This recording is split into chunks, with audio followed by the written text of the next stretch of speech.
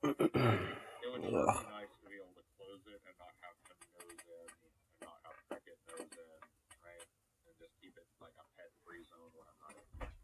He's always getting into fucking bagging shit that I ordered, like fucking Ugh. right over there. Man, my fucking neck, bro. Ay, ay, ay. It is all jank. It's jank as fuck. Don't even know what I did with it. All I know is it was like during my stream or something. Like I must have like jolted or moved or something, and then just like ever since then, it's just been fucked. Ugh, lame. Fucking lame.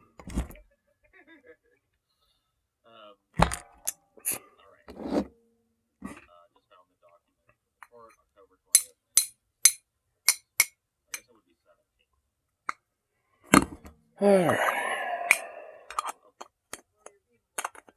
No, it's fine. I actually told him, because I told him, I said the story I'm about to tell you sounds incredible, and it's backed by public record, and I invited them to look at it. Here's the deal. I was on the phone with my girlfriend, and around 11 o'clock at night, by my memory, although don't hold me to that. She had to go, I had to go. So I get off the phone with her. I was sitting in my car, right? I had this. Get this all loaded I take it up. back to the house, put it on the charger, come back out to my car to smoke a cigarette and listen to the radio. Had a really nice stereo system in my car at the time, although the car was a piece of shit.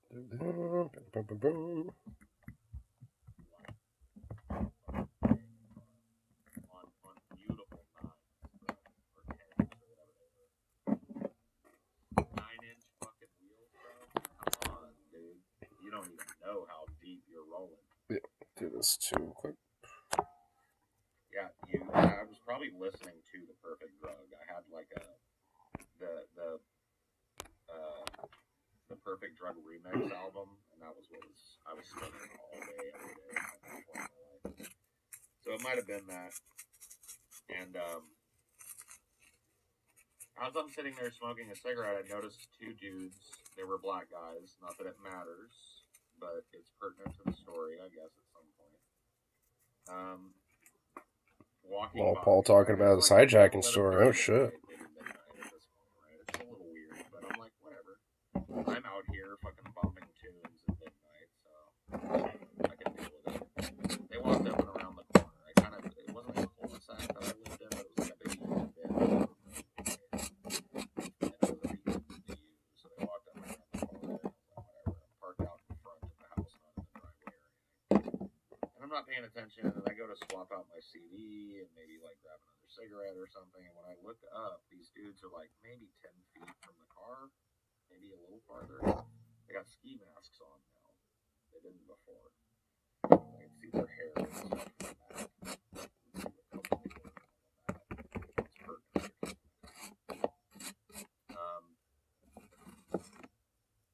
So yeah, they came back as ski masks, and I kind of froze. There was like this panic fight or flight thing, right? It was like my mind was telling me start the car and peel the fuck out, but that gun was already out. Already had it out by the time that I saw them, or whipped it out immediately after I became aware of him, and that gun was leveled at me. And I just froze, bro, and came right over to the fucking driver's side. Told me to roll the window Fuck. down. I did. Told me to get in the car. I did. Told me to get the keys to the car. I did. Pulled those out of the ignition. Told me to go around back and open the trunk. I did.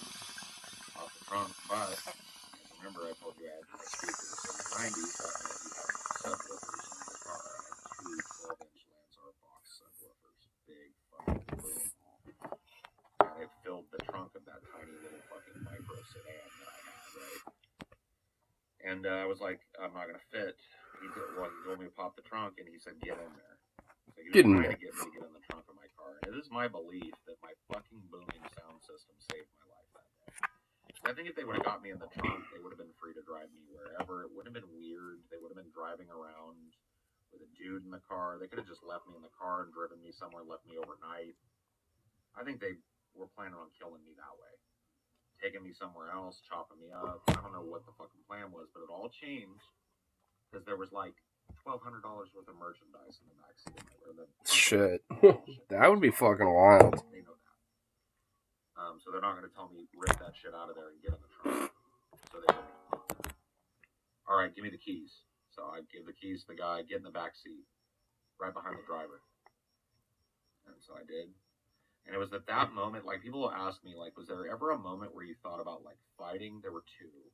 Fighting or running. There were two. One of them was that moment. And I'm not trying to do, like, a hero shot thing, but, like, people ask me, like, why didn't you just make a run for it? Like, they might have missed you, they might have winged you or something, but you could have got indoors. And I was like, do you know who was indoors? My father, my mother, or my stepmom, my sisters. Like, I didn't want these dudes with a gun chasing me through that front door, and now my whole family's, and so, like, that kept me from running. Like, that kept me from running, right? I sure shit would not want to. So I probably wouldn't do that either. You can think about it in your head, but when you've got a gun in your face, it tames the savage beast quite a bit, you'll find. Definitely does.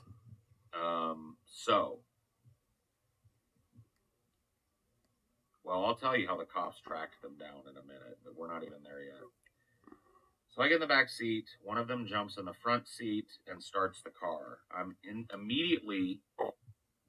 The other dude is in like the the tiny fucking jolt. Side back seat, sitting right next to me, and he lays the gun against my head. I'll never forget it. It was hard, like something from a movie and shit. Like, he put the barrel against my head, he pushed my head, and he's like, "This is right here." Like, he said something about it being right here, motherfucker. Like, it made me know that it was there, right? So I was like, "Fuck." And so this dude starts up the car and immediately tries to go, and it stalls out. He doesn't know how to drive stick, or he's not super familiar with it. This guy's like, "Fuck, man, you don't know how to drive this fucking car?" He's like, "No, it's all fucked up. Like, it's a stick, man. You gotta push the things." I know. So finally he gets it going. That's one of the little details I remember about it. Damn. They peel out. Not like peel out as good as they could do in a 425 speed. They take off out of the neighborhood. My neighborhood was pretty adjacent to an on-ramp to the 99 freeway, and they went 99 south out of town, which out of Fresno, I mean, you've been 99 south out of Fresno with me. There's nothing, right, for a long time. It's farm, empty fields. And they drove for, to my memory, about an hour in total. But part of it was, at some point, they pulled off the freeway. Now, at some point, I'm getting ahead of myself. They're rifling through my shit. Dude's got a gun to my head, and he's using his other hand to go through, like, my backpack. He's like, "What's in this shit?" And I'm like, "Books. It's my school shit. It's like books from school." And he goes, "Where's the weed at?" They're like, "I don't have any weed on me, dude." I was like, "I'm smoking cigarettes." He goes, "When we came by the first time, we smelled weed, motherfucker. Where's the weed at?" Like, pushing that gun, right? And I was like, "Dude, if I had weed, you think I'm gonna not give it to you?" I mean, at that rate, no shit. What kind of shoes you got on? I showed him my shoes. They were floppy shit. Like, he was suddenly, like, coming to the realization that he'd robbed a kid that didn't have a lot of money. Poor kid. Spent all of his money on subwoofers. Said they smelled weed, but it was probably just fucking, sometimes cigarette does weird shit on the wind. Maybe they caught a whiff of their own shirt. Plus that, they were like, "Damn, there's weed." I don't know. I've done that before. But I don't know what it was, but I have no weed. I wasn't going to die over a baggie of weed. If I'd had weed, I'd been out there smoking it, and they wouldn't have gotten it anyway, because it would have been smoked. But anyway, so he's going through my shit. He's going through my wallet. At one point, I mean, this is where it gets kind of dark, right? He goes through my wallet. I have my driver's license. I'm 16 or 17. I think it was October of 97, and I would have had to be 17. I was just shortly born after this. I had my driver's license. Fucking 97. I was just a few months old. Which is not the address that they picked me up at. So I was thankful that they didn't have that address. So they didn't really, like, because I was parked on the street, so I could have been one of, like, 3 houses, maybe, right? Or more, depending on, me. Maybe I pulled down the street to get away from my dad or something, right? They just know I'm from that hood. But now they've got my mom's address, where my other little sisters live, where my mom lives. And he started to psychologically torture me. Like, we're gonna fucking go kill your whole family after this. What do you think about that? I was like, well, I hope that's untrue. What does it feel like to know that you're gonna be dead and there's nothing you can do to warn them, and we're just gonna go over there and we're gonna fucking rob them too? I was like, well, it makes me feel fucking awful, right? Fuck. You know, he's like, well, that's what's gonna fucking happen. You give us any fucking shit, bro. You do everything we say, and maybe, and he pulled my whole fucking driver's license out with a free hand, slapped me in the face with it. Maybe we don't go to this address. I'm like, all right, fair enough. And he goes, so put your fucking head down and don't put it down like that, right? Put your head down in your lap. And then he put the gun against the base of my skull, and that's where it rested for, it felt like about an hour. It was probably about an hour. One of the memories I have from that is they asked me, because they were going through my shit, they turned on what I was playing, and it was 9 Inch Nails or some shit, and so they weren't into that. They're like, man, where the fuck are all your CDs and shit? And I was like, they're on the floor right there. He's like, man, you got nothing in here, blah, blah, blah. And the guy was trying to drive and go through my CDs, and then he found, like, Bone Thugs and Harmony CD that I had. Or no, that's not true. He didn't find a CD. He just saw that the CDs were there, but he was driving, and he couldn't go through them and shit. And so he went on the radio. And on the radio was Bone Thugs and Harmony, Meet You at the Crossroads, which if you've ever listened to it is a song about somebody, like, mourning people who have been shot. Right? So my fucking god, that what a fucking song to pull up when you're getting hijacked and could get shot, dude. What the fuck? About all the people that you know that have been killed in the fucking streets. You know what I mean? Pour one out for the homies kind of song, right? And they grooved to it, and they cranked it all the way up because my system was banging, and they loved that. They listened to that radio station really loud, so thankfully I couldn't really, that meant that I could listen to something that wasn't them torturing me psychologically. So, but that's the only song I remember being on the radio, because I was like, you know, I was fucking young, but I'd read Shakespeare, and I was like, what sweet irony is this? What sweet irony, dude. Fucking hell, man. Yeah, I can't really listen to that song. I mean, that song was pretty chill, but it actually, like, ruined Bone for me, because all of their shit sounds like that.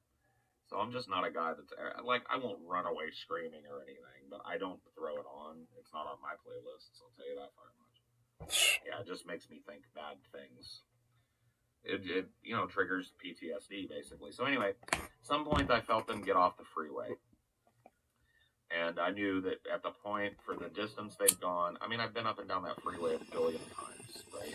Even at 17, me and my friends go to fucking Magic Mountain all the time. We were driving to LA just to chill, right? I've been up and down 99 a million times. I know what 1 hour south of Fresno is.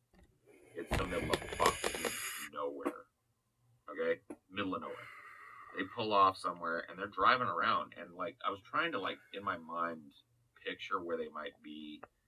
I could feel like the road was bumpy, so I was like, all right, they're off the fucking main roads. They're probably not in town somewhere. They probably didn't stop in one of these little shit towns, so they're probably off in the fucking farms and the orchard kind of roads, frontage roads, and like roads with numbers on them. I was trying to pay attention. At one point, it felt like they just circle. Like I was taking notice as I could of which way they were turning based on the momentum of the car, right? When they first turned off the freeway, it was like, it went on for a while, and then it was left. And then it was right. You know, and I can't remember all the turns they made, but at one point I felt like it was like they turned right, then they turned right, then they drove for a while, then they turned right, then they drove for a while, then they turned right, then they drove for a while, then they turned right. So it was like they made a big block. So I think that maybe at this point, and maybe when they had the fucking music turned up, they talked without me being able to hear it. And I think that may be the point they decided not to kill me. So the idea was to take me out in the middle of nowhere so they would have time to get away with the car. Right. and count on the threat of going to my house, plus just being fucking bewildered by the whole experience because they had a plan for me. But that I would not go get help and they would be able to get away before I was able to report the crime. And to be honest with you, it's October. It's fucking freezing at that point, right? In the middle of the night. But they had planned, well, anyway. So at some point the car stops, and I can tell we're on dirt, which is crazy. Because that means like we've gone off the main roads and now we're off in an orchard somewhere. And I look up and we're not in an orchard, thankfully, but we're like field. Headlights, darkness all around me. He says, "Get out of the car." Pushes my head with the gun again. So I'm like, all right. At this point in my mind, I think I'm dead. Why would they bring me all the way fucking out here to like have a talk with me? They've already robbed me. I've given them everything. There's no way I can call anybody for help. They brought me out here. No cell phones at that time either. Moment, right? People ask me like, "Did you think you were gonna die, or did you have hope?" That's the moment where it really sunk home for me. Like, you might not survive this shit. Comply or no. But you know, and people ask what that's like. And I'm not trying to be like a brave I've heard the story a few times like, before, but hearing it every time just fucking boggles my brain. There was nothing I could do. You know, I couldn't imagine being in this situation. He had the gun on me the whole time. He would have just ended me. Like, I grew up around guns. It was a 9mm with an extended clip, a legal extended clip in California. It's a killer gun. He would have put a hole like that in me from the ranges he had it. You know, it was. It'd do way more than that. It would have been nasty. My mom would have had a closed casket, the whole nine, right? So, I faced it pretty serenely. I kind of like was in shock, I think, at the realization is now that I think about it. I think it was a shocking thing that happened to me, right?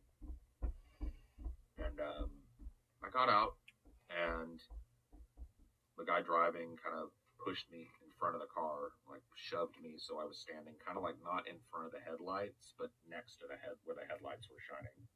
In the middle of this like dirt road. Well, that felt good. Or like partially paved road. It was just like an off road, right? And his friend gets out of the passenger side and comes around the back with the gun, right? So that was like another time I could have run, but like, where am I gonna go? You know, I'm a fat kid. I'm in the middle of nowhere. These two guys are not fat guys, so they're gonna catch me, and then when I die panting, that's okay. True. I'm not gonna outrun a bullet. I'm not gonna fucking dodge and weave and get away and fucking. So you ain't gonna be doing some no Neo Matrix shit. That's for fucking sure. I'm a fat guy. I was a fat kid then.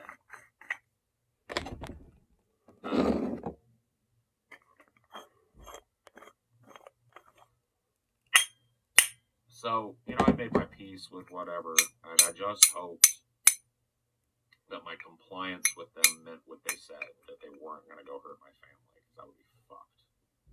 So I just said, you know, that's really what it was. It was like, this is for them.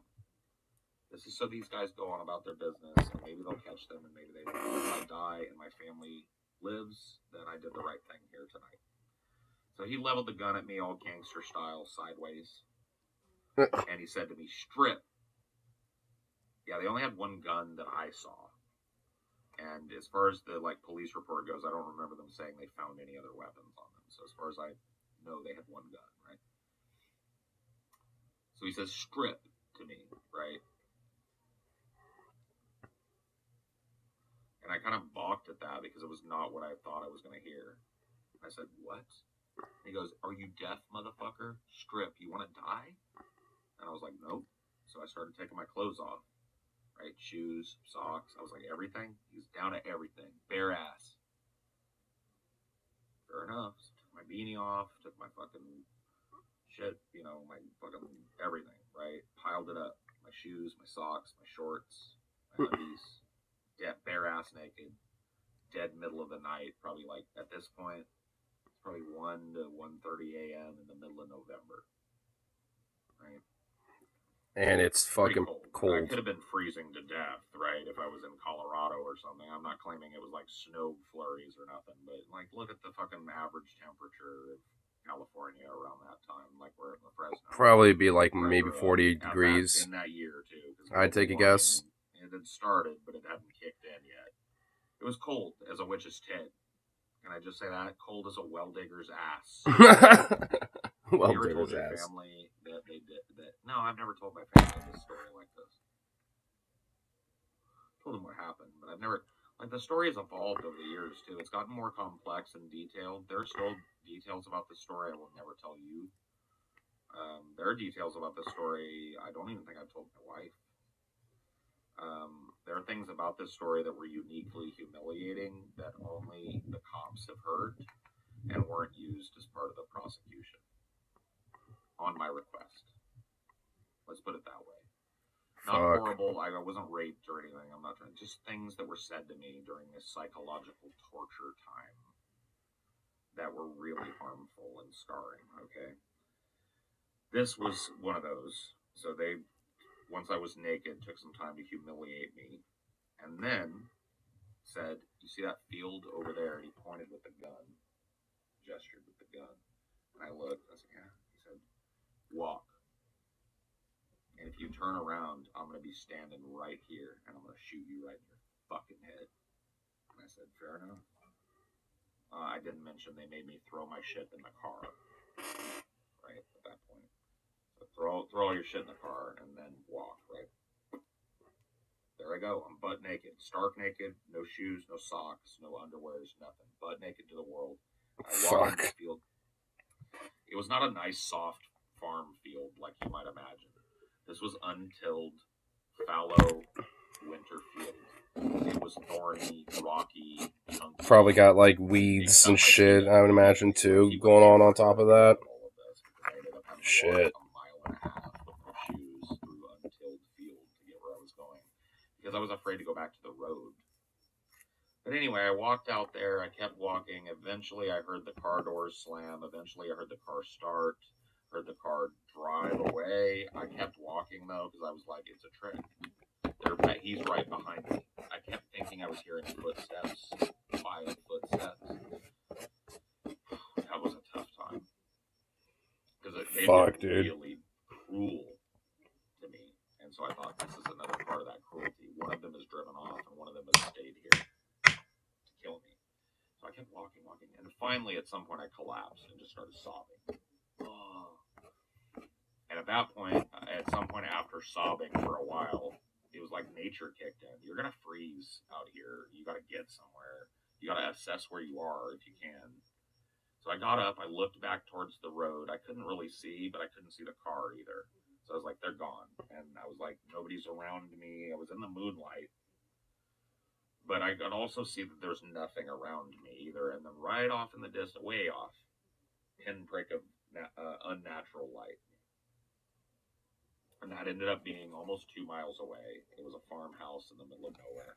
I walked through the field, and a lot of people will ask me, like, why did you tear your feet up like that? Why didn't you just go back to the road? Because I was afraid those guys were patrolling the road. I was not in my right mind. And it was the middle of the night, and you could be driving. Well, but just, it would have been easier on my feet. Right? It would have been better to walk on that road, even if it was a dirt road, than through all the thorns and grass and rocks and shit. Definitely would have, but considering the wild and insane shit that's, that he had to go through. My feet are hamburger, but it's like adrenaline is kicked in. I'm just like, well, I'll have to deal with that later. The pain is secondary to me having to get to whatever that light is. Got there. Turns out to be a little farm place. And I'm like, okay, this is where like street-wise shit kicks in. Because I was raised in a little, not a farm, but like out in the boonies. And I know what my dad would have done if like a 300-pound fat dude showed up at fucking 2 in the morning. Naked as fuck. Screaming. I might get shot here after surviving that. But once again, my mind is fucked. Because it's like shock and adrenaline and like a genuine feeling like my body's shutting down because I'm fucking shivering. So I went and found a flower pot of all things. The oddest fucking choice of the thing, right? Sounds like some Looney Tunes shit. Dumped out the flower pot. Down the driveway a little bit. It was like a little plant. I dumped it out and I covered my penis and balls with it. Went up to the door and I rapped on the door. I tried not to pound. I just rapped. And I said, please help me. And I just kept real, please help me. So eventually it was like one of those metal security doors on the outside. And so I couldn't see inside, but I heard the inner door open, and it was a woman's voice, and she said, "What the fuck are you doing here?" And I said, "I'm sorry, I was robbed. They dumped me out here, ma'am. I'm not here to hurt your family or you. I just want you to call the cops." I said, "All right, call the fucking cops. Get off my porch." And I was like, "Yes, ma'am. Sorry." And, you know, I got down off the porch, lickety fucking split, and freezing as I was, and went down to the end of her driveway and sat there and kind of balled myself up, trying to keep warm, and just laid in the dirt until the cops came. And it took a while because I was out in the middle of fucking nowhere, so it was like a county sheriff that came. And it took them about as long to get there as it took the guys to drive me without the myriad turns. So it was like 45 minutes or something that I sat out there, right? But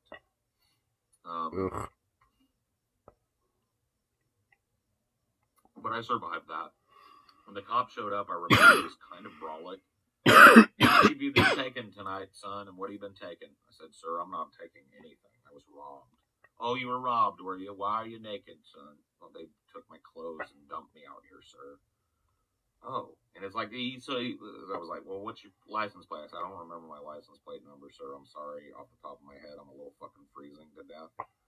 But it's a white 1981 Ford Tempo 5-speed, white stock, everything. It's fucking easy to, that's what it is." "Okay, son, all right, get in here." And he got me that, it's the first time I ever had, you ever have one of those blankets, like the space blankets? I mean, I've had one, I never used it. Yeah, they actually work. It was crazy how steamy that was, but he gave me that.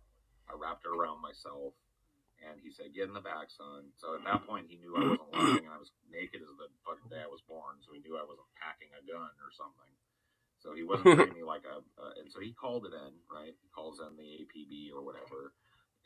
As we're in the car, he's taking my statement, right? And I'm trying to help. I'm just saying, like, it was two black men. What age? I don't know. They seemed my age, or maybe 20s or something, maybe. Okay, what were they wearing? Ski masks, baggy pants. This one was wearing a red sweater. This one was wearing a yellow sweater, whatever it was. I can't remember the detail of that now. I gave him the whole thing, right? He calls it in. APB, be on the lookout for this, blah, blah, blah, blah. So now, you gotta imagine now, he's not speeding. He's taking me back to the Fresno Sheriff's Department, which is an hour from where we're at. It's a long ride. Oof. I was nice and warm because the space blanket worked. And I was just in the back, just trying not to sob in front of this cop, right? And he's trying to do small talk with me, and that helped. It was nice of him to do that. And to give me a blanket. Seems like at least, a decent sheriff. He asked me about my feet. "Are you going to need a medic to look at your feet?" I said, "Yes, sir, I think I am." I said, "They're very messed up." He said, "Yeah." He was very good about, like, other than getting that detail out of me, he was like, what do you do?" I said, "Well, I'm in theater, sir. I do that." "Oh, that's cool. You've been in plays, and my daughter does plays." I remember it helped. But at some point, something came through, and I remember it was just like the movies. In the movies when you hear the police scanner, and it goes, "Somebody thought we got sent by and I was like, and he went, I'll never forget it. He went, "Wahoo!" Just like that. Wahoo! "Son, we got him. We got him. He's like, "Them old boys." He's like, and he said, 10-4, I'm in route with the victim for the official statement and the paperwork. Good job. I was like, "What do you mean they got him?" He was like, "Well, from what they said, they got in a high-speed chase. They got your car. Your car got a little banged up, and they got both of the guys. And that's what they just told me on the radio. We'll know more when we get there." And I was like, that's crazy. Damn. Because what it meant in my mind was they caught these guys. They must have caught up with these guys before that APB. Because it was like 45 minutes for the cop to get out there. Another hour and a half for me to walk that fucking mile and a half that I walked, right? Through the fucking rocks, tiptoeing and shit. Crazy shit. So it was like, they must have been after these dudes already somehow, and they were. So it turns out, somebody said earlier, I bet those guys got caught because they were bumping. Well, maybe they were, but this is what was in the police report for the guy that tried to pull them over downtown Fresno in my car before the APB went out. So really? He drove by them, and they were both wearing ski masks.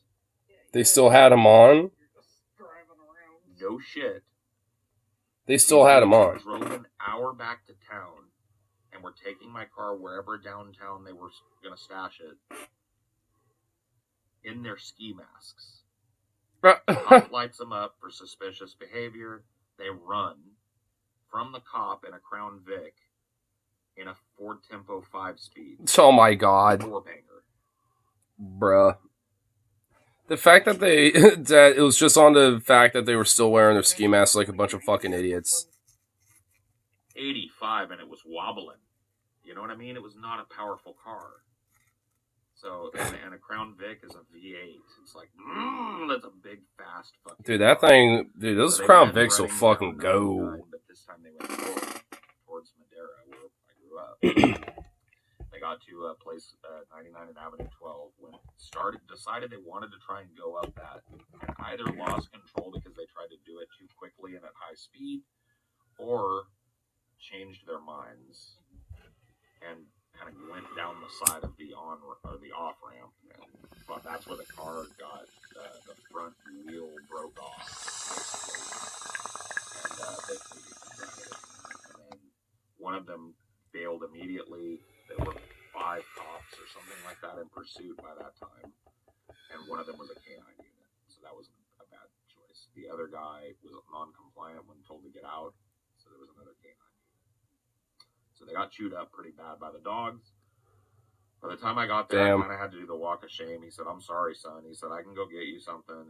If you can cover yourself up with that blanket there, and I'll get you some as soon as we're inside. We're going to take you to a safe place, and nobody will be there." But there was all these secretaries and like people that were working the late shift and shit, smoking.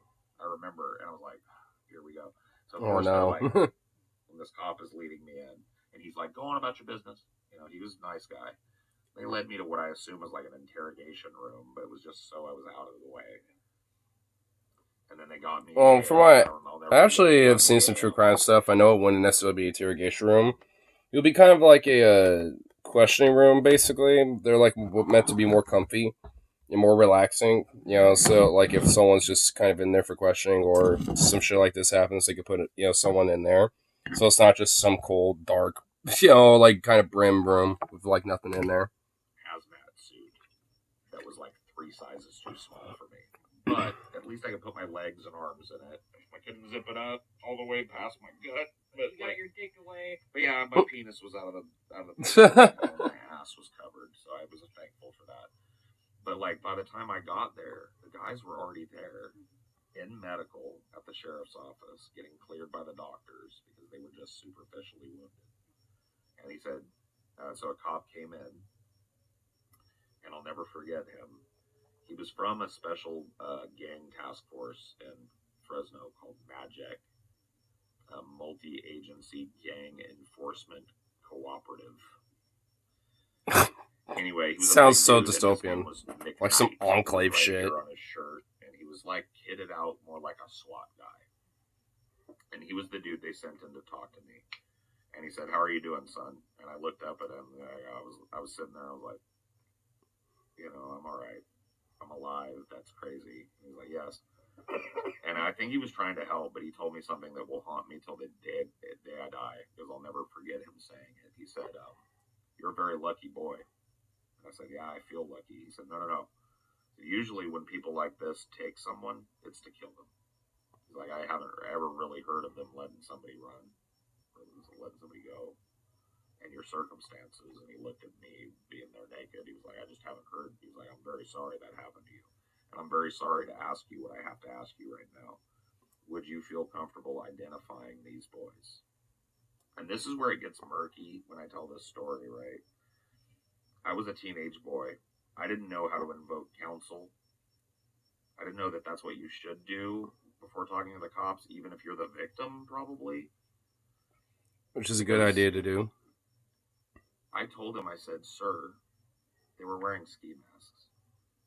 He was like, "Son, these boys were caught in your car with the gun that you described to the officer that responded to your call. these are the boys that did this to you, and I'm just going to need you to say yes when I walk you in there. And I said, yes, sir. And so he said, all right, come with me. So he walked me in this room, and there was I'll never forget it. The black kid was sitting there on a like a medical bed, and there was a cop holding his face like this so that he couldn't look at me. And he was like bandaged on his leg. Oof. A dog had got him, or maybe he injured himself when he fell or something. I don't remember what it was. Oof. The first guy I saw, he had bandages on his leg. Cop was holding his face away, and he says, "This the McKnight, the officer who was leading me through this, said, is this the man that did this to you?" And I said, yes, like he told me to. And we went to the next room over, the next medical installment. Same kind of thing. Dude laying on thing, bloodied up, bandaged up, not able to look at me. Is this the man that did this to you? Yes, sir. Okay. All right, son. Follow me. Walked me back to the room. Told me that my dad was on the way. Got me my clothes. Said, we found these. We searched through them. This is non-material evidence. We can get these back to you so you can get dressed. So I was thankful for that. I got my clothes back. My dad showed up. He was bewildered, as you might imagine. Didn't know what the fuck to do.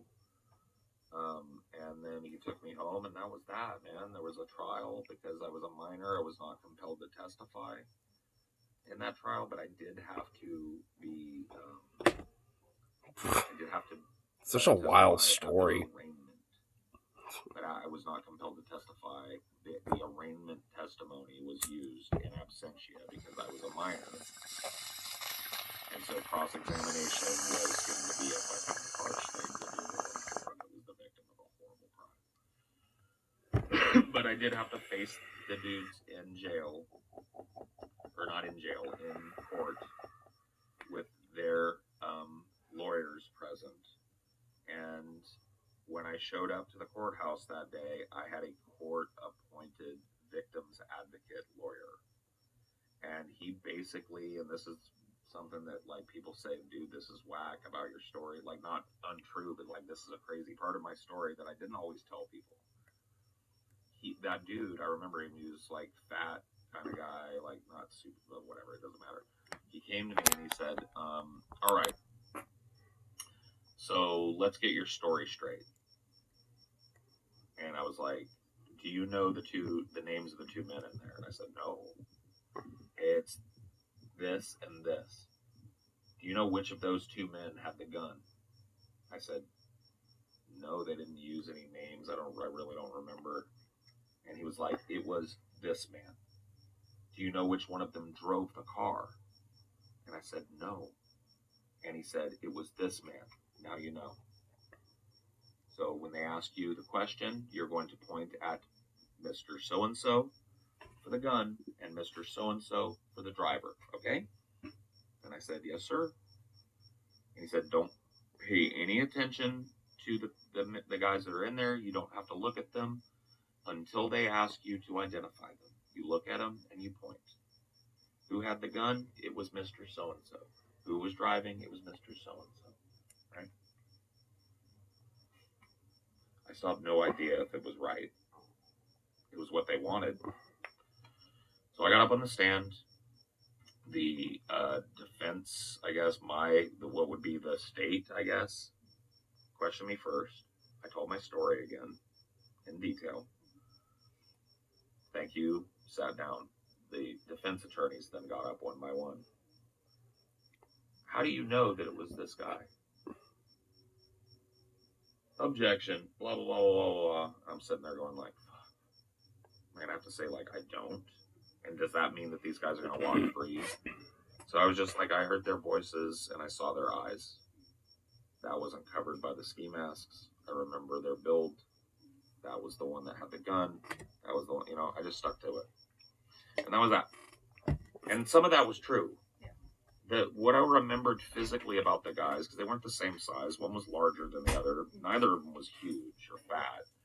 But one was noticeably taller. And the taller one was the one that talked. And the one that had the gun. And that was the guy that they told me to point at.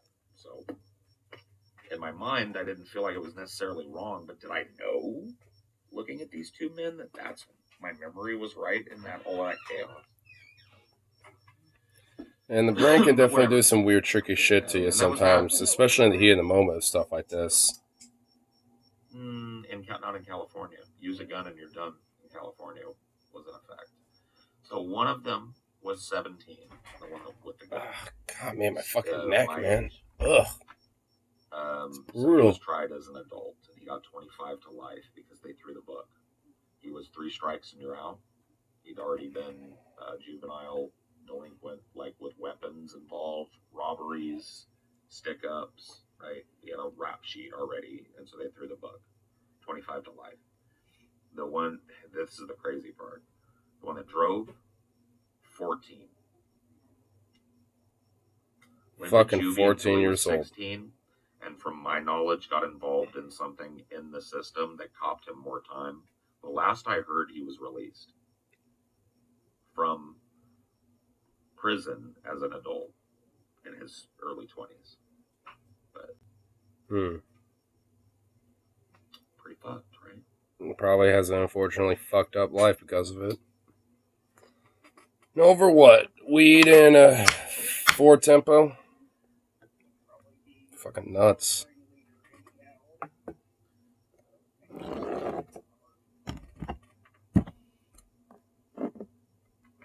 I don't know if anything about what happened made sense all the way to the end. You know what I mean? Yeah, maybe. If that was true, if those guys didn't switch seats and the older one drove and the younger one was in the back seat with the gun, right? I don't know. See, there's no way for me to know that. But if I had said that on stage or on stand, those dudes might have walked or might have gotten a way lesser sentence, right? So I went with my gut. The taller one, they made them say, "Break yourself, motherfucker," in court, which was funny, because that's the first thing that the gunman said to me, gun holder. And they made both of them say it, and the voice was what I remembered on the older one that was taller. So it's not like I feel like I labeled the wrong guy, but it's like, is it really justice to make a kid say he's sure when he's not? Yeah, like I think that you don't really have doubt that it was ultimately right. You just felt weird that it went down the way it did, was being told. Also, I'm shocked that they wanted that identification because it was the middle of the night. I was a child. I was scared shitless. They wanted to send me home to my dad, but they didn't want to have to drag me back to the prison to identify these guys. They just wanted to get my statement that night. And like, so I feel like everything was ultimately in good faith. Yeah. Good faith as the cops could be, maybe. I don't know. I mean, no, for real, yeah. About as good faith as cops could be. My mom was bewildered. She was the only one, by the way, that came with me to this to support me. So I love her forever for that, because I couldn't have faced that by myself without her. But it was very hard. Her memory of it is awful because she had to sit in the courtroom with their families, and their families weren't allowed to have outbursts and shit, but they daggered her because they knew she was my mother. And when I named the guy, the older guy, as the guy that had the gun, he had an outburst and got chastised. He said, fuck you, come on, man. That's bullshit. And so I was just like, it was fucked, bro. It was fucked. And it's like, so, like, the questions people ask me about this, just to field some of them, and then I'll go to the chat, right? Because I'm sorry I've ignored you guys, but this is a tough story to tell, stop and go. I have to kind of let it happen. So it's happened now. There's one more little joke I used to append at the end of it. I'll give you guys that. I don't usually tell it anymore. I got called for a quote, because this was news, right? A young boy kidnapped, made to strip naked, dumped in a field. 2 young boys, gunmen, at the helm of a wild police. This was local news. So I won't be surprised if it's like full on California news. I remember one of the local news stations called my mother and my mom coming into my room, and I was just Like, I was just, like, immediately, like, I went back to my dad's that night. I went to my mom's the next day. It was that day. I was just sitting in my room with my music playing. Just, like, sitting on the edge of my bed. I remember like this. And my mom walked in and said, Peaches, I have to ask you something. And if you say no, then that's all there is to it. And I was like, what? She was like, the newspaper people want to talk to you. It was a Fresno Bee. And they want to get a quote that they can give to the other news stations to use so they don't all have to talk to you about this. And I was wondering if you wanted to do that. And I said, I don't want my name in the paper for this. And she goes, all right, I'll tell them. So she went back. She's gone about 3 minutes, came back in, and they said, all right, Mr. Parkey, I'm sorry to hear what happened to you, blah, blah, blah. And I said, all right, well, let me just tell you what happened, okay? And I told them the story like I told you. And they quoted me in the paper. I remember showing it to my friends because there were friends that were like rightfully like skeptical if this happened or not. I'm like, fuck off, bro, no. And I had this news article and I was like, dude, this is me. I asked them not to name me, but that's my car. That's a picture. And I'm like, fuck. Right? So in the article it said, they quoted me as saying to them, and maybe I did. I was fucking in shock the next day, probably still. But they said, quote, the young man said, quote, they tried to put me in the trunk, but I wouldn't fit. And my friends, like, they were very supportive. But one of the ways male friends are supportive at teenage is to rib each other. They're like, oh, too fat to fit in the trunk. And they knew I had big speakers. I just thought that was a funny little, like, joke. Too fat to fit in the trunk, man. But yeah, that's a fucking crazy story, bro. You probably won't meet 10 people in your life that have a story like that. You probably won't meet one. From what I've learned, I mean, I haven't met one person that's like this, to be honest. I've heard some pretty wild shit in my life, but not like this. Psychological torture component, the gun, the kidnapping, the nakedness, and that fucking subsequent like struggle to get to safety, like that doesn't happen to people, right? And so finding people to help me with that, it took me a lot of years. I really didn't start getting help with it until my 30s. Like, not in a real substantive way. There was some mitigation therapy that was done that was helpful, but not, like, broad enough. There was some, like, victims advocacy money that my parents got for me to seek a certain amount of medical treatments, like psychological treatment. Because I was diagnosed very quickly with PTSD. I would have intrusive thoughts. I couldn't go outside at night for a while. It was fucked. I couldn't drive at night for a while after that. And then for a long time after that, if a black person were to like walk by my car, and this is fucked up, but I'll just admit it. This is how racial bias is created in some people. I know it's fucked up. But if a black person were to walk by my car and I was parked somewhere at night, I would have a full-blown panic attack, right? So it took me years of therapy to like process that. I didn't really start in earnest until 15 years after it happened. Pretty fucked, man. Are you holding resentment towards the house that you went to for help for not letting you in? No. People ask me that. I don't blame them. Tweakers were fucking super common in my area, and you don't want to open your door to a tweaker because they got what we used to call back in the day before, in a less PC age, recharge strength. If they're tweaking and they're looking to rob you or do something to you, them being naked out in the middle of nowhere makes total sense. I think she thought I was on drugs. The cop showed up asking me about drugs. So you feel like she was protecting her family. I wasn't dying. I was able to fucking keep myself warm. It was October, so it was cold, but you know what I mean? Like, a lot of people were like, she should have given you a blanket. I was like, the fact that she didn't shoot me and ask questions later, I'm eternally thankful for. The fact that she called. I mean, honestly, I bet she probably realized at the end of the day that, I'm at least glad that, the cops were able to help that kid or whatever the fuck. Afterwards, because I'm sure that same lady probably heard, the news and saw the paper or the local station or something, mention it. So, I'm sure in hindsight she probably realized, the situation and went, oh, okay, that was that kid.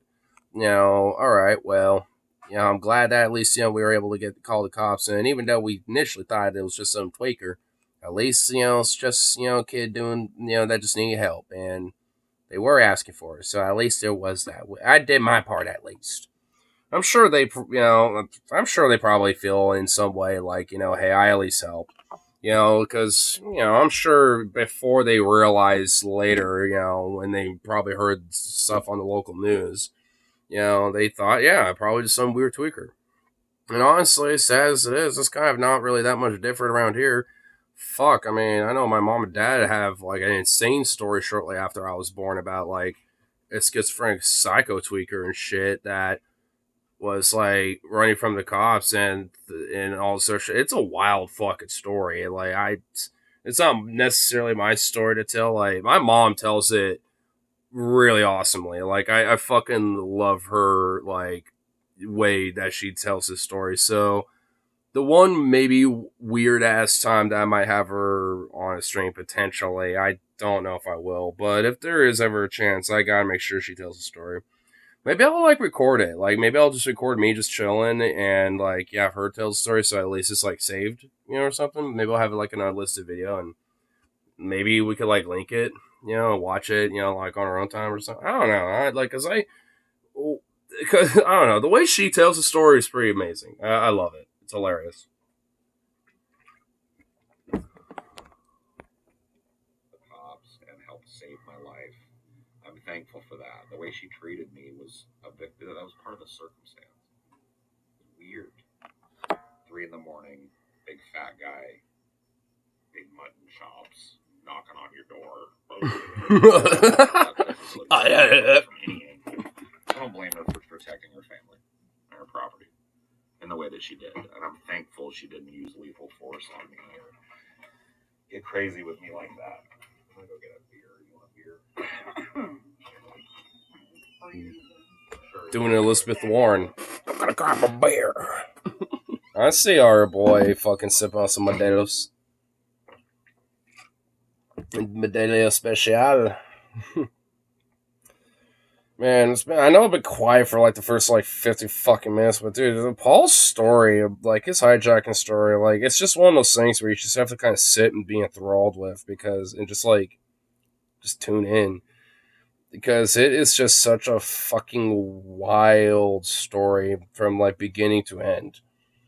And honestly, I feel like there's always like a new detail that I haven't heard from, out of like, I don't know, maybe like the 4 or 5 times, give or take, over the years I've been listening to Paul, watching him. Like, I mean, there's there's always seems like there's like some new details to the story and stuff. And and I feel like honestly, that was probably the most like, excuse me, like the most in depth like version of that story, I think, because it's such a wild story. Because even with like a lot of hijacking stories that I'm aware of, I don't know any personally, or directly or indirectly, but I've heard of like different crazy stories before, and it's like in a way like it does kind of uniquely stand out as such a odd thing, considering that like like when it came to crime and like meth being a major problem, all of this shit like gang war stuff was a major problem, especially in places like in the West Coast. So it's like I don't know, like, it's just kind of wild to like think there's even with all that in mind, it's such an outlier of a story, and there's articles and stuff like there's stuff out there that do like mention the story, or I'm sure like online uploads, like digital uploads of these articles are available. And actually, I know there are because I've looked them up before.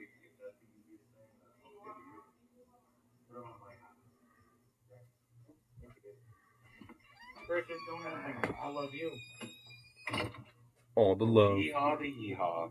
Look at me, Paul. Crazy shit, right?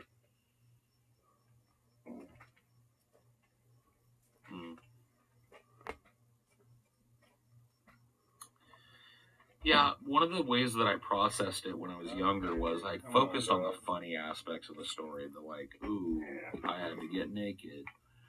Oh, the newspaper said I wouldn't fit in the trunk, you know. And I focus less on that now, and I'm able to share more detail about it now than I ever have been. I think the story's pretty complete. I don't know that there's anything that I will, like, I don't think I want to go deeper than that with anybody, you know what I mean? So, yeah. That's fair. I kind of feel like that's fair for Paul. I mean, it's his, it's his burden to Sorry, bear. asking again, why do you believe you should have sought out legal counsel? Also, just so that, like, I had a lawyer there to tell me what my rights were and shit when I was as a victim. And also, how did your therapist help you deal with it? So I spent 4 years of bi-weekly visits, 1 hour every visit, 2 visits a week, 4 years. And that was average. Sometimes it was a 3-visit week. So you're like kind of like asking me like how did all the fucking people that contributed to the Bible write the Bible? You know, I'm not saying it's that Byzantine, but it's like a very fucking,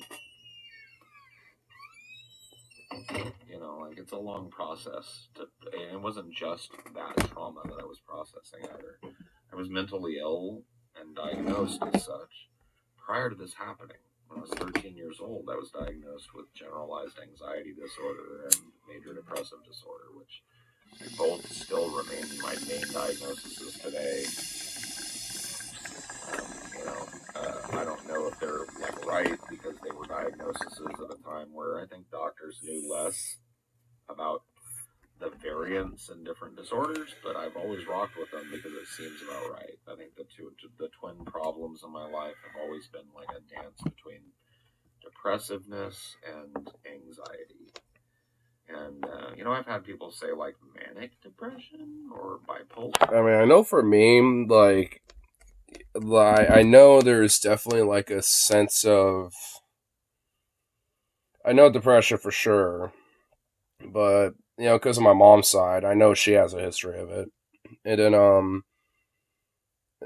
then the autism with my dad with that, which honestly, anxiety kind of goes hand in hand with that. But also, my mom tends to be pretty a socially anxious person. She usually tends to be more of like depression, anxiety, while my dad's just more or less just like kind of an anxious spurg, basically.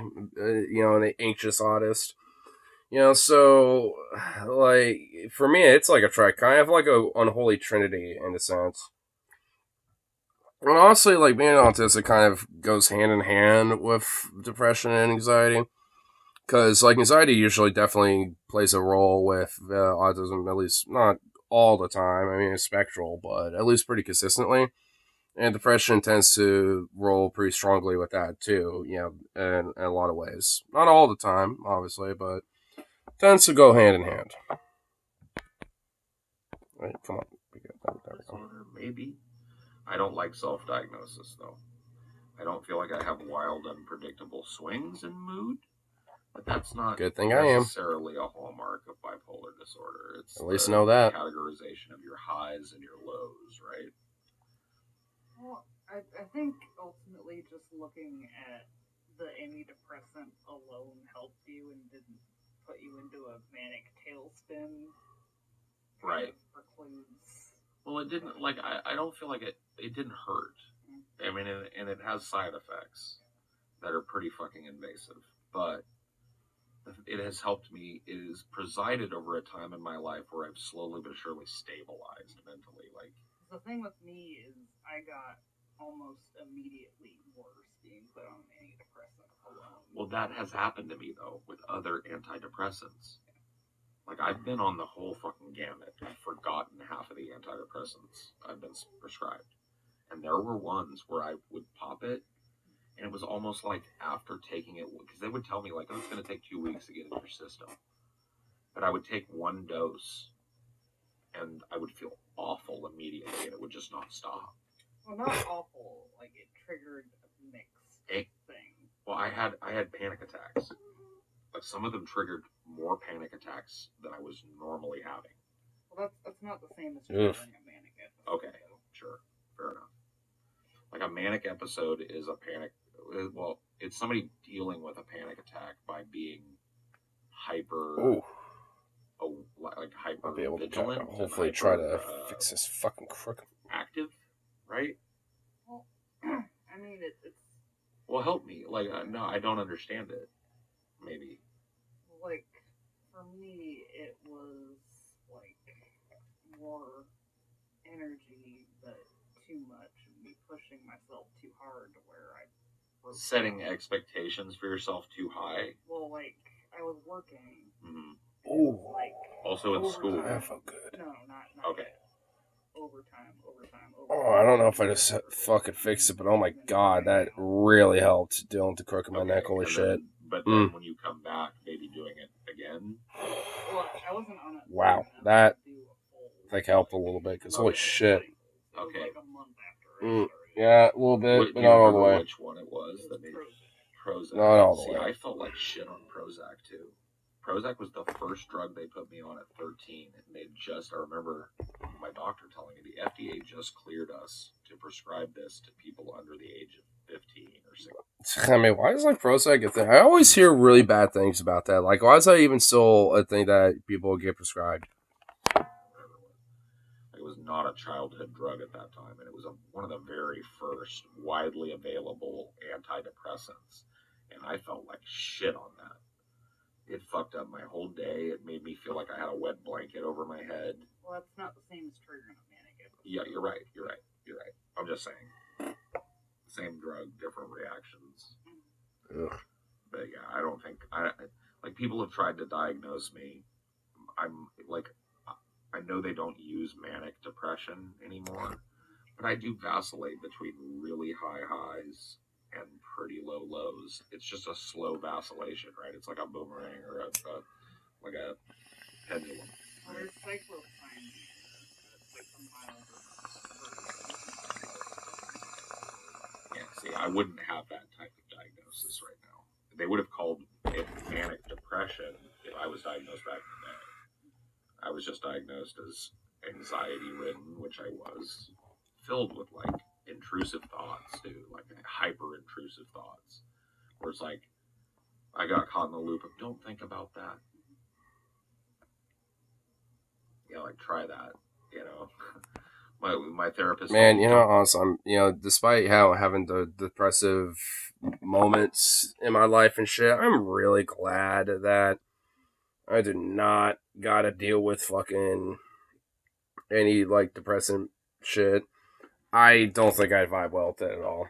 And besides, like, I have enough outlets, I think, to where, I can just be chill instead, and not have to really, like, worry about, like, really need to be prescribed something like that. Like, I mean, like, it's really the closest thing I would ever be potentially open to is, like, maybe, like, anti-anxiety stuff, and even then, like, not really. Because, like, over the years, especially in my life, like, a lot of my anxiety tendencies tend to have just kind of been way less prominent. And, like, they're still there, but nowhere near to the same, like, degree or prominence that it normally would have, in the sense of, like, when I was, like, 19 or some shit. Which I guess it wouldn't be, like, normally would have, but at least, when I was younger. Because when it is this point, it's just like, eh.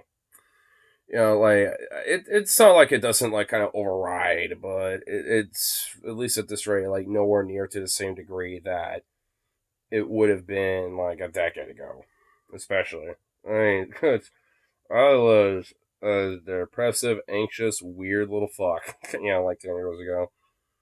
But I guess in a weird way, that's kind of why, like, I at least had, like, the productive outlets that I did, because, I wasn't the only weirdo that kind of had, like, some quirks and, kind of were on the lower end of the totem pole, the totem pole of, like, the social hierarchy of school and shit, when it came to that stuff.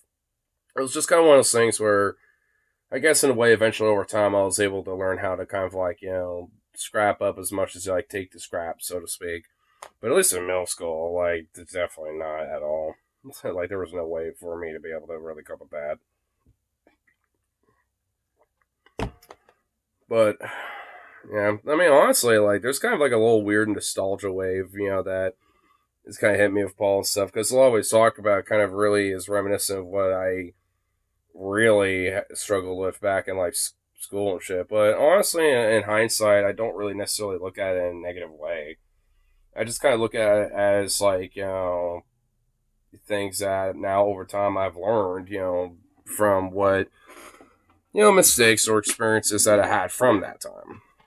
So it at least isn't like, all for naught, so to speak, basically. So, I mean, of course, especially with, like, the story of, like, Paul's hijack. I don't know why, but that even kind of weirdly got me nostalgia, a little kick, because, like, happened in 97. Like, I was just basically born, like, a couple months after that fucking happened. So, and hearing that story in depth, especially all the different little newer details and all the different ways he's talked about that, story, and all the times I've heard of it, since I've listened to him, is really interesting.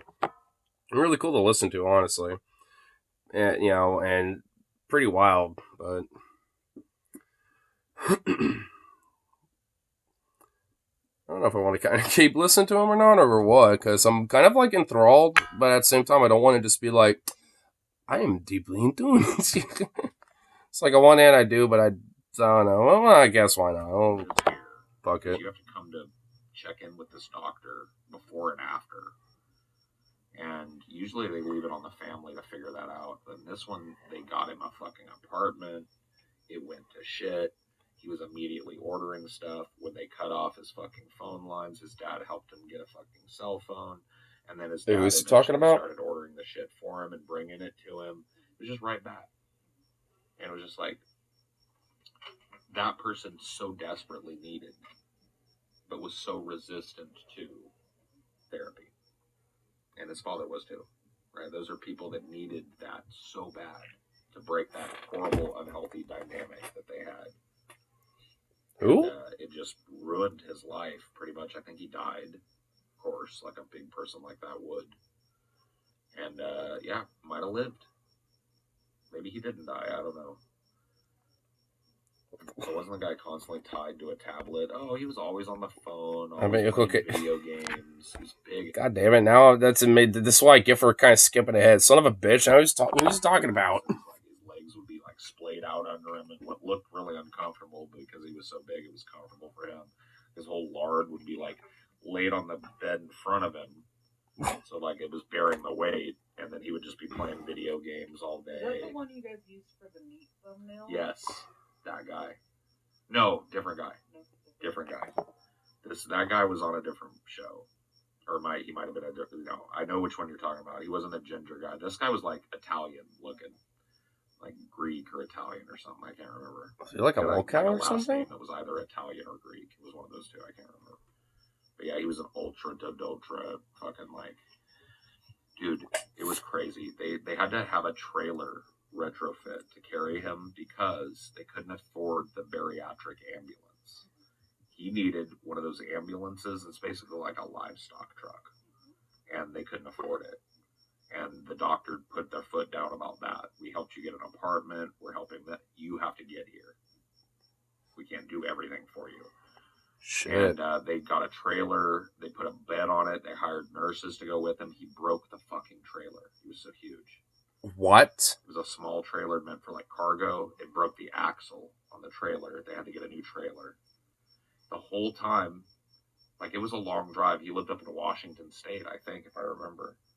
And he had to go all the way down to Texas to get this surgery.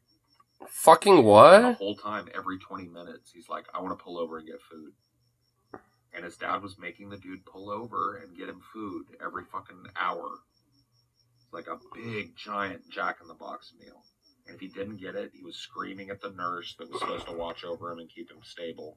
The fuck? The fucking trailer breaks down. This kid had everybody in the world trying to help him. But it just goes to show you, man.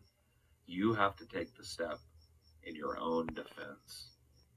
Dude, who is this kid that he's talking? I want to know the name now, damn it. Say his name at some point. Fucking planet trying to prop you up. And if you're not willing to take that one step, never gonna get fucking better. Never will. But fuck, dude. Ever.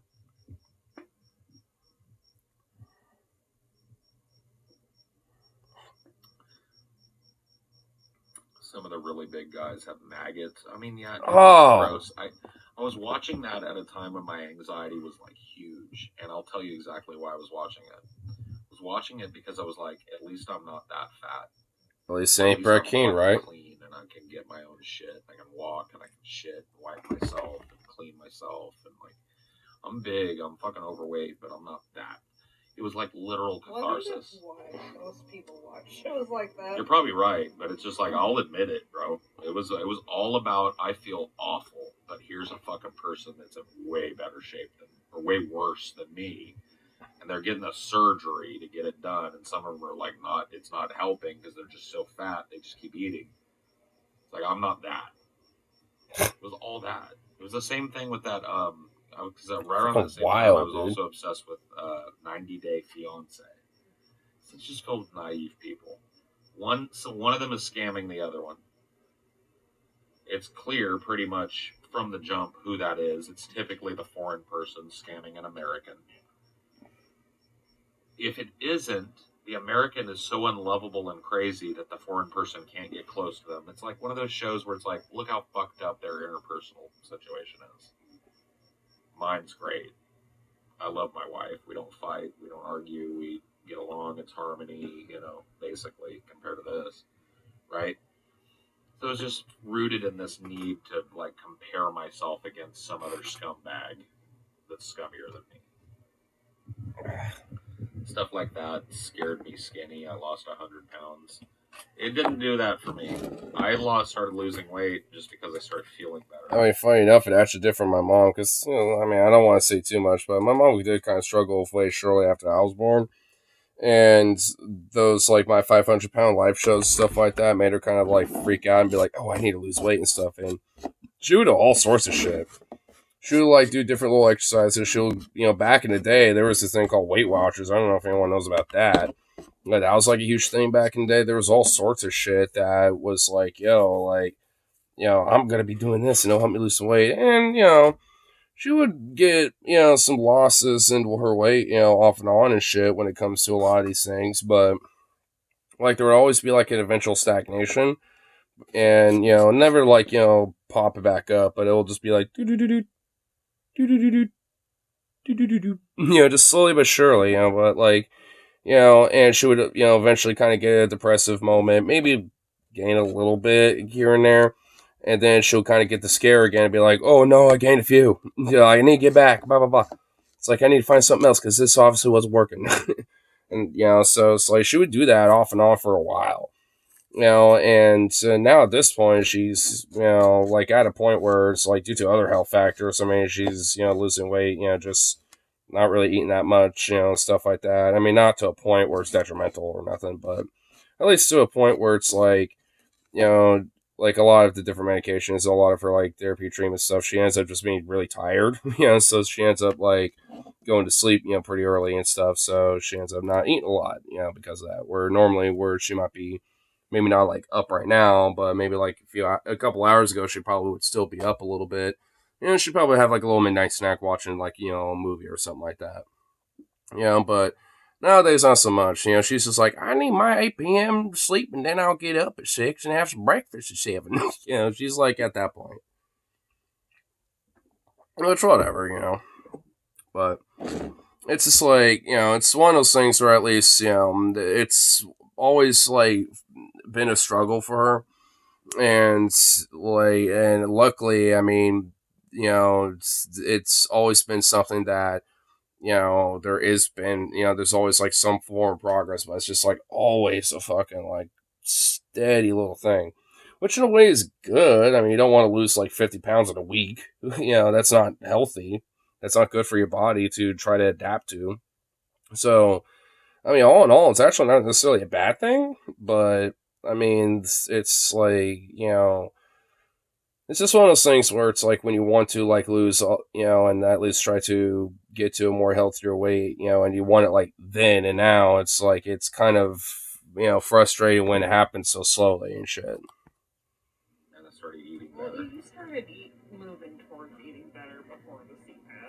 That was that conversation Yeah.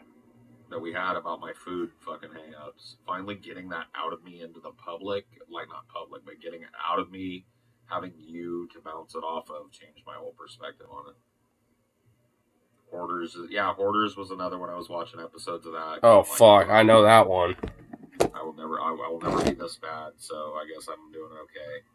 True. You know, that's a fucked up reason to watch that kind of stuff. But I think it is. I think Amelia's right. I think it's the reason why a lot of people watch that shit. Well, everyone's got shit. Yeah. Like, I'm sad because I'm a disappointment. I'm fucking. Or I acted like an asshole, or I got this problem that I don't want to address because I like the things that I'm doing that are making the problem. I like people have this shit all up. Like everybody's got skeletons in their closets and shit. Nobody wants fucking public scrutiny of those skeletons. And in order to live in a society where public scrutiny of your skeletons is now the norm, and the anxiety that must heap on people, right? They've dealt with it in various ways. It's like, we make a whole show about how fat these people are and how unrepentantly fat they are. Let me make a show about how fucking criminal these people are and how they just can't get it. Let's do cops. Let's do this. It makes YPD. It makes people look at it and they go like, Hoarders. fucked up as I And you feel got shows about like Dr. this, Phil too. I'm not on 600 Pound Life. I'm not on 1,200 Pound Sisters. I'm not. Same with like those channels that are like, oh, we're gonna expose all the drama about this person. Right. I'm not Destiny. I'm not Onision. I'm not. Do you like beans? Oh shit! Like everyone popped in at once. Doc and Tired Ass Burrito Husky with Burrito Enhancement Software MC. Ooh, burritos, huh? And yes, I do like beans. You know, I don't want. I do like beans. And Paul's been on like a hardcore tear on his ideology tonight, talking about it. Like he kind of went, like as soon as I started this, I was just having to listen in the background, and you know he talked about in depth about his whole hijacking story and all sort of shit. So it's just like, I mean, he's been kind of going on tear tonight. And oh my goodness, look at them beans. The beans are so cute. Oh, so Kafa's in here. I'll show you his beans. And fuck my neck, bro. Literally somehow in the middle of my stream this morning, like, I got a crook in my neck.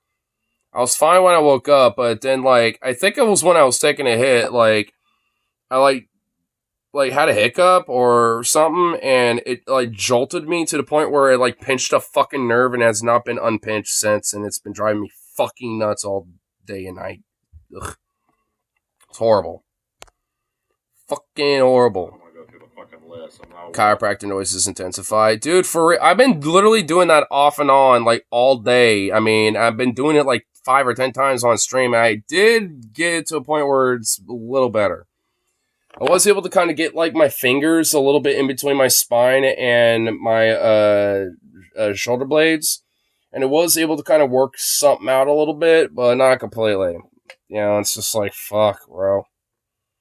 It's going to be hella hot Tuesday. Don't tell me that, man. Oh my god, I'm not in the mood to hear that.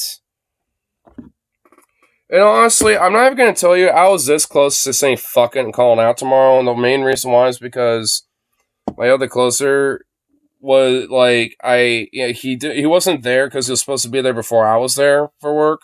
And he wasn't there. So I texted him, it's like, hey, you coming in today? And he said, never. And I said, what? So you calling in? And he never responded. So I was like, oh, well, I guess he didn't call in or something, you know, or whatever. So I thought, well, you know what? Fuck this. Like, I'm getting tired of him calling out or no showing on Monday. So I'm just going to call in tomorrow. Fuck it. You know, but as soon as I, like, you know, made that determination in my mind, I looked back and I saw him like, what's up, bro? Like, you know, he's like a ninja just snuck in the back really quick, dropped shit off and came out and was like, there. And I was like, and I told him too, I was like, dude, like, if you weren't there right now, I literally would have been like, you know, made my conviction of like, I'm calling in tomorrow just to get one on you. I literally was going for that thought process until you were there. Cause bro, I know you know, we're like talking about rafting with the boys and it's like, dude, I'll do that. Like, I know you probably were doing that tonight or today or whatever. I don't know. But, bro, dude, like, I'm not even gonna lie, bro. I was gonna be like, yo, last second, you want to just say fucking YOLO? even if it's on a limb or some shit, I don't fucking know or care. Like, you know what I mean? It's like as fuck, dude. I was about to be like, fuck this shit. Oh, I know, the other night, I think I was on Saturday or some shit. But I mentioned that I forgot that my phone bill was today, so I'm at least gonna make sure I get the 50, at least 50 for you, because that's what I got at least available for now. But then this paycheck, I'm gonna give you at least 200. I didn't know if you caught that the last time that I remember, but since you're in here, it just popped in my head, so just wanted at least inform you of that. Just at least be communicative still. Because I was like, oh shit, my phone bill's today. I was like, oh fuck, well, guess, gonna be a little short, at least getting you back for this week. But, like I mentioned from last time, I was like, all right, well, payday's coming up anyway. Like, Tuesday, my day off Wednesday, then Thursday. So, I mean, it's not gonna be that, much longer until, like, that other pop comes in. And I think that should at least cover predominantly the ticket and the flight. So everything else moving forward should be able to just be like paying off what I owe you anyway. Because that was initially going to be for owing you, but since, the tickets and the flights are, that stuff's available, I'm just going to drop that for all that first. Just get it out of the way. And then moving forward, at least, from here on out, deal with that. So, at least just, one. Since it just popped in my head, I just want to at least be communicative with that. We had MacGyver, the Rapids are wicked this time of year. Ooh, the Rapids, fuck. I bet that was fun. Man, if... I guess that would have meant no, like, rafting or some shit, unless it was like a chill-ass, like, ride or something like that, for tomorrow if I called out. But whatever. That was a hypothetical if my other closer didn't show up. Because I was about to be like, nah, fuck this. I was be like, nah, I'm getting one back at him even though I'm not sick. I don't care.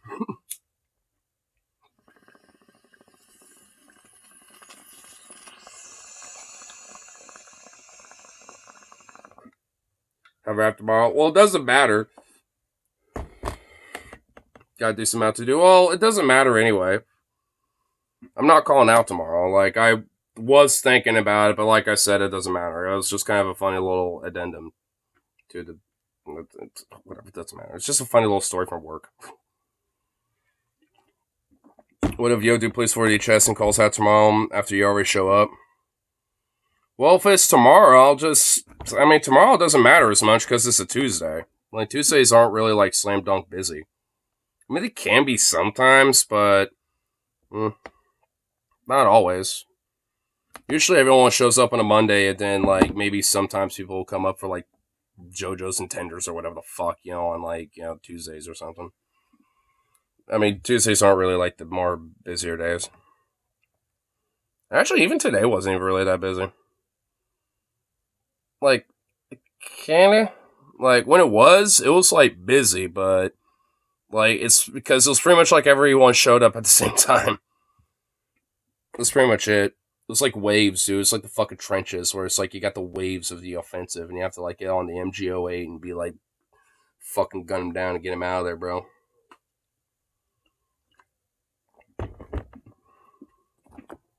Okay, this tiny ass little bit, dude. I'm not in the mood, Fly. Shoe fly, don't bother me. Have you ever heard the fucking saying?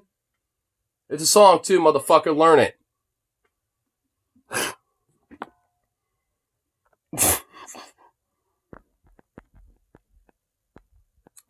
I maintain that Phil McGraw holds a significant amount of blame to our modern mental health crisis. I'm not saying it was Peachy Keen before he came along, but I do think the show made more people reluctant to seek help. I actually do kind of agree with that.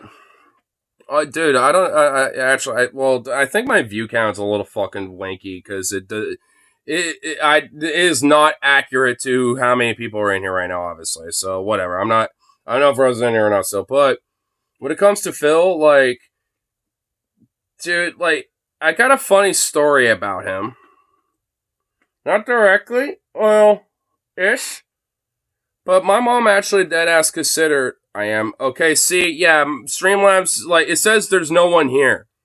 It says my view count is 0, but yet there's at least for sure 2 of you in here. So, yeah, gotta love the inaccuracy of that. Fake news. Anyway, my mom dead ass it was considering on going on Dr. Phil and actually even hit him up about it once. And my mom told me about it because she's like, because at this point, I mean, not to really like, go in too much deets, but it was around like, what was it, like 010, 11, around that time.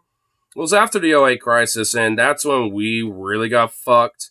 Like when it came to finances, economically, social mobility shit, all this sort of stuff. Like, I mean, because I know my dad, had a, fairly all right job at the time that, paid all right. My mom had a photography business, but because everyone else got fucked, she kind of did because she wasn't getting as much business at the time. So, like, it was a whole fuck thing. And, like, because a lot of people got hit with it, so it was, like, around that time, and obviously, like, my dad really got bad when it came to alcoholism and shit. And honestly, there was times I'd wake up in the middle of the night hearing the fucking fight and shit, like, it got kind of bad. And I think that's kind of, and my mom was kind of heavily into Dr. Phil and all that shit, and I was just like, and even at the time, I didn't really, like the show, but there was, like, a weird morbid curiosity for me, so I would, like, when I got out of school, whenever I would go to, because at the time, like, I was about, okay, so, I was around, alright, so it was around, like, 2009, 2010-ish, so definitely around that time, so I was in middle school, so, like, it was, so maybe, I think I might have been, like, maybe 8th grade, maybe, I think, or maybe late 7th grade, I don't, somewhere around that time, but, so, like, it was, because when I got out of school, like, it would basically be about a mile, to walk, to go to where my mom worked at the time, because she worked at downtown, not Portland, but, where I live at. And, where she had her old business, and, because it was right across the church, that was, like, next to this old cafe that's, that used to be there, but it isn't there anymore.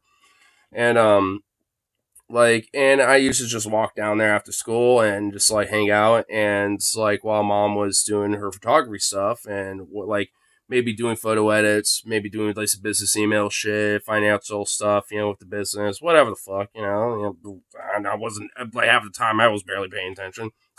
But, like, but she had, like, this little, like, TV, like, not a big one, but, like, one of those little small box TVs that had, like, a little VHS already, like, in there. It's like, it was one of those old TVs, but she had one of those bad boys in there, and she had it right next to, near her, on her desk, and I would just kind of sit next to her. We would go to this little taco joint, that was, or this taco restaurant, like a Mexican restaurant that's still there, actually, called Cha Cha Cha's, and we would go over there, or at least I would go over there, pick up a bunch of tacos and maybe a burrito or something like that from my mama or some shit, and we just, like, just smack down on some of the most, oh, dude, I need to go there again, dude. I haven't been there a long time, and because it is so good shit right there, I tell you what. Anyway, but like, so like, we would, I would just, like, watch Dr. Phil with her, because whenever that came on, it was conveniently after I got out of school, and around the time I would show up, around maybe like 3, 4, around that, whenever the fuck it, like, got on air for, for us over here, and which was around that time. And then, and honestly, around that time, like, she would use that as her break, like that lunch break, basically, and she'll just be like, oh, well, I'm just going to play, like, a game, like, on Pogo.com, which I don't know if anyone knows about that. Is that even still a fucking website? Like, that was, like, back in the day where, like, like, where, like, like, where it was kind of like the more refined version of, like, addicting games or all this other, like, little, like, Flash player games that you would find online, or, whatever. It's like shit like that, basically. But, so she would play that and watch Dr. Phil while, I was, off school just eating some tacos and shit. But one day she concocted a fucking idea, being like, what if we got on Dr. Phil? Oh shit, is that website really still a thing to this day? Oh my god, to this fucking day, it is still here. Dude, wow, it doesn't even look the same anymore, bro. It doesn't even look like, what it used to. That's not even the logo that I remember. It had a completely different logo. Dude, but this is the website, bro. Oh my god, dude, it's still a thing. I don't know if all these games are the same games. I mean, I'm sure they're, like, all different now. I mean, actually, it looks like they got their own version. It's like a Pogo version of Risk. I like, okay. Actually, they had the same shit back in the day, too. I'm pretty sure you could play as a guest. Yeah, like, I could play one of these right now if I wanted to, I think. Because back in the day, you could play as a guest. So I think you can. Shit, bro. Dude, that's wild. I didn't think it'd still be around. That's crazy. But yeah, but like I was saying, like, she had the wise idea of thinking, like, because she brought it up a couple times. Like, the first time was at her work. I remember this much, because, I think it was like one of these people back in the day where I think, it's kind of similar to our story, but obviously way fucking worse. Kind of what Paul was mentioning about, like, how a lot of people be like, well, at least I ain't bad as these people. But I guess something in my mom's mind thought, well, maybe we are enough to be on Phil. So she had the idea, she was concocting it for a minute. And I told her, it's like, no, because it's because honestly, it's like, I'm just curious about the stuff, mainly because I feel bad for the people that, a lot of these people gawk at and stuff and everything. Like, don't you think there's, like, other problems going on that don't have to be exploited for TV? And she'd be like, well, I mean, he's a natural official, but like, she would just, like, dismiss it, and if anything, just spin a bunch of bullshit because, Oprah Winfrey, fucking sucked his dick once. Not literally. Well, maybe, I don't know, maybe she did. Allegedly, probably. I don't know. But, it'd be like some shit like that, It's like, she would just think that and be like, well, it's like, they actually go to professional, this and that, blah, blah, blah, because, usually, sometimes at the end of the fucking program, be like, we'll send you to, like, doctors, children's psychiatric, blah, blah, blah, blah, fucking chick-a-fuck hospital or some shit, it's like, I mean, but it's just because there's, like, some fucking racket with that, and also there's been plenty of times where, even whether if Phil knows it or not, where the producers have purposely fucked with some of these people, where, like, if someone's, like, an alcoholic and they're trying to get treatment and stuff, and they have, like, a follow-up episode, and he's all sloshed out drunk, it's because the producers in the dressing room put a fucking ball of vodka and tempted, motherfucker, basically. Like, that's been proven that whether Phil knew about it or not, and I like to kind of be inclined to think that, I'm inclined to think Dr. Phil was aware of that. It's like, I'm pretty sure that motherfucker was. It's like his producers were, because they're the ones behind it for sure. But, was Phil the mastermind? Yeah, I don't know, but I guarantee he was aware of it. At least because he knew what to expect. At least a little bit. There's been a few times where he's been caught off guard. But not many times. But man, dude, fuck Phil, dude. I bet it's like Krabby episode of SpongeBob where they think they were going to this nice luxurious rehab center, but then it turns out to be a bumfuck ramshack. Dude, for real, bro. Or like some like weird conversion therapy, like get good with God camp or something. Like, ugh. Who fucking knows, man? I know they did an episode on Dr. Phil, but like, now I feel like I'm naturally getting his draw, oh god. But like, I really want to know what, like, some of the scandals, like, or some of the background behind him, like, and all this sort of shit. Like, when it comes to, like, where he sends people, like, taking notes of, like, these different, facilities or places where people get treatment and all this shit. You know what? Maybe honestly, these places do generally got some merit to it, but it's like, is there maybe specific therapists or doctors, or they might have like, some greenbacks, like under the money, kind of like laundering book shit, where it is a racket to them. They just happen to be at a really prestigious place because they know they can really get a lot of fucking money being there.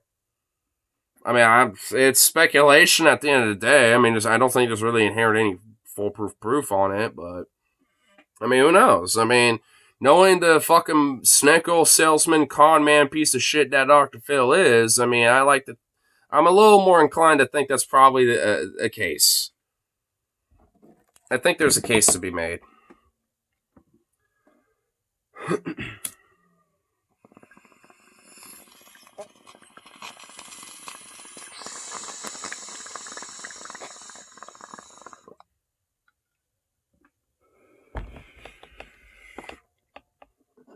I like having Paul in the background has actually been like weirdly a linchpin of distracting us from politics. So I'm actually kind of glad for that. Fucking list. I'm not a lol. I'm keeping him here actually. Fuck it. Oh, okay. So at the very least, I'm not a lolcow, right? Like I maybe. My dude, earlier on the stream. Oh my god, dude. Okay, I was at work, bro. Okay, you know about the stripping granny? Were you here when we explored that?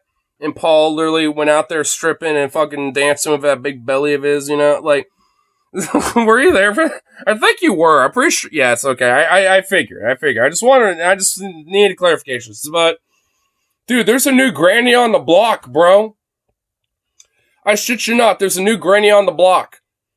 And she's out there fucking, like, sticking her fingers in her bunghole, fucking, like, jiggling her titties in her belly, licking dill pickles. I'm not kidding. She's like fucking slobbing on a dill pickle like it's the finest dick she's ever had, bro. I'm not even kidding.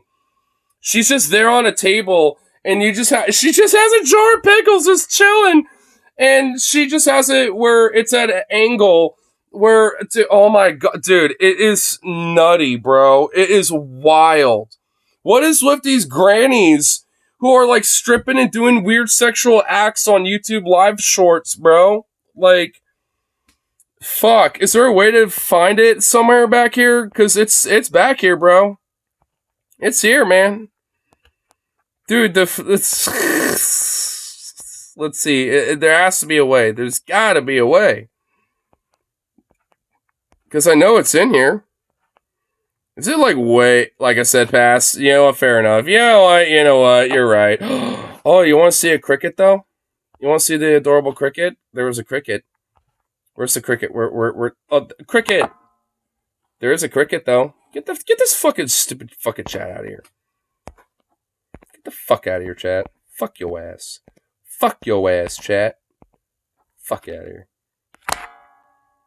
Oh, dude, look at that precious cricket. Look at that little precious. Dude, look at the precious. Oh my god, look at him. He's so cute.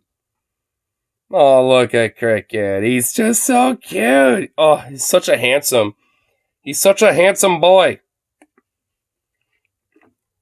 The consumer of worlds. Jemime. Oh, you met the cat? Yeah, it's Cricket. Yeah, I met the cat. He's the creator of all good. Yeah, instead of showing pickle licking, finger banging granny, like, I'll show you Cricket. And why does Paul look weirdly so ominous at the same time? Cricket looks so pleasant on his shoulder, but the way Paul looks like, shaded with the light makes him look so ominous. Damn, bro.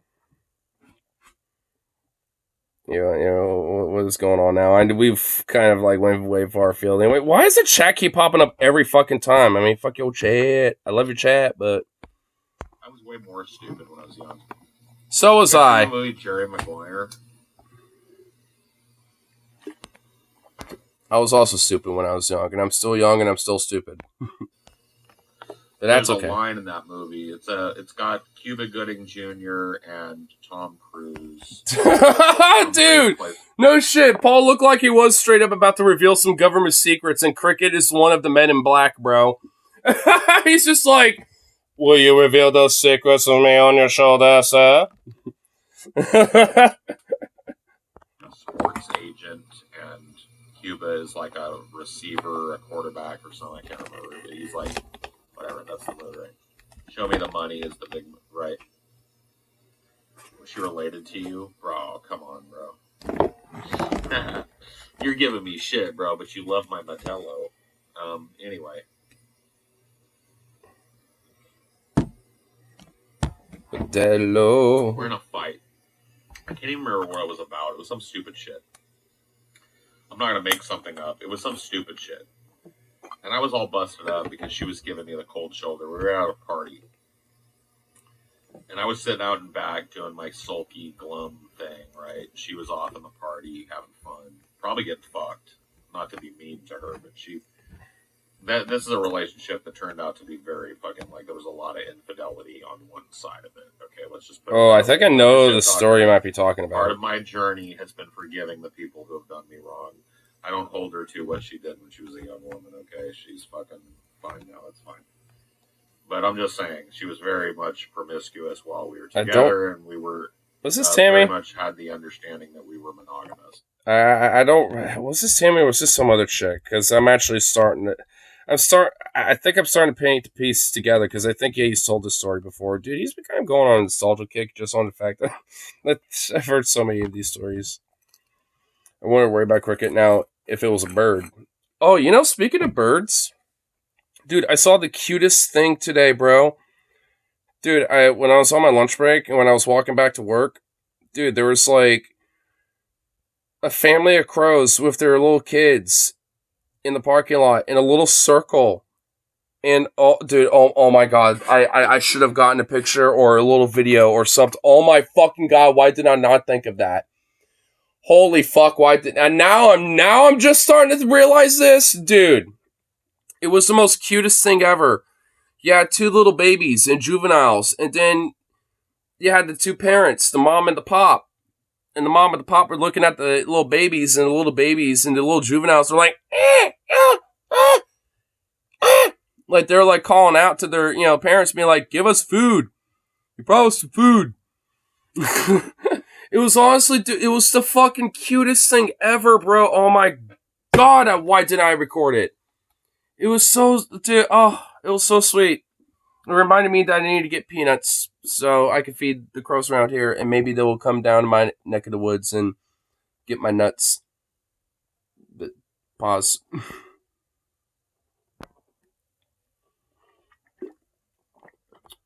Dogs when they hear a good boy. Cats when they hear a pss. Birds when they hear my anti-government rhetoric. True, though. True. Very much had the understanding that we were monogamous, so she was sneaking around. Cheating is a word. Birds are not real. But I didn't know that at this time. Including the crows. Very early on in our relationship. This is before I moved to Arizona after high school. So very early on in our relationship. We're at a party. I'm being glum, sitting on the back porch, smoking weed, smoking cigarettes, being glum. She comes out. Glum. It's just me and her. She goes, why don't you ever listen to me? And I was like, I'm sorry if you feel like I don't. And look, in her defense, this is something that other women that I've been with have told me, is that I'm not, at least in the past, right? I think I'm better now. But, Amelia's not here to back me up or gainsay me. I think I'm better at listening now. But I used to maybe not, listen very well, maybe. So it was probably a valid critique. I do remember it being about listening, now that I think about it. She said, why don't you listen to me? And I said, listen, I'm sorry for that. She said, no. It's not about being sorry, though. Just listen. And I said, it's hard for me to listen. I just love you so much. She said, what do you mean?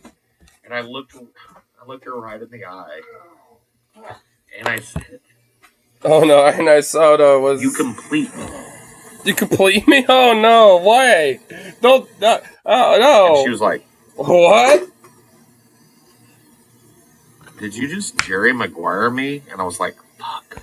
Jerry Maguire? No! I was like, oh, yeah. No, I didn't mean it that way, though. I was just said it, and maybe I got it from that, but it was subconscious. I was like, fuck, man. She laughed it off. She thought it was cute. Yeah. Shit. Paul with the Riz, bro. Up in volume suddenly. Dude, I wanted to know. I had to know, dude. I had to know. I was like, yo, what? What does he say when he got him busted? It's like, you just don't listen to me. It's like, no, it's just because I love you. It's like, what do you mean? I just want you to listen to me. It's like, well, you complete me. You're just Jerry Maguire me? Like, just thrown out for a loop. It's like, damn. You know what? That's a way to break some tension. Dude, Paul just has that unintentional Riz. That's like, earlier he was talking about a story when I was at work and I was listening to this, where he had an unintentional Riz up, kind of thing, because, like, oh my god. Dude, he really got, like, some of that weird energy where he just, like, can just Riz a motherfucker out of nowhere. The Crow's Vision. Shit, dude. Some T-100 shit, dude. You know what I'm talking about? You get my drift. Yes, are you picking up what I'm putting down? I really do. Who's more of a loser, Mike Penis or JD Vance? Mike Penis. JD Vance, there's not really much to say about him besides the fact that he used to say some negative stuff about Trump once upon a time, but now he sucks up to his dick, and and he's like a really major far-right Christo-fascist freakazoid.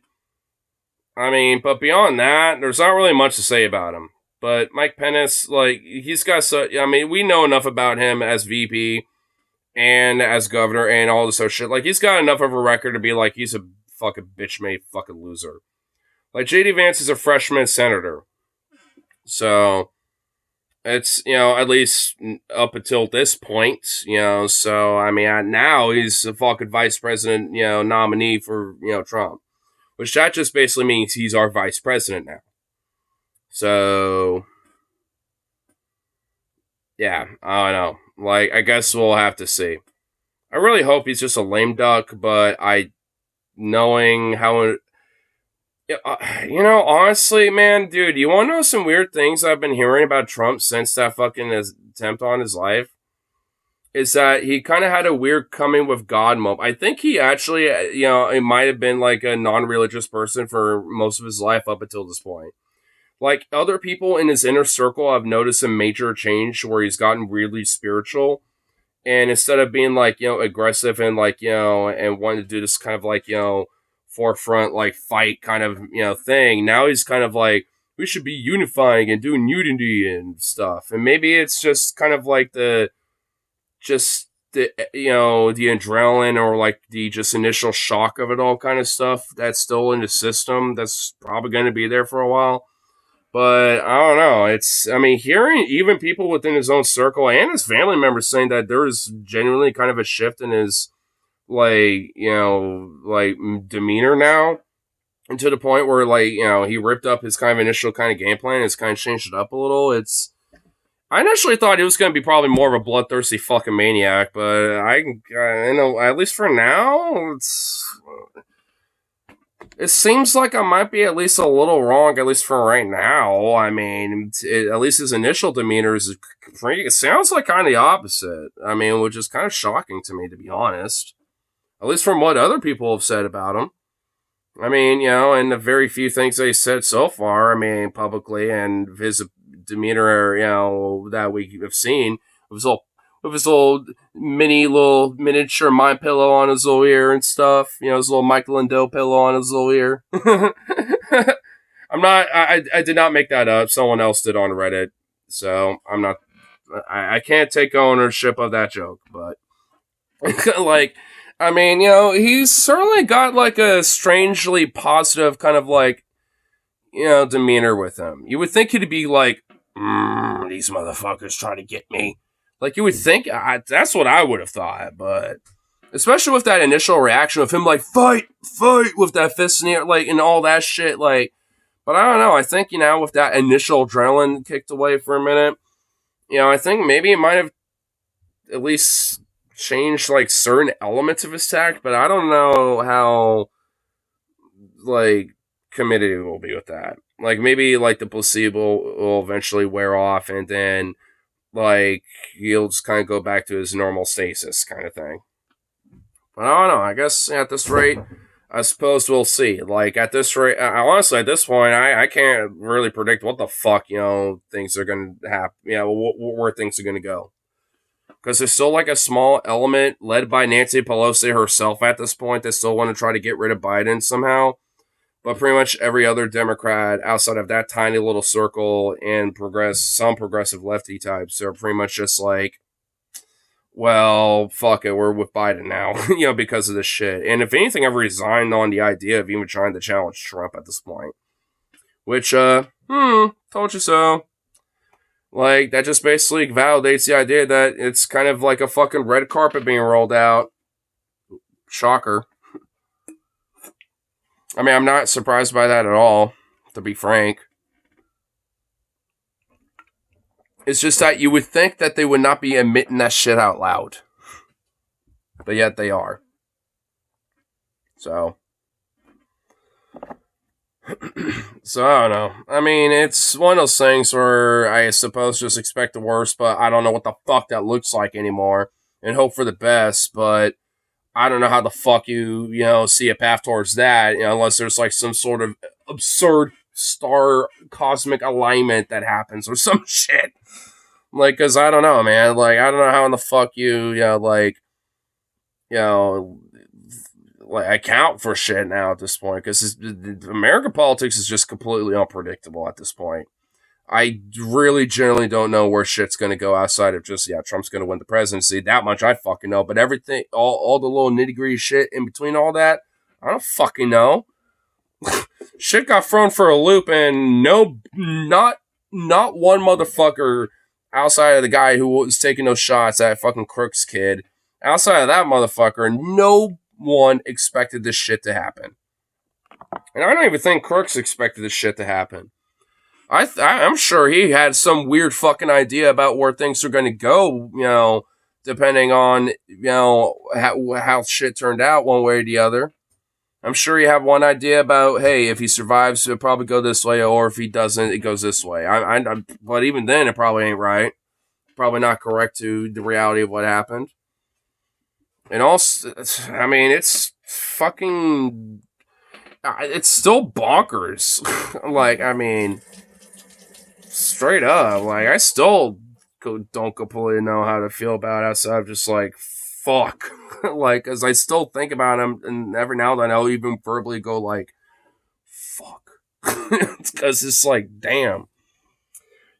I did not expect this on the bingo card of insane shit to happen in the politics. Tried to riz her with a line from a movie I'd watched, and I didn't know she'd seen yet. Ooh. That's a tough one. That's a hard one to learn for a kid that's like into performance. It's like you can perform, but only so much. You have to watch that performance. Swing and a miss. Yeah, I mean, I guess it wasn't that bad of a miss because she stayed with me for another like 3 years after that. It was longer. It was like 4 years. So that ain't missed then at that crazy point. Not a home run, but at least maybe you got... Yeah, that was a pretty fucked up relationship on both sides, bro. I'm not trying to blame her, but the infidelity was one part of it. We didn't communicate well. Not to be trite about it, but it just wasn't good communication. It wasn't this. It wasn't that. Both sides. And I forgive. I don't forget, but I forgive. At least it's better than a Titanic story. True. Man, I was probably stupid too. But there was some crazy shit in that relationship. She actually, this is crazy. Did you just Leonardo DiCaprio me? It's like it took me a long time to understand that she physically and psychologically abused me. But that relationship, being my first committed sexual relationship as an adult man, was very formative, and I didn't realize it at the time, but she was kind of fucked up.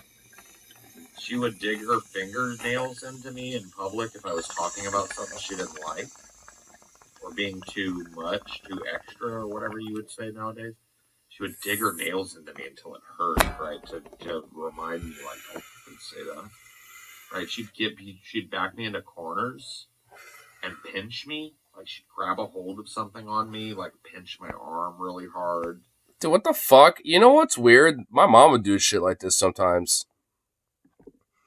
Not like really out of like just fucking weirdness or whatever, but like if you know, like if I was kind of talking back or whatever, she would just kind of grab my hand and just go like, or like pinch somewhere and just like, and just literally have this look and not even look at me. She would just kind of like, and just kind of look away and just like I don't even know why, and I'd be like, ow, what the fuck? I want to say what the fuck, but I'd be like, ow, what the heck or whatever, and she'd be like, well, you don't think talk back to me? I'm just like.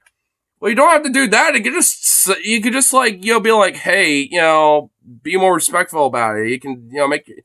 It's like, I even for me, I'll be like, you could go about it a better way than that. I wouldn't be like nuanced, but I would literally be like, you could do it a better way than pinching me or something. Would she ever smile when she would do it? Ours would if we had been running around the store. Oh my god, dude. Not all the time, but every now and then, yeah. A little bit. She would kind of have like this little grit to her teeth, honestly, when she did it. Because she was trying to like put some force into it, in a way. Because she never had like long nails, but, because like, I'm sure you've seen, me do it. Like, chewing on my nails or my, like, right, the calluses right in front of them and shit.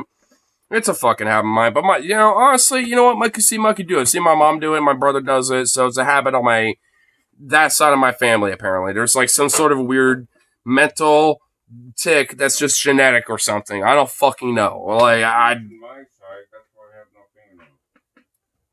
my mom does it too. Well, okay, I guess it's on both of my sides of the family. Well, fuck me then. So... My mom does it too. I see her doing it. She bitches at me for doing it. That's honestly kind of why I get at her all the time. Because I see her do it all the fucking time too. It's like, don't get at me when you're fucking got your own skeleton of the same exact form in your own closet. It's like, come on, mama.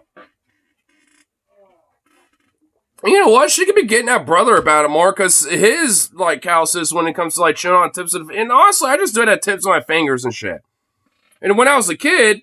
I don't know if you ever noticed, but notice these little bad boys around there? When I was a little kid, instead of doing it on my fingers right here, which that kind of makes sense because worker hands tend to have their fingers all calloused, let alone just the tips of them. And it's like, but as a kid, when I was a child, I used to do it right here. Not anywhere else, just right here. Why? I don't fucking know. But, like, that's just where the tick was at the point. But my brother has that shit like all over his hand, bro.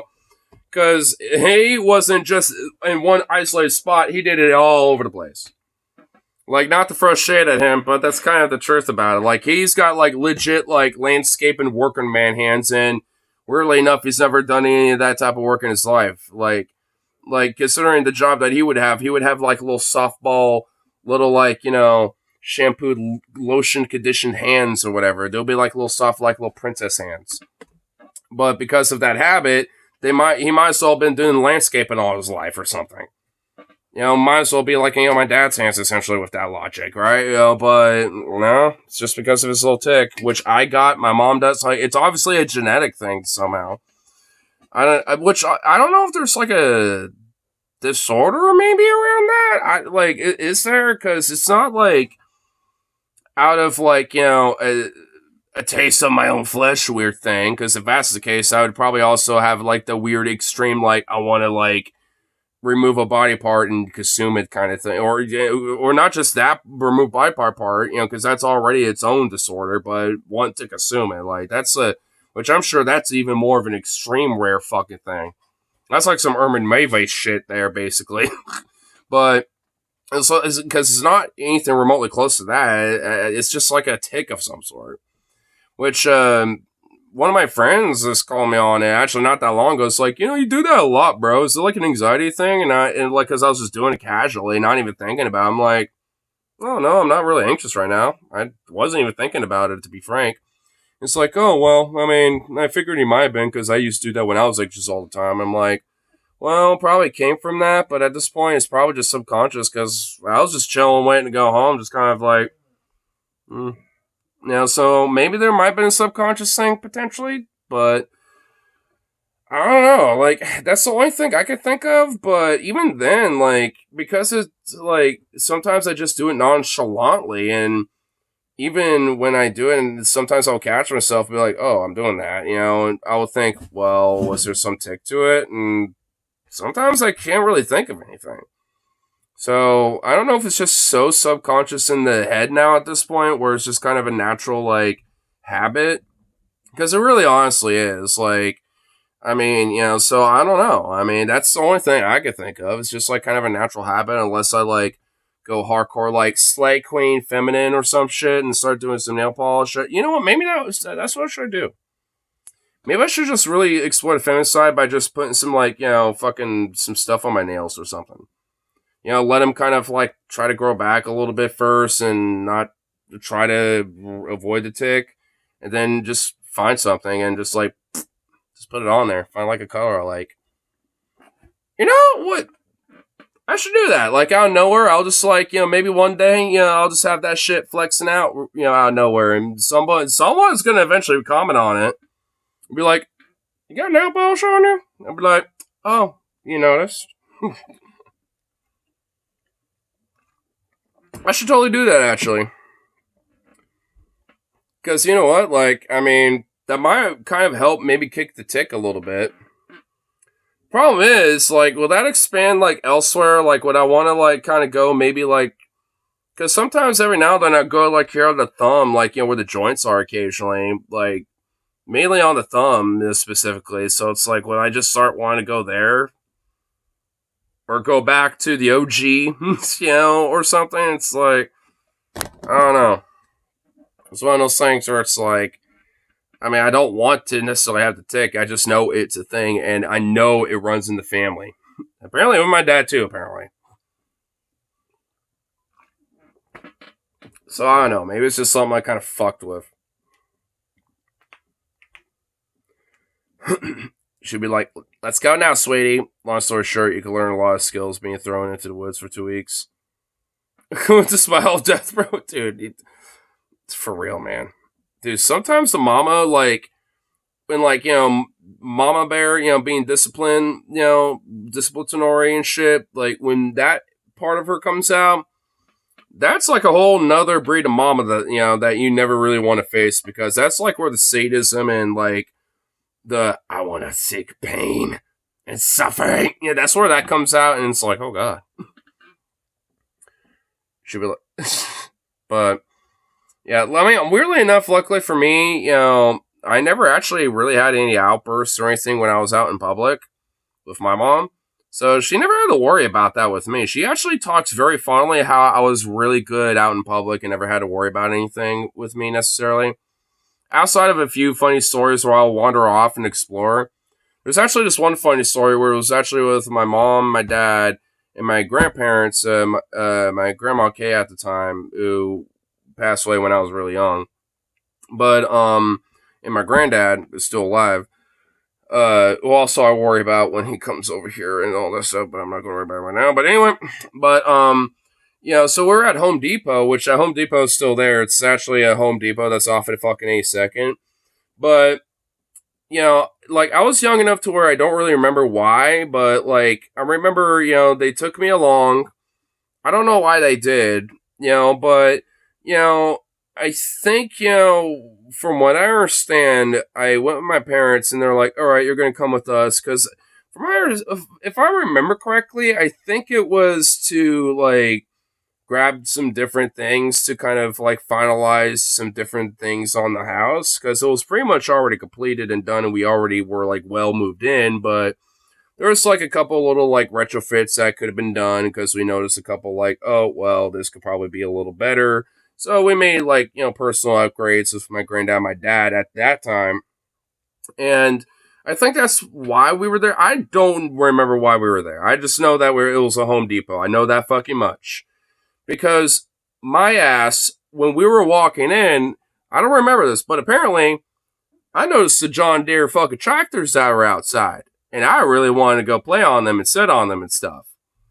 So, like, I had that in my mind the entire fucking time, apparently, because, like, at some point, You know what? Oh, you know what? Yo, I know my dad's about to pop in here. I want him to like actually confirm this with me.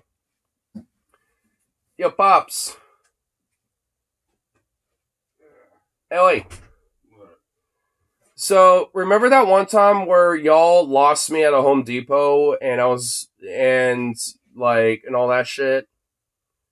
Remember that? It was like way back in the day when I was like a little baby, basically. What happened?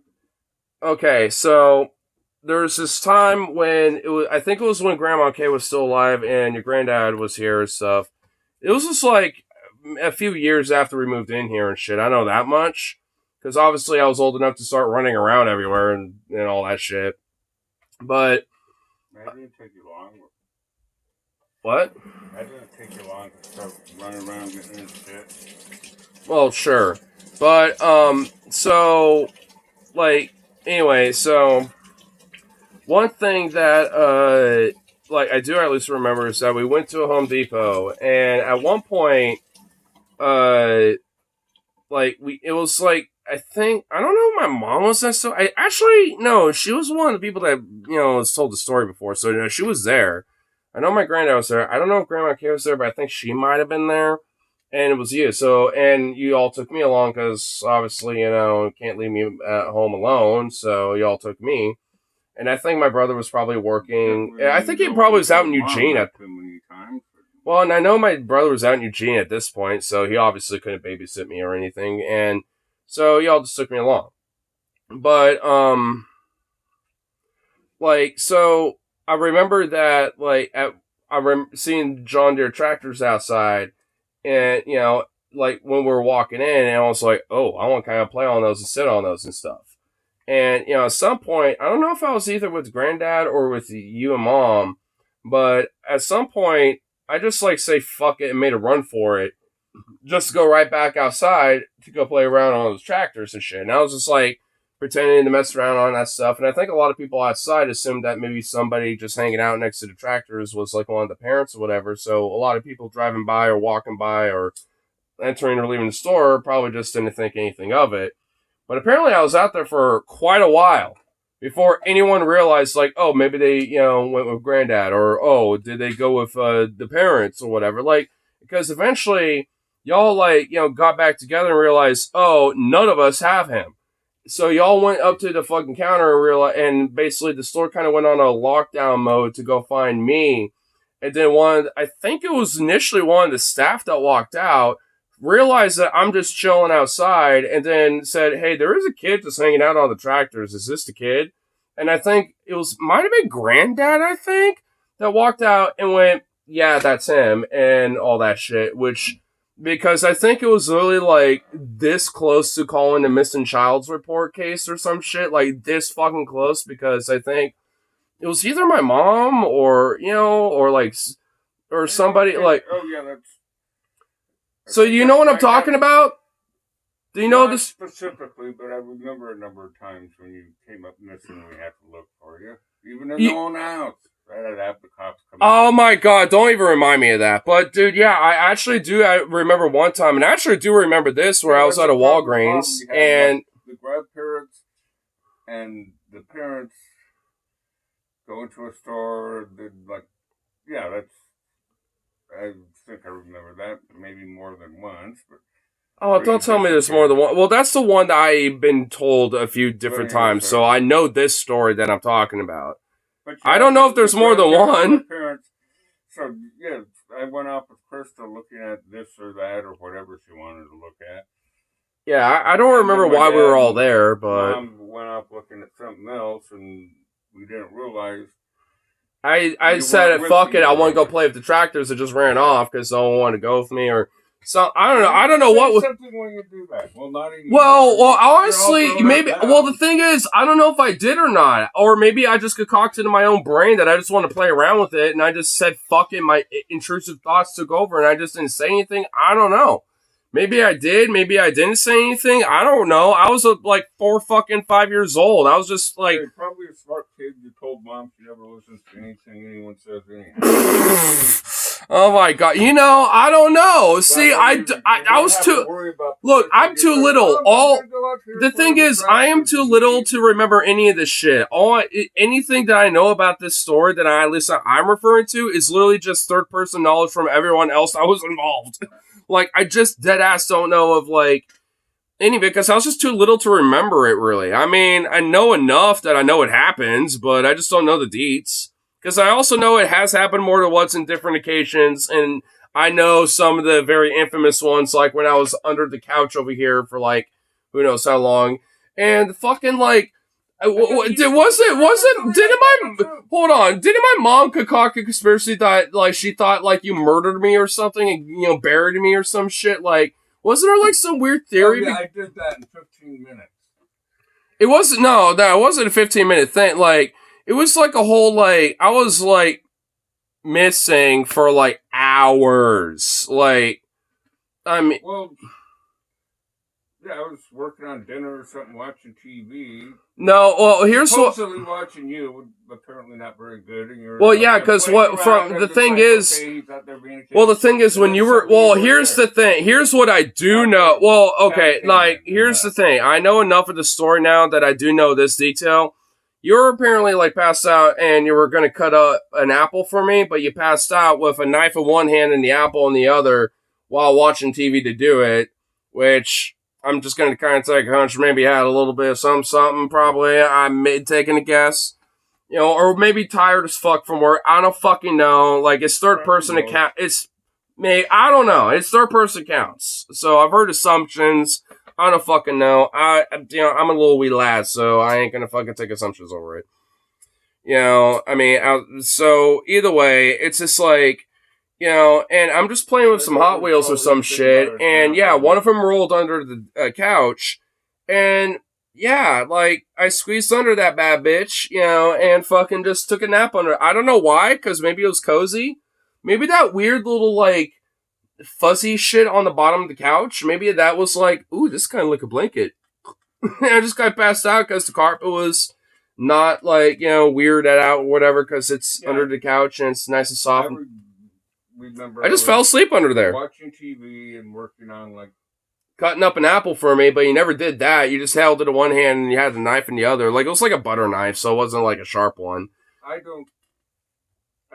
the one. Well, the thing is, alerted everyone that you weren't here because I'd sit down and it's like, oh, I fell asleep. Better check on my dinner. Yeah, it's starting to turn petrified. Well, from my understand, where's Andrew? From what I understand, no one would have seen me. Well, the thing is, like, here's the reason why that's no one could say I'm sitting there with a knife in my hand. Well, my brother showed up. Well, the thing is, my brother was, working on Z100 back at that fucking station that used to be, like across the river and shit. He came by, saw you sleeping like that, and he was like, oh, maybe he was going to eat that for himself or whatever, and thought I was sleeping in my room or some shit. He came by to pick something up. I forgot that specific. He came by to grab something. I heard him come in and leave, and that's all. I better check on my dinner. I never saw him personally. Yeah, so maybe you were. Yeah, so you were asleep, but you were. Yeah, but him and he walked straight back to his room. Well, he spent like less than a minute there, and he walked straight back out. Well, yeah. Well, my guess is that he probably entered, and maybe that initially kind of like woke your brain up a little bit, and you didn't like get like, oh yeah, you guys is here and stuff, but you never saw him. Because, like, maybe initially showed up, walked in, saw you sleeping, and it was like, and probably saw that little detail and thought, oh, maybe he was going to cut an apple for himself and fell asleep, like his usual self or something, watch TV. I'll just, go grab my shit and leave. Because, the kid, my brother's probably sleeping in his room. And, grabbed whatever he was doing, and then he left. But because of all that commotion, you probably woke up, and that's what you thought. And, my dinner certainly worked. And yeah, that's when he left, and that's when you realized shit. So I think that's why that detail, because my mom really hangs on that shit for some reason, and I think that's why, because maybe my brother, when he entered, he popped around the corner just to see if you were there and saw you sleeping with that there, holding an apple and that, and thought maybe initially, oh, that was maybe for my brother to have a snack, but he's probably sleeping in his room because I don't see him, and my room's probably closed. So he probably thought that and just went to grab his shit and left. I woke up when he came in.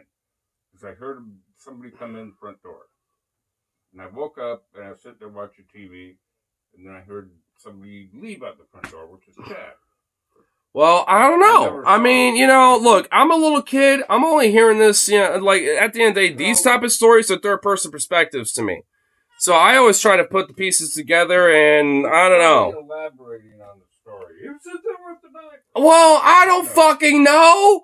I don't know, bro. Like, I mean, I just try to take an Occam's razor and try to make a simple explanation, you know, where it's not, like, so over traumatic and might explain why certain details are there. You know, I don't fucking know.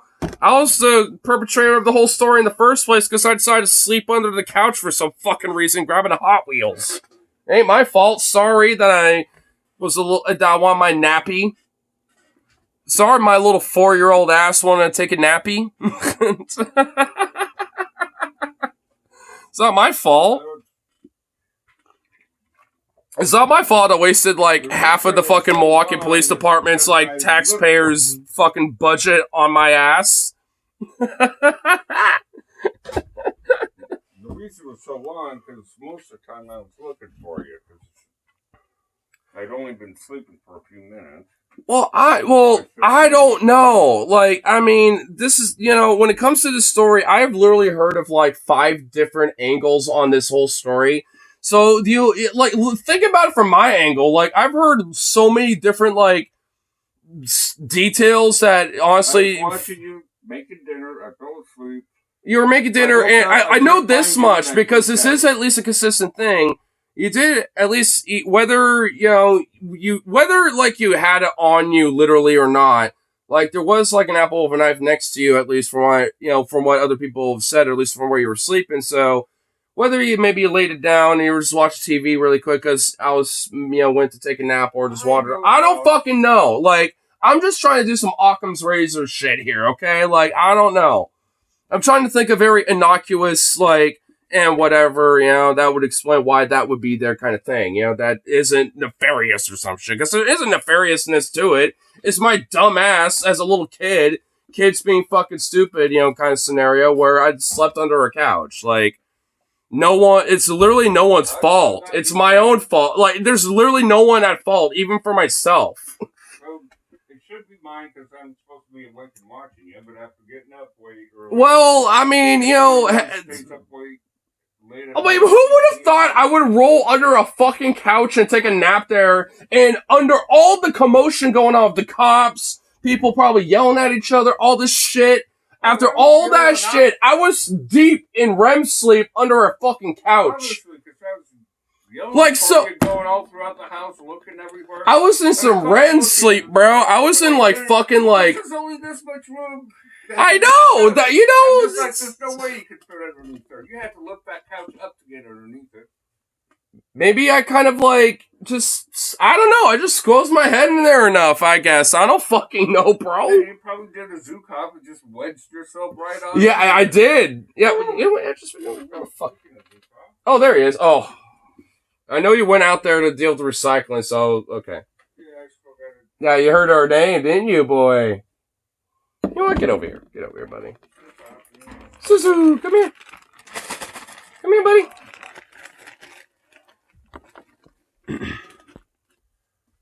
You pretty much woke up commenting and guys, wait, what?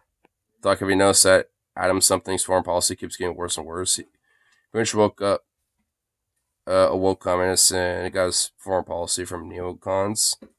Or neocobs? You mean neocons, I'm guessing? Wait, what's his foreign policy? Wait, really? Is there a video about it? I mean, if you got a video about it, I'll link at it. I know Roast has also got a link here too, by the way. I'll look at that first. I'm just trying to catch up on the comments first. Oh, holy shit, United Airlines fucked up bad. They hell harassed a black man, not realizing that he's famous. Oh my god. Wow. Why I'm not surprised. God loves systemic racist and so being a country. Yeah. This feels way too accurate. 6 habits of happy people. Finding meaning in consumerism. Learning to laugh at suffering. Work yourself to exhaustion. Abandon your dreams. Become insane. Stop observing objective reality. Yeah, a little bit. Not a recent video. He has a community post about a delusional take about the U.S. and Civil War. Really? So it's on YouTube. So it's a community post on YouTube. Something on. I know Paul finished his stream, so I'll just do that. Okay, so Adam something. What's a community? What's the post, bro? What do you do, man? What'd you do, bro? Russia's just struck Ukraine Central responsible Kiev. Big thanks to Joe Biden for not letting Ukrainians strike Russia long range assets. Wait, did I say thanks? I mean, fuck you. You decrepit sack of cowardly shit. You need to resign now. Sorry. Sometimes I mix up my words. So one guy upvoted comments claiming that it was similar to Ben Shapiro's Book of All Things. Finally get these fleas figured out here. Because they keep on, now they're attacking my arms. And they used to attack my, well, they used to attack my legs in the past. Now they're attacking my arms. I'm thinking, well, number one, I'm reaching and digging through shit all the time. Well, we already, it doesn't matter what the fucking cause is. Like, we already know how to deal with it. It doesn't matter. Like, but they're attracted to heat. No shit, duh. How the fuck do you think? Oh my god, it doesn't take a genius to figure that out, dude. Well, I know that. I mean, come on. And, like, mosquitoes are attracted to carbon dioxide, and people always put up some bug lights trying to kill mosquitoes. It doesn't do shit for mosquitoes, they don't care. But I'm thinking they're attracted to heat, and they go for my cell phone, so when I sit down and start... What is he? Oh my god. Because they're probably all digging into the cell phone because it's hot. How the fuck do they... do you realize what a cell phone is made out of? They're not going to be digging into... What? Well, I got the safety cover on so they can dig right into... When you got that, there are little cracks right there. Well, when you have that thing, I mean, it's like that little holster. I mean, you have like a full holster for it. I mean, maybe. I've only been sitting here for like a minute or two, and suddenly I got fleas all over my arms. Usually they're on my legs. Yeah, maybe, like, you know, with whatever, like, with whatever, yeah, whatever next, like, money you get, like, get a bunch of fucking flea bombs. I've literally been saying that a bunch of times. Like, I got other shit that I need to put my money into. I can't always, like, be trying to deal with this problem. Like, I mean, I already have to do it with my own dog, and that already costs an arm fucking leg to do alone. So, I can't be the only one trying to deal with this issue. Get the fucking flea bombs, and a lot of this shit would be not just cheaper on myself, but for everybody. Including for him and his own fucking health. I mean, someone's gotta get him, but I don't really got the fuck you money to do that right now. Unless I'm working like 7 days straight. Which I don't want to do. Sprayed my room down a little bit the other day. Got a flea collar for the kitty. That doesn't mean shit unless you do the entire... Okay, whatever. I don't know why you brought it up, because I already know the fucking solution to issues. I'm disturbing lots of old habitat so they can live for 2 years. Yeah. Oh my god. I feel like I don't know about this shit. But anyway, was this like the comment you were mentioning though, Rip? I not know why you decided to like just like out of nowhere with that. That was kind of annoying. I mean, it's also the summertime, and I know, like, you know, ain't the only people dealing with this problem. It's still annoying, but fuck, dude. Nope, not it. Well, if it's not this community post, then recently there's an incident in Crimea.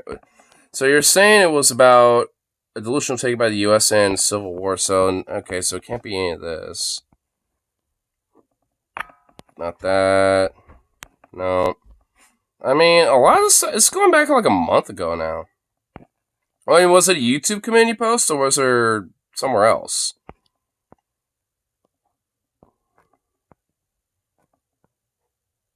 Three months ago? I mean, I'm going pretty far back now.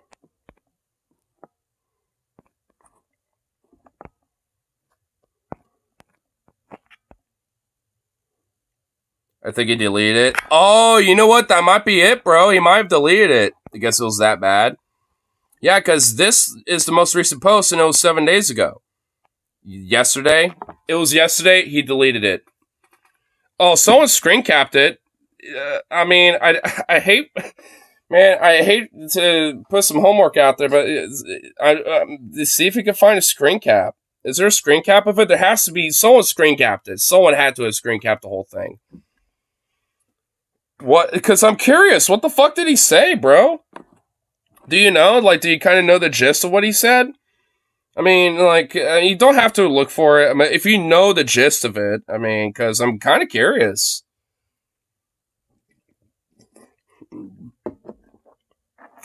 Because, second thought, a lot of people, think he's like a tanky and shit and kind of getting like unhinged or whatever. And I don't know. Like, I mean, he seems to be able to be very like useful when it comes to like informing people of leftism and, for normies and all that shit. So it's like, I don't know. I mean, I think, he's got his place, so to speak. And I mean, yeah, maybe he's got some not correct takes about certain things and shit. And honestly, I know there are some takes I just don't agree with him and shit. I do generally kind of find questionable. He supports establishment politicians when it comes to when it's the only option. Well, that's not what I mean. Like, there was like some stuff that he apparently said that's kind of like pro-Putin or some shit or whatever. He supported Macron in the last French presidential election. Yeah, I mean, I don't know. Like, I mean, I've heard a lot of random shit about him. That's why, I mean, I just kind of like look at him for his content. And a lot of it seems to be, broadly, in favor of like, trying to get leftist like knowledge and history and theory and also like kind of tax in a sense out there and also actually putting some facts to back that up and data and kind of at least give some sort of a element for people to be like, hey, here's a path forward, that we can use, kind of shit. He's very, very anti-Putin. That's where the neocon stuff comes from. He supports regime change in Russia. Okay, yeah. See, I've heard different things about that. So evidently, whatever I've heard is bullshit. So, which I guess in a way I'm glad for. But so that's at least good. Yeah, because I've heard that's kind of where the whole weird tanky shit came from. It's like, oh, like I guess like maybe it might have been at the very beginning of the war, maybe, but even then, I doubt it. I always had skepticism about those type of shit because like he's staunchly anti-war, leftist. Like he's like one of the few voices that's very staunchly anti-war. So it's like, yeah, he's not going to be in favor of this type of shit. Let me try to explain without Robloxing. Yeah, if you gotta like use certain phrases and stuff, that's understandable. I mean, do what you gotta do. I'll do my best to kind of get what you mean when it comes to certain things. Hey, what, bro?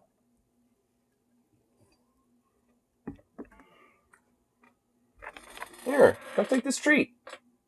Come on, bud. Come here, buddy. Zukov, come here.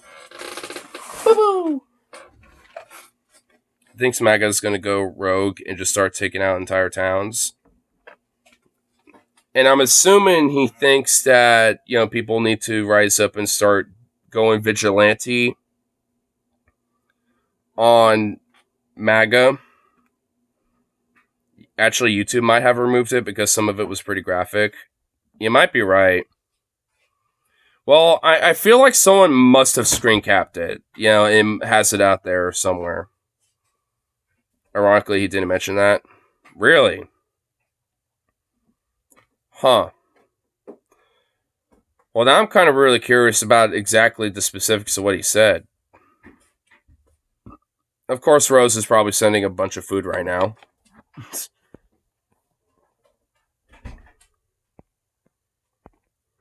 Yep. Ooh, those look good. Are those? Ooh, little green peppers. Nice.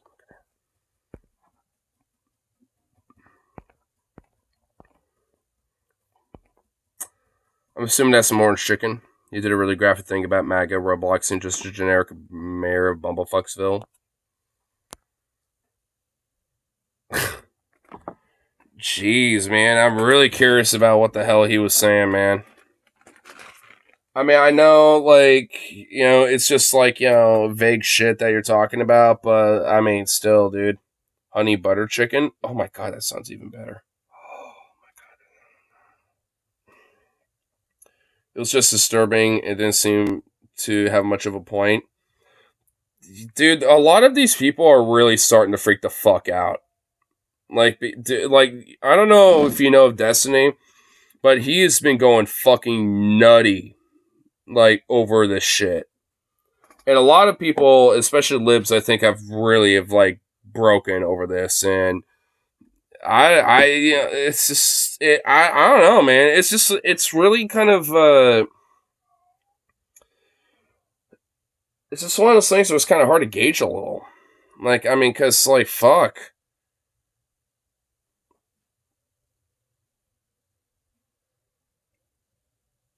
What are you doing, doggo? Goof. There. Take a little bit of back real quick here. Be right back. Well, look at you, doggo. You see a little thing. Look at that little smiley little face of yours, you goofy little boy. You want here? Oh, there we go. Come on. You don't want a treat? Oh, look at that face. Look at you. He's so goofy. He's so cute and goofy.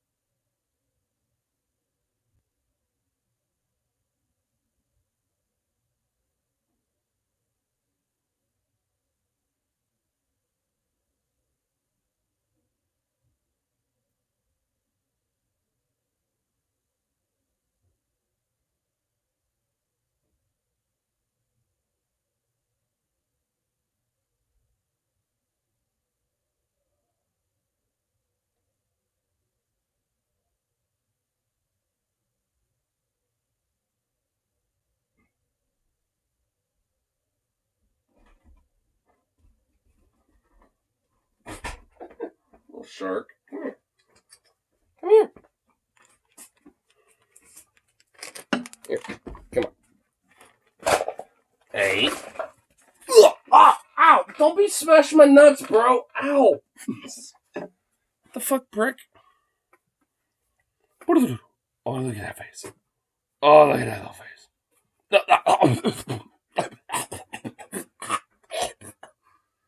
Got your breath, bro. Bruh. That breath, though. Oh.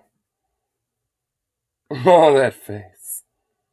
This little face. You know, I want to make sure that we get to see this face. There we go. Oh, that face.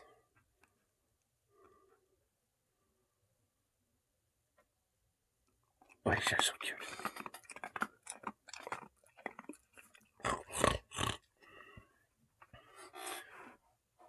I tried looking it up and Google's like, you mean Adam Smith, right? It was super ironic seeing that this something is a reference to American. I was butchering his name. He crunch. He is a crunch. Oh, he's just sweet. Hey, baby. Oh, you little chunky boy. A little sweet fluff. A little fluff. Who's a sweet boy? Smush. He looks so goofy. He's such a goof. He's just a goofball. He's just a little goofball. Ugh! I should have seen that coming. You for sure reminded me why Tyler is so vehemently against coffee. Oh, I just woke up like this. You want to know what's funny? I got this at Comic-Con. I've had this for a long time, bro. I got this when I was actually with Comic-Con with Tyler and Harley. It's like a $20 shirt. And you can tell I've had it for a long time because it's so worn out. Like, see how, like, it basically is a V-neck at this point. Might as well be a fucking V-neck now at this rate because I've had it for fucking forever. I think he's super pretentious for some reason. So he thinks I'm pretentious? Well, you know what? I actually might be because I'm drinking this shit. I drink this shit, okay? So I might be pretentious, but you know what? If he's going to say that shit, he's got to flex that shit to me, dude. I'll have a debate. I'll argue with him, dude. I'll straight up fucking flex on that ass. It's like, what, you want to fucking scrap up with that, bro? It's like, come on now. Don't be doing that to me. Don't be thinking I'm pretentious. It's like, what, you think I'm fake? Think I'm just a pretentious little fraud? Is that what he thinks now? I'm just a fraud, pretentious and a fake, a phony. See how it is. I see how it is. All them years. And that's how he thinks. I'm just pretentious. And yet, that little princess will have a fucking hot toddy in the middle of fucking summer. It's like, what the fuck is wrong with you? Watts doesn't like coffee, but at least it's in your face about it. Which I respect because, I know people don't like coffee. I don't give a fuck if no one likes coffee or not. I don't care if I'm the only person on the planet that will drink coffee. I'll drink coffee. I like it. I like a nice, flavorful, tasty coffee. I mean, I'll even drink that shit black with a little pinch of sugar. I mean, I like coffee. I mean, I'll admit that. So, I mean, all in all, like, that's just how I am about it. Like, I just like the taste of it, honestly. I'm not a fan of hot toddy. Hot titties? Damn, dude, that autocorrect fucked you, bro. Dude, that autocorrect hella fucked you up, man. I know that was autocorrect, but holy shit, dude. Oh my god, that was beautiful. Dude, that was actually like some awesome, unintentional autocorrect shit. I'm not a fan of hot titties because of the whiskey. Look, hot titties, like, titties are hot when there's some whiskey there, but look, I'm not a fan of it, though.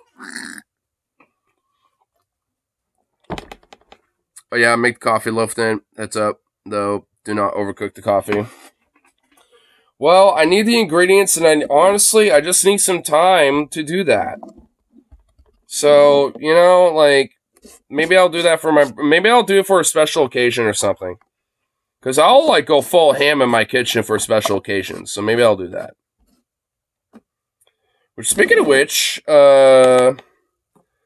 As of Tuesday, today, July 16th, it is officially 1 month away until my birthday. What's a coffee loaf? Like coffee cake? Yeah, but it's basically coffee bread. I heard it's really good. And by the way, I kind of forgot. Am I turning 28 or am I turning 27? I'm not even gonna lie, I kind of forgot. So, 97, 24. 2024 to 97.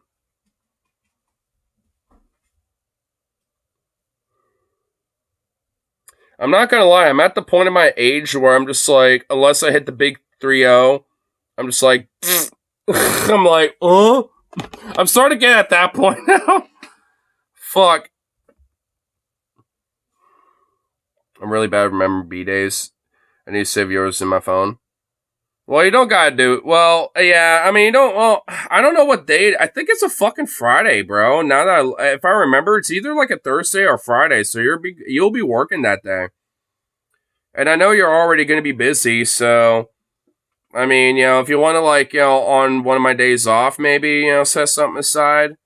16th? Yeah, 16th. I'm pretty sure that, because I made sure that was put on my calendar a month ahead of time, when it came to that, so there should be no excuses for it. And it's already kind of lined up with my days off anyway, from what I remember.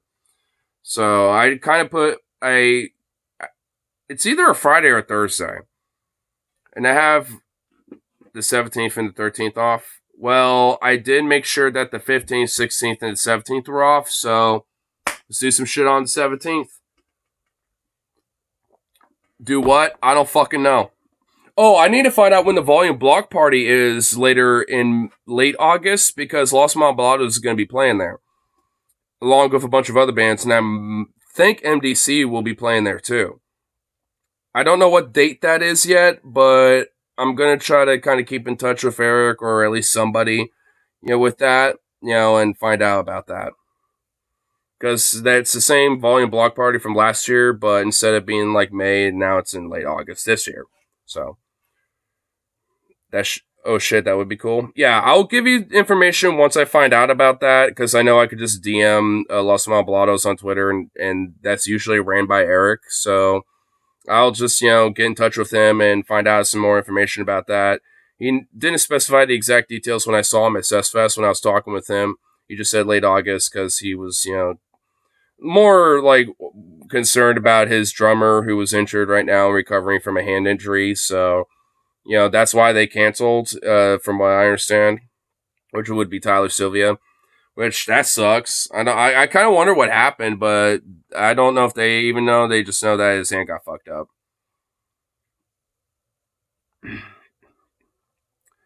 My phone has a, quote, work email for you that I don't think is legit. Not going to Roblox you, though. Yeah, well, that's interesting. See if you can screen cap it or something. Send it to me. That's interesting. Yeah, it seems like I don't really use my email that much unless it's for very specific reasons. Like if I'm trying to look up like a tracking number, for something I'm shipping, or verifying a code or something like that for a login information or some shit like that. I don't really use my email unless I'm on there for very specific reasons. Or maybe getting, ticket information so I can get the ticket, shit.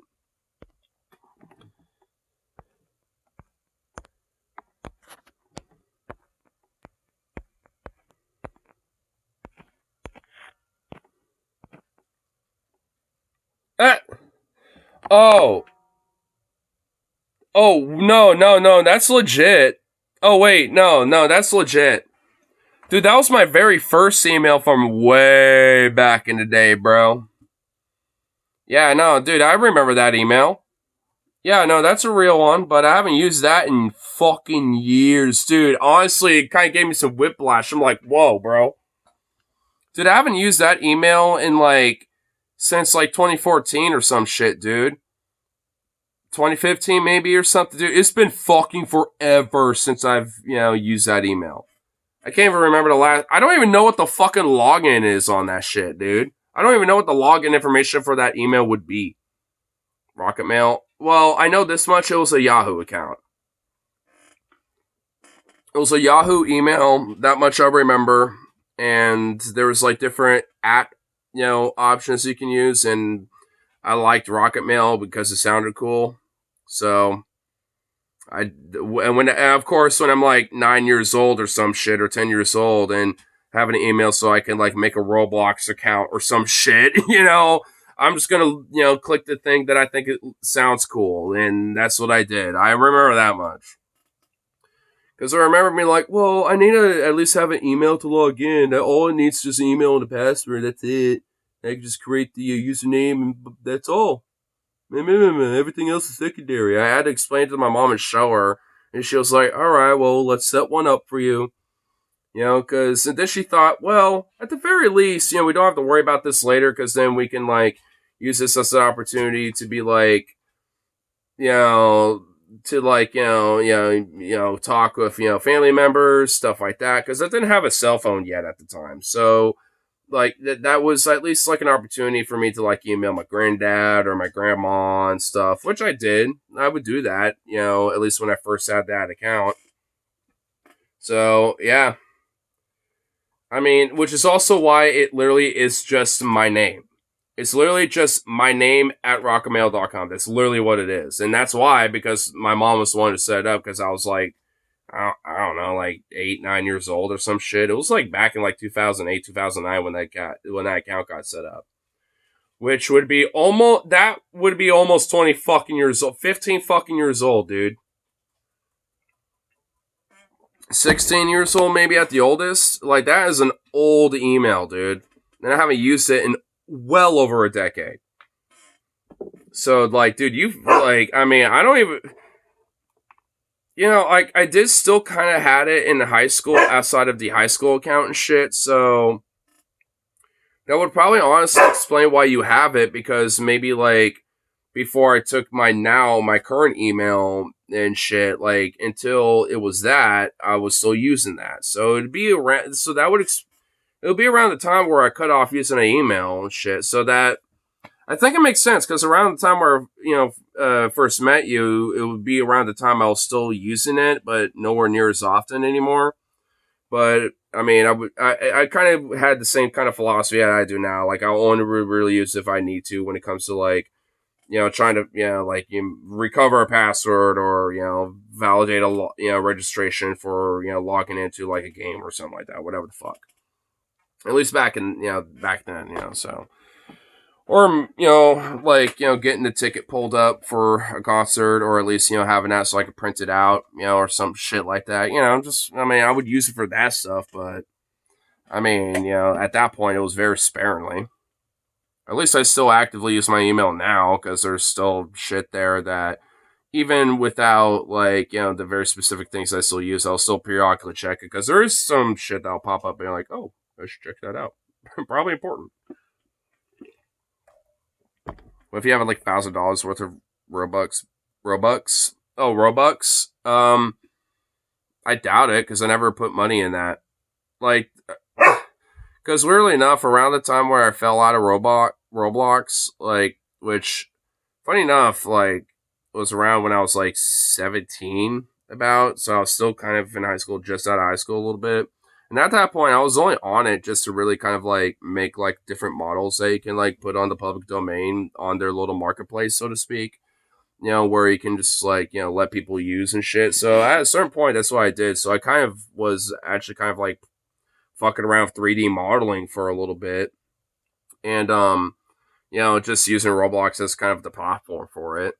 And, and at least for a while, like, I was doing that, at least for the last little bit. But, at that point, they started kind of really incorporating, like, their normal currency that everyone can really acquire.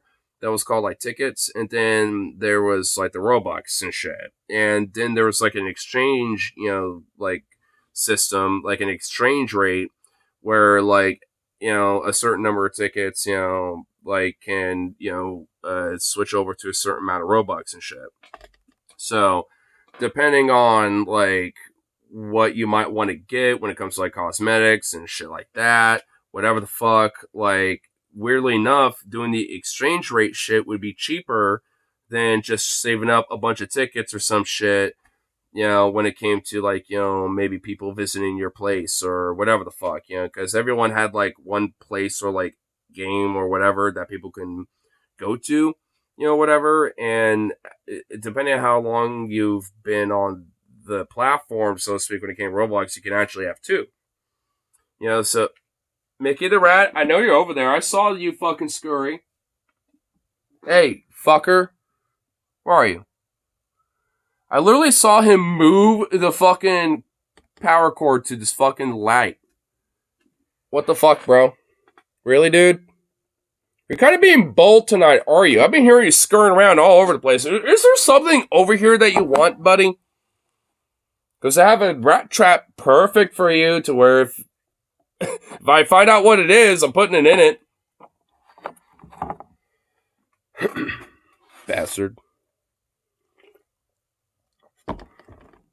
But anyway, but like I was saying, it's like they had like this whole exchange rate when it came to all that type of shit, to where like depending on what was what, you can actually get certain shit cheaper and stuff. And it was like straight up like its own weird capitalistic marketplace, like its own like stock market. And a lot of the weird fuck shit that people have, bemoaned about Roblox today, like the writing was on the wall when I was falling out of that shit back in like 2014, 2015. Like, cause that was kind of like the tiptoe in the water. How are like, like 10 to 17-year-olds going to react to shit like that? And more or less like the 15 to 17-year-olds, maybe like an 18, 19-year-old that is just there to make like a really cool game and really knows, their shit about scripting and stuff like that. Maybe, in a way using their game as like a college project for scripting or something like that. Whatever. Like, I mean, because I've even seen that shit before, back in the day. So it's like, I mean, like there is like a weird outlet for that. I mean, even today, on that, like, I don't even want to say game because, I mean, Roblox isn't necessarily a game in itself because, like, when you're there, like, everyone makes the games. Like, whether the kids or maybe young adults or teenagers or otherwise, right? Like, which that's where these days there's such a problem because of how much of a profit motive and how capitalistic has gotten with that. Because back in the day, it was just like a fun way for kids and teenagers and, I guess at the oldest, like maybe like a 20-year-old or like a 19-year-old, like makes a really cool game, some basic scripts and some modeling and stuff. It was kind of like almost a way for maybe like, game developers to kind of like, tip their toe, like, or at least potential game developers to kind of dip their toe into shit like that. Or like even, like, photo editors or, or like, shit like that. Like, or meme editors, because also there was a way to where you can make like different, like, cosmetics and stuff like shirts or pants and stuff like that, the different things that would be available for your avatar, so to speak, to wear. And, and that would be, a way for people to kind of put some of their Photoshop chops to work a little bit. Like, in a weird way, it was like kind of at least in its first stages, when I first found out about it, like, it was a way for, kids, or at least, teenagers or young adults to, kind of dip their toe in the water in potential creative chops and things like that. I mean, like I said, I kind of dibble-dabbled in 3D modeling because of it, at least for a little bit. I mean, I don't really think I would really be, able to really like figure the more sophisticated 3D modeling shit. But I mean, I could kind of get enough of it to kind of at least maybe do like some basic modeling stuff. I mean, just based off, of what I did, when I was fickle fucking around with like Roblox's little system. I mean, it's because it really wasn't, at least a lot of the shit that they were using wasn't really super different from like something like Blender or anything, outside of maybe just like the software of like where to find what's what, on their little UI or whatever. But beyond that, it wasn't that much different. I've also fickle fuckled with Blender before, and that's way more sophisticated though.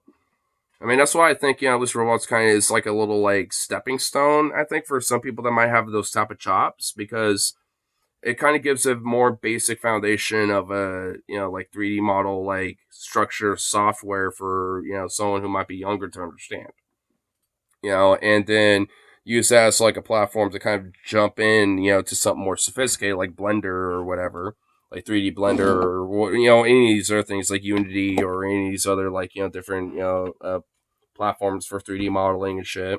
There's a lot of them. And some of them are way more sophisticated than others too.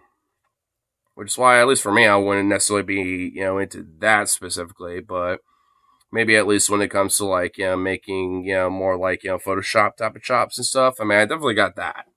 Because, I mean, I get that a lot from my own mom because she's literally, like, sat there with me showing off how she did it because I literally would sit there over her shoulder watching her. So I know how that shit works, and I've done it myself, and it's really fun.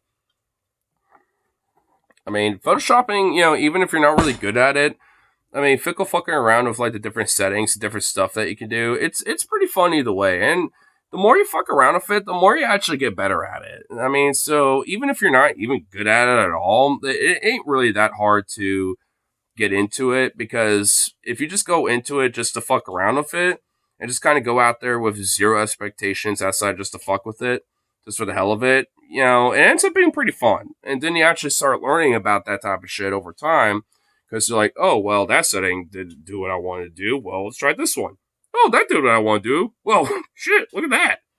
Well, let's add this little detail. Would this do it? Oh, nope, it didn't. Well, okay, let's reverse that. Okay. Well, what about this? Oh, there we go. Okay, so that's how you do that. It's like, it's almost like kind of a fun curve to it, when it comes to learning about it. And if anything, it would be more memorable, because then you got like a little fun memory about learning about that. Alright, so I don't know. I mean, for me, like, I think kind of going in there just with the silly kind of gaff element to it, like adds a little bit of fun to it, where it actually kind of makes it worthwhile, even if you don't know what the fuck you're getting into right off the bat. Wait, what's this? You got some news? New study confirms cave on moon that could be used to shelter future explorers. Oh shit, bro. Such places could serve as a natural shelter. Dude, we got caves on the Mun. The Mun got caves, bro. Bro, they got some caves, dude.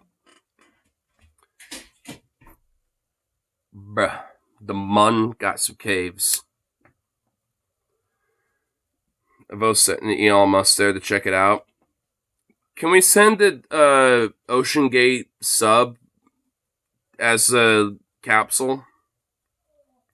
We've seen how it reacts to pressures in the deep ocean. How does it react to the vacuum of space? I vote we do that. And then we have 5 Elon Musk Cybertruck volunteers, to do it as well. Like, the Sumps. Like the Simps.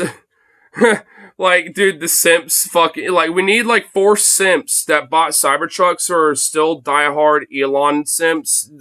We send like the top 4 biggest Cybertruck Elon Simps with them. There we go. Ocean Gate Space Edition, yes. They could even keep the PS5 controllers. Yes. I mean, it's Elon Musk, right? I mean, might as well go all out. Just like the guy with Ocean Gate, dude. It said it would be Space Gate, dude. Ocean Gate 2, Space Gate, Electric Boogaloo. Electric Spacealoo. The Cosmic Boogaloo, dude. The Cosmic Boogaloo.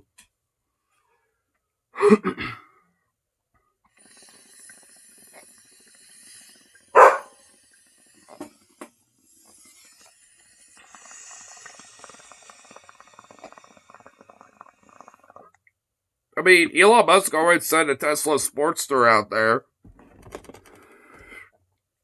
Still want to remember that? Elon Musk literally launched a Tesla into space.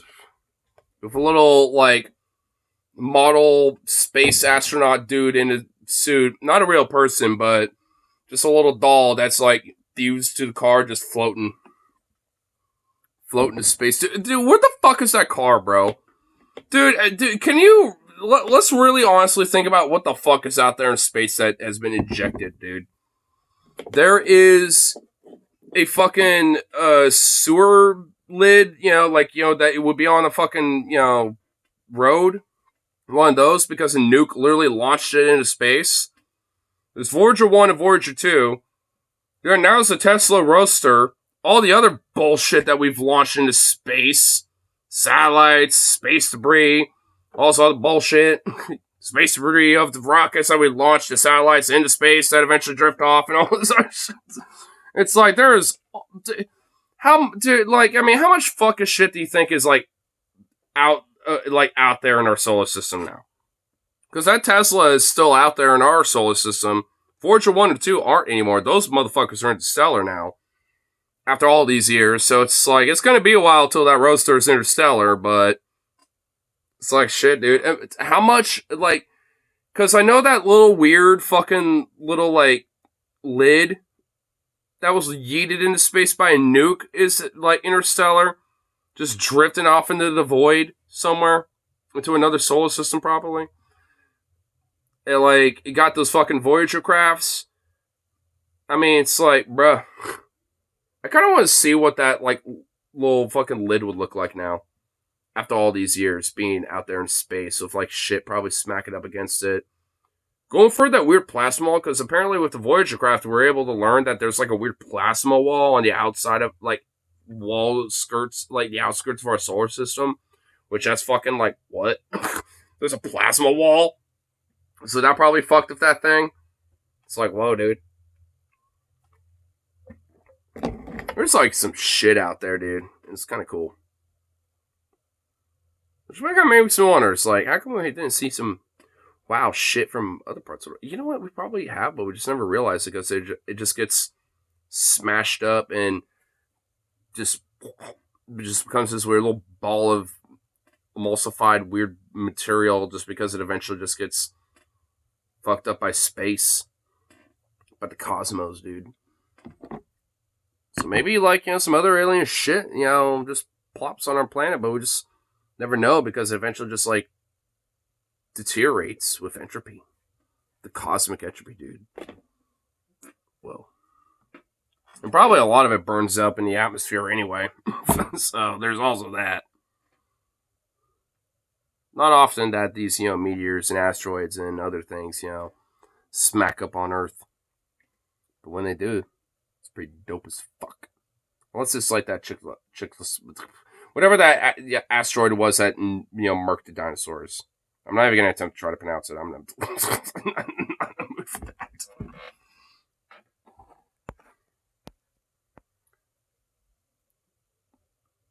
The analytic team reported that Monday there is evidence for a sizable cave accessible from the deepest known pit on the Mun. It's located at the Sea of Tranquility, just 250 miles from Apollo 11's land site.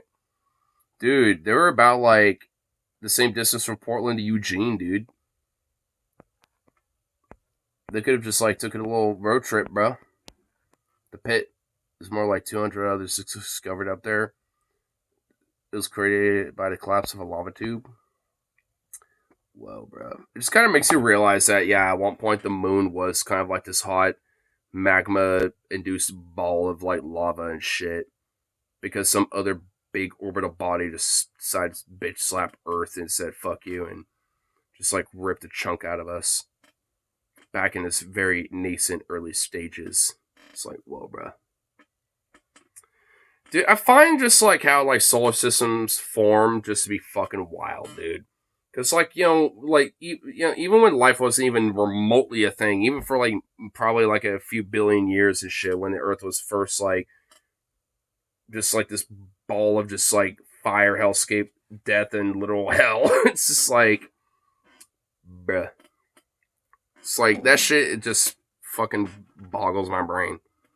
Because despite all that, now it is a place where life is a thing, and it has it was just really just legit, kind of almost kind of right place, right area, the Goldilocks zone shit, the right components and the right things happen to Earth, for this kind of shit to just to be a thing. And here we are.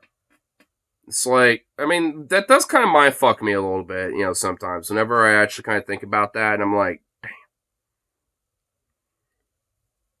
And there's only really like a few times where I might actually legit kind of get emotional about that, and there's only one time, or at least one thing where I will unequivocally be like that, and it's actually a song. Because there's a song that literally kind of like, the whole theme and commentary is basically this. And it's actually Nightwish is the Greatest Show on Earth. It's a long song. It's actually kind of separated in 5 chapters. And it's like 24 minutes long. It's long. Actually, I think there's been a few times where I've listened to it in the background on stream, and I've legit been like, this part goes hard, bro. And I just start tearing, and I'm like, damn, bro. Damn, bro. It's like, dude, there's been a few times. I mean, I know that. There's been a couple times. I know Rose has been there at least one of those times where he's just like, damn, roller coaster of emotions have been happened. Or some shit. Like, after everything, there's like, like you made a comment after all that. You're like, damn, bro. Felt like we just had like a bonding moment together, bro. Or some shit. I forgot what you said. It was something like that. I mean, I'm not going to play it again. I mean, but it's a good song. I mean, it's definitely worth the listen. I mean, honestly, like, I don't listen to it often because I just kind of have to be in a certain mood for it. Because, like, it goes deep, dude. It goes fucking hard. Especially the chapter of the Toolmaker. Like, dude, that section of that song goes fucking hard as fuck. It's insane, dude. Insane. Cause I have a gut feel, like, I got that gut id where I want to play it, but I'm not going to, because I don't want to go for that journey right now. Like, I'm kind of vibing. I don't want to, like, get emotional. Like, I want to be chilling. So, so I won't play it. But, like I said, it's a good fucking song. It's really worth, the 24 minutes of listening. I promise. It really is. I'll just put it that way. I won't spoil it, just listen to it. God damn it. r/what the frock. The outfits that would be worn at the opening ceremony for the 2024 Paris Olympics. What? Is this America? Is this AI generated? Is this AI generated, bro? Wait, hold on. Manly Tears. Manly Tears. True, though. Manly Tears are the most alpha thing. Okay, why does this look like a weird, like, mixture of... We look like, some sort of baseball team / military USMC drip. Like, what the fuck is going on here? Please tell me this is fake. Is this shit fake? Please, dude. Wait, they're wearing jeans? What in the fuck are they wearing, bro? Look, if this wasn't the Olympics, I will admit this actually is kind of some fire drip, but is this what we're wearing for the Olympics? Because this is... shouldn't it be something, like, more fancy or pop off? Like, I don't know. Like, this is something I would wear if I'm, like, going... Like, dude, this is, like... This literally looks like a ska band, like, promo for a new album they're releasing, bro.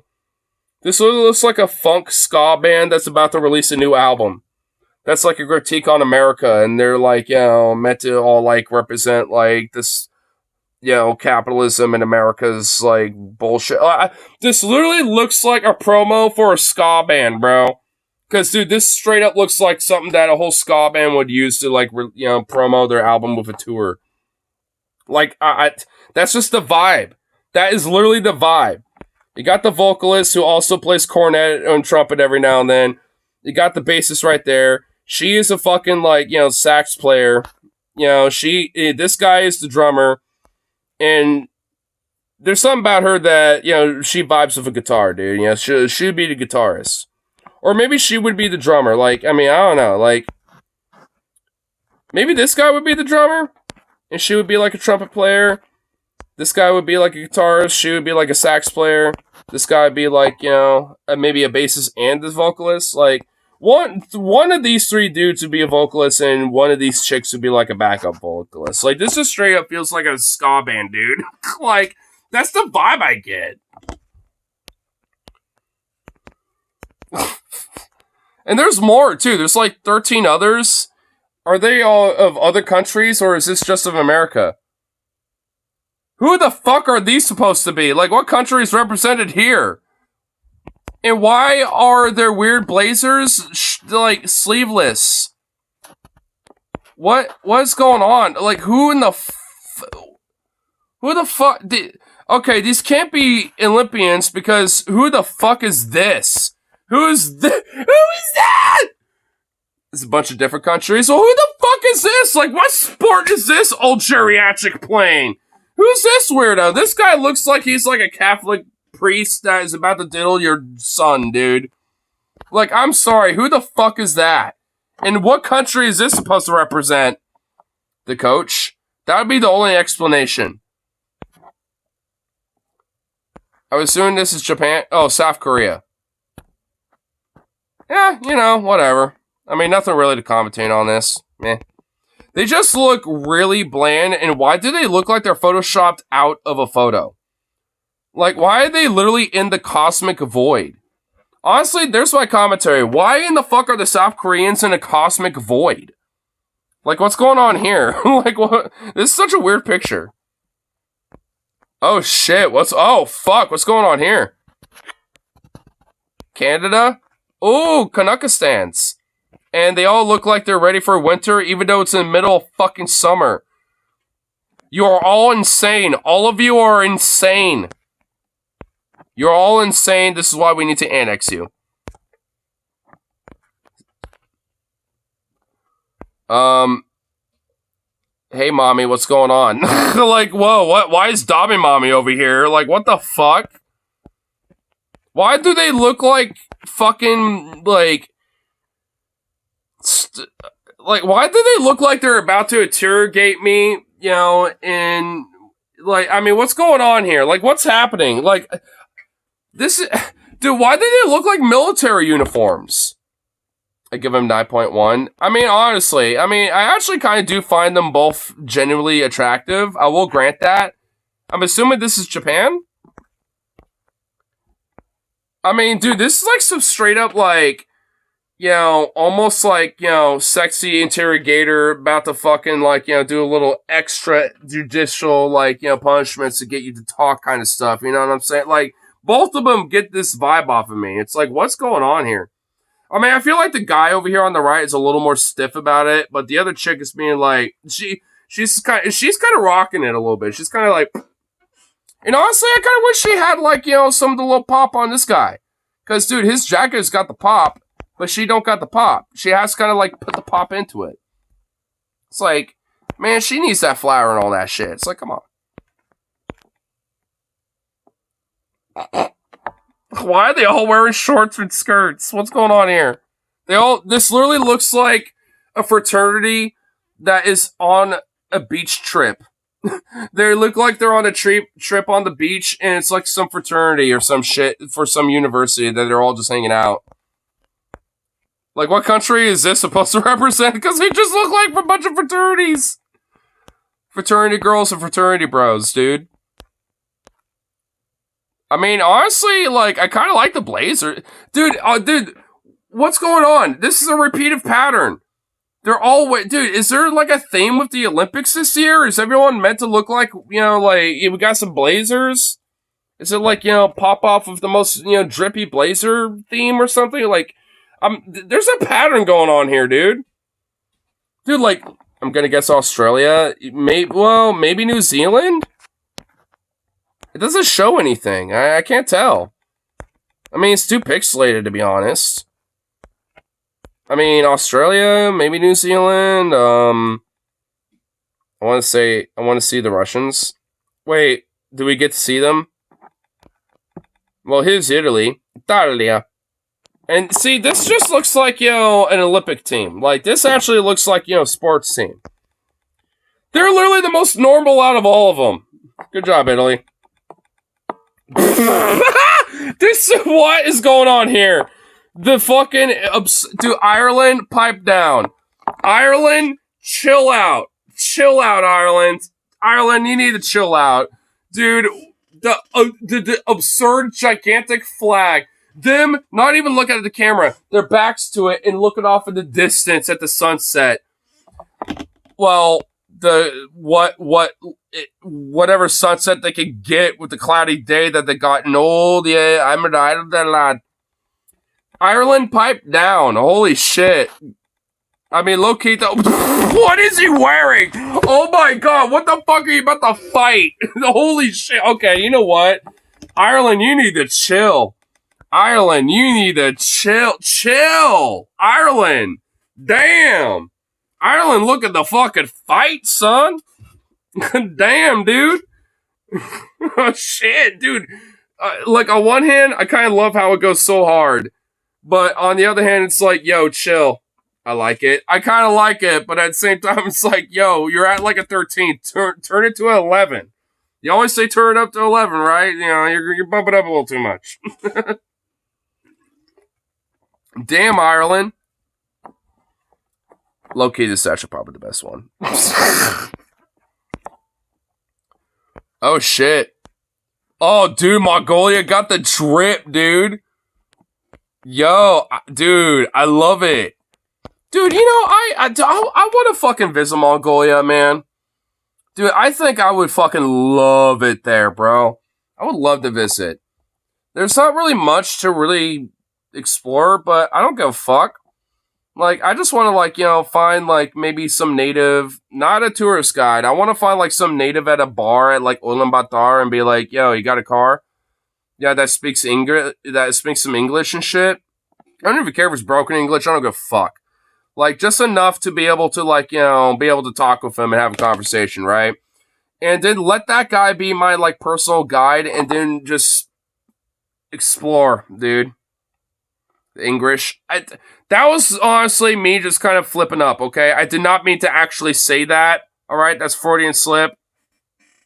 I didn't really mean to act, like, fuck you, okay? That was not meant to, that was accidental, unintentional racism, okay?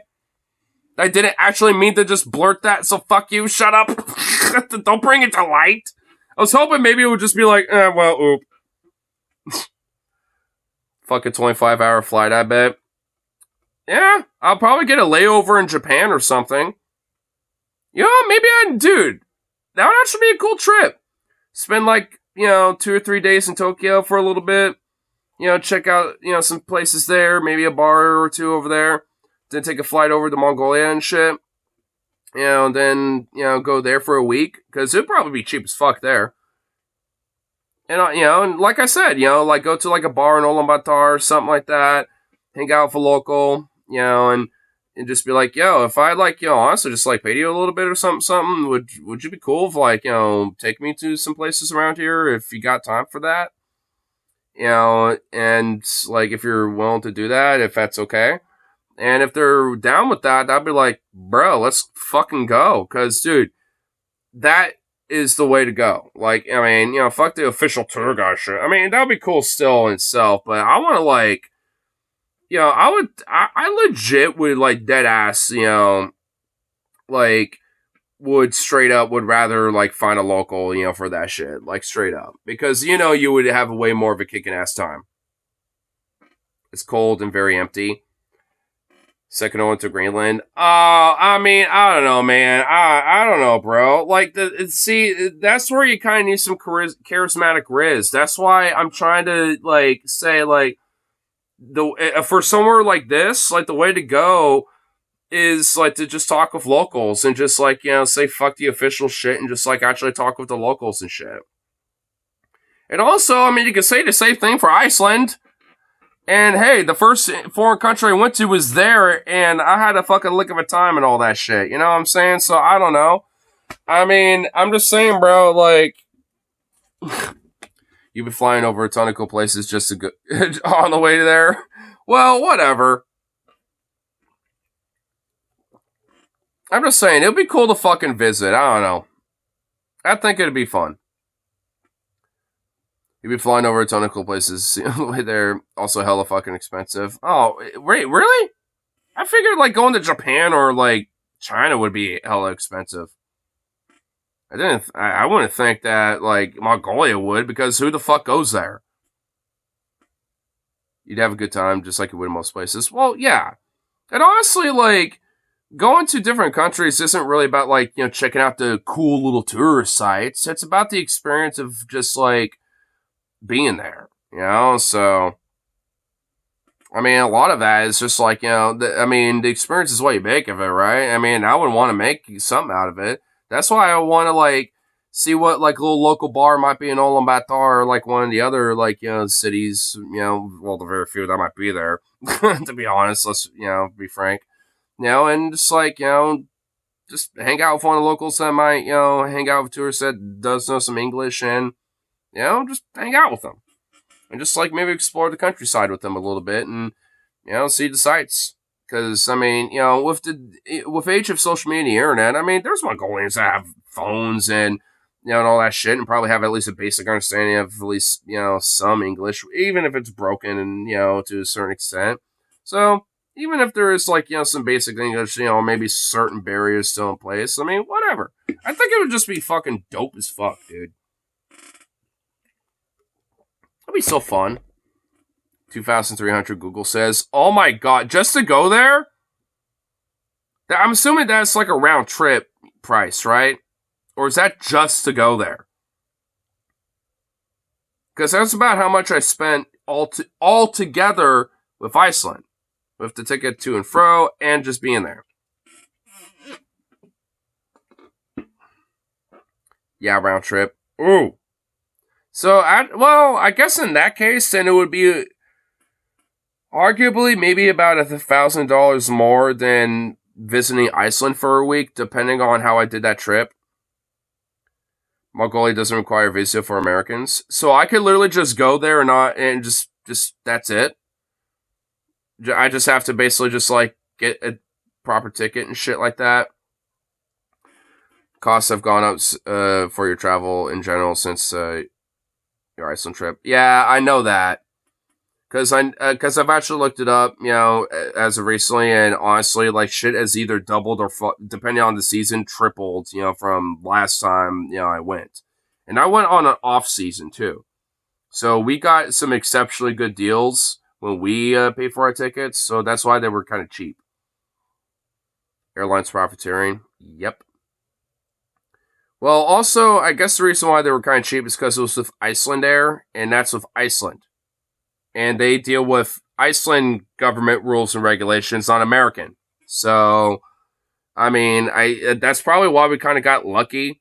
And also, Iceland was just starting to kind of be a tourist spot. So, the whole profiteering that was kind of going on with that, where prices being jacked up, was, that's,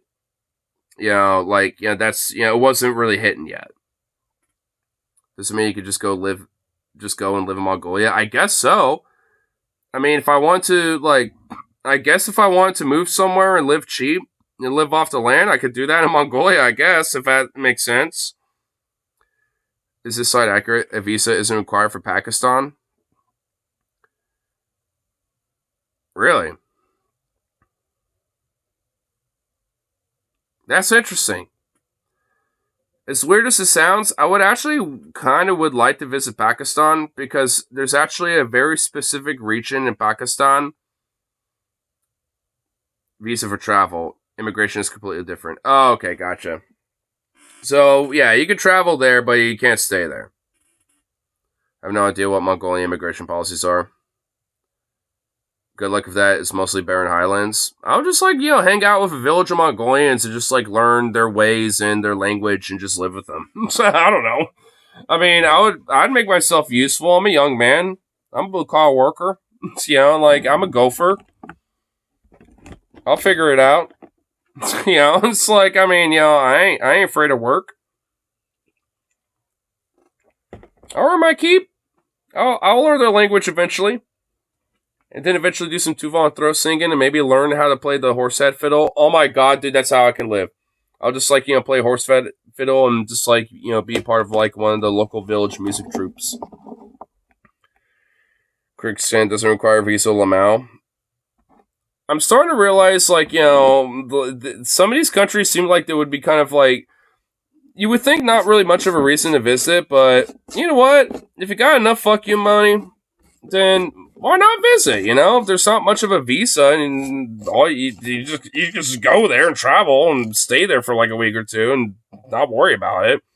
Outside of the basic customs of being there as a foreigner, outside of that, then why not? Plus, you get some cool stamps in your passport too. Because I've been trying to because I got 4 more years on my passport.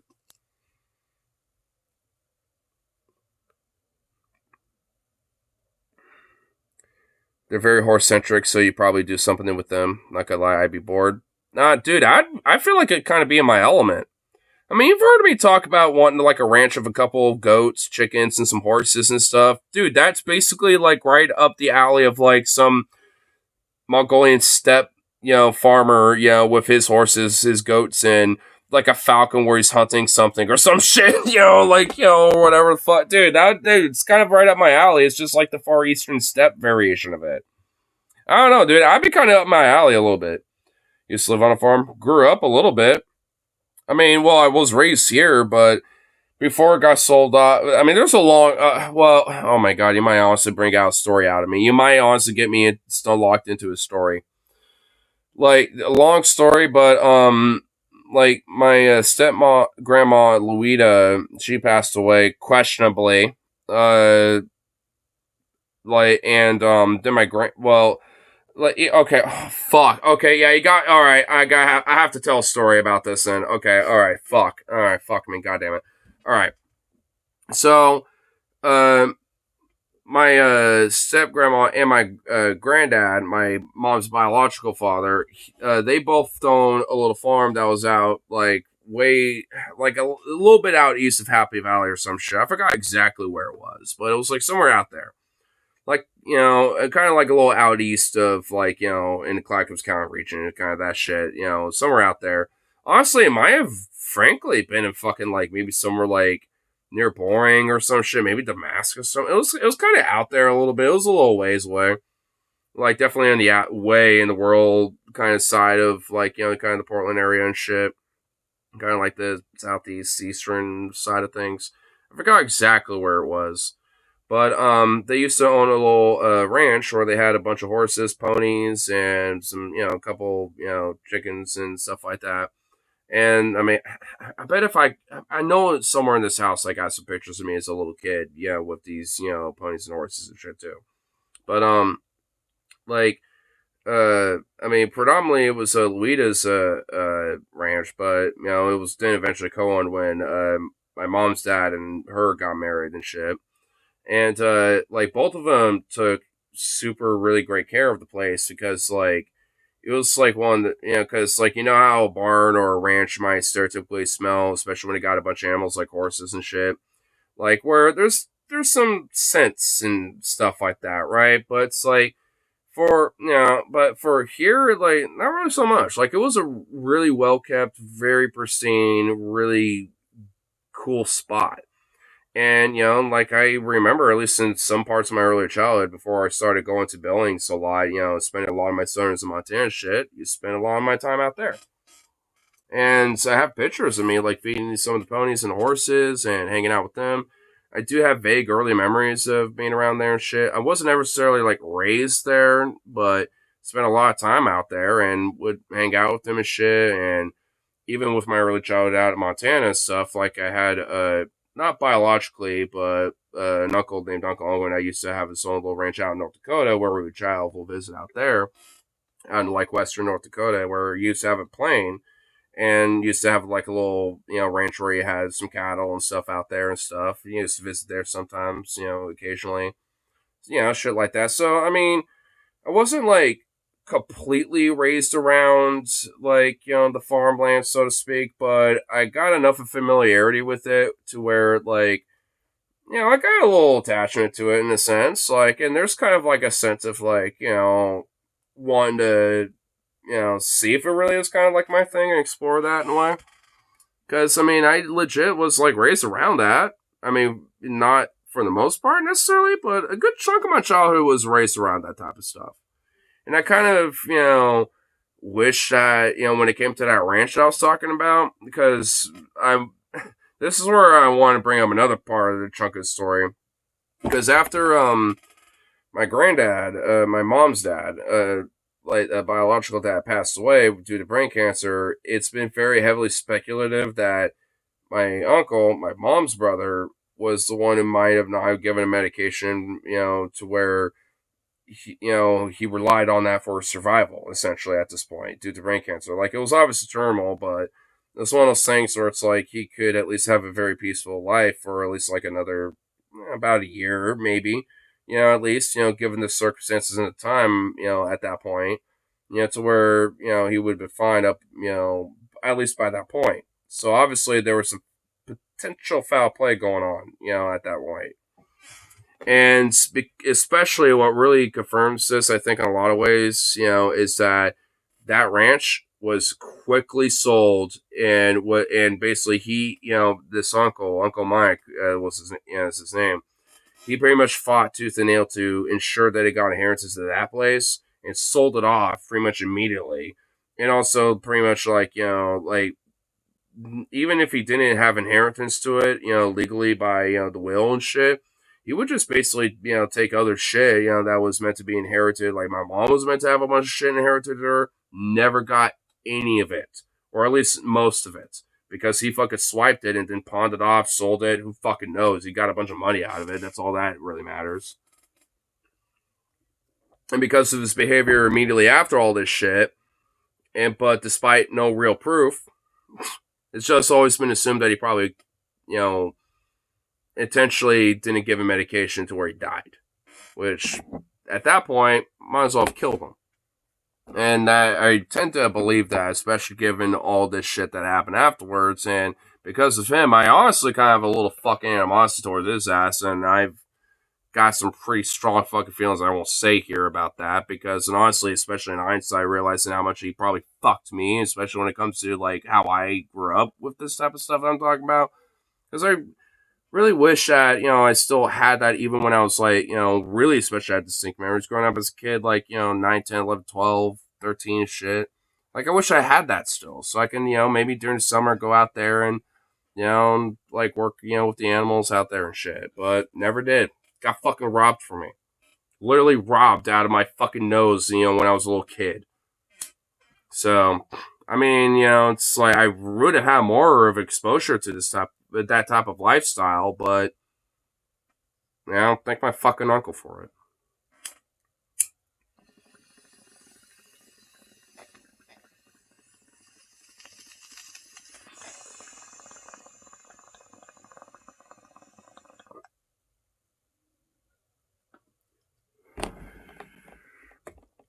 Because frankly, actually, never mind. Don't want to say that. I was about to say, I would want to have an explanation about why he did that, but I'm not going to explain the scenario as to why.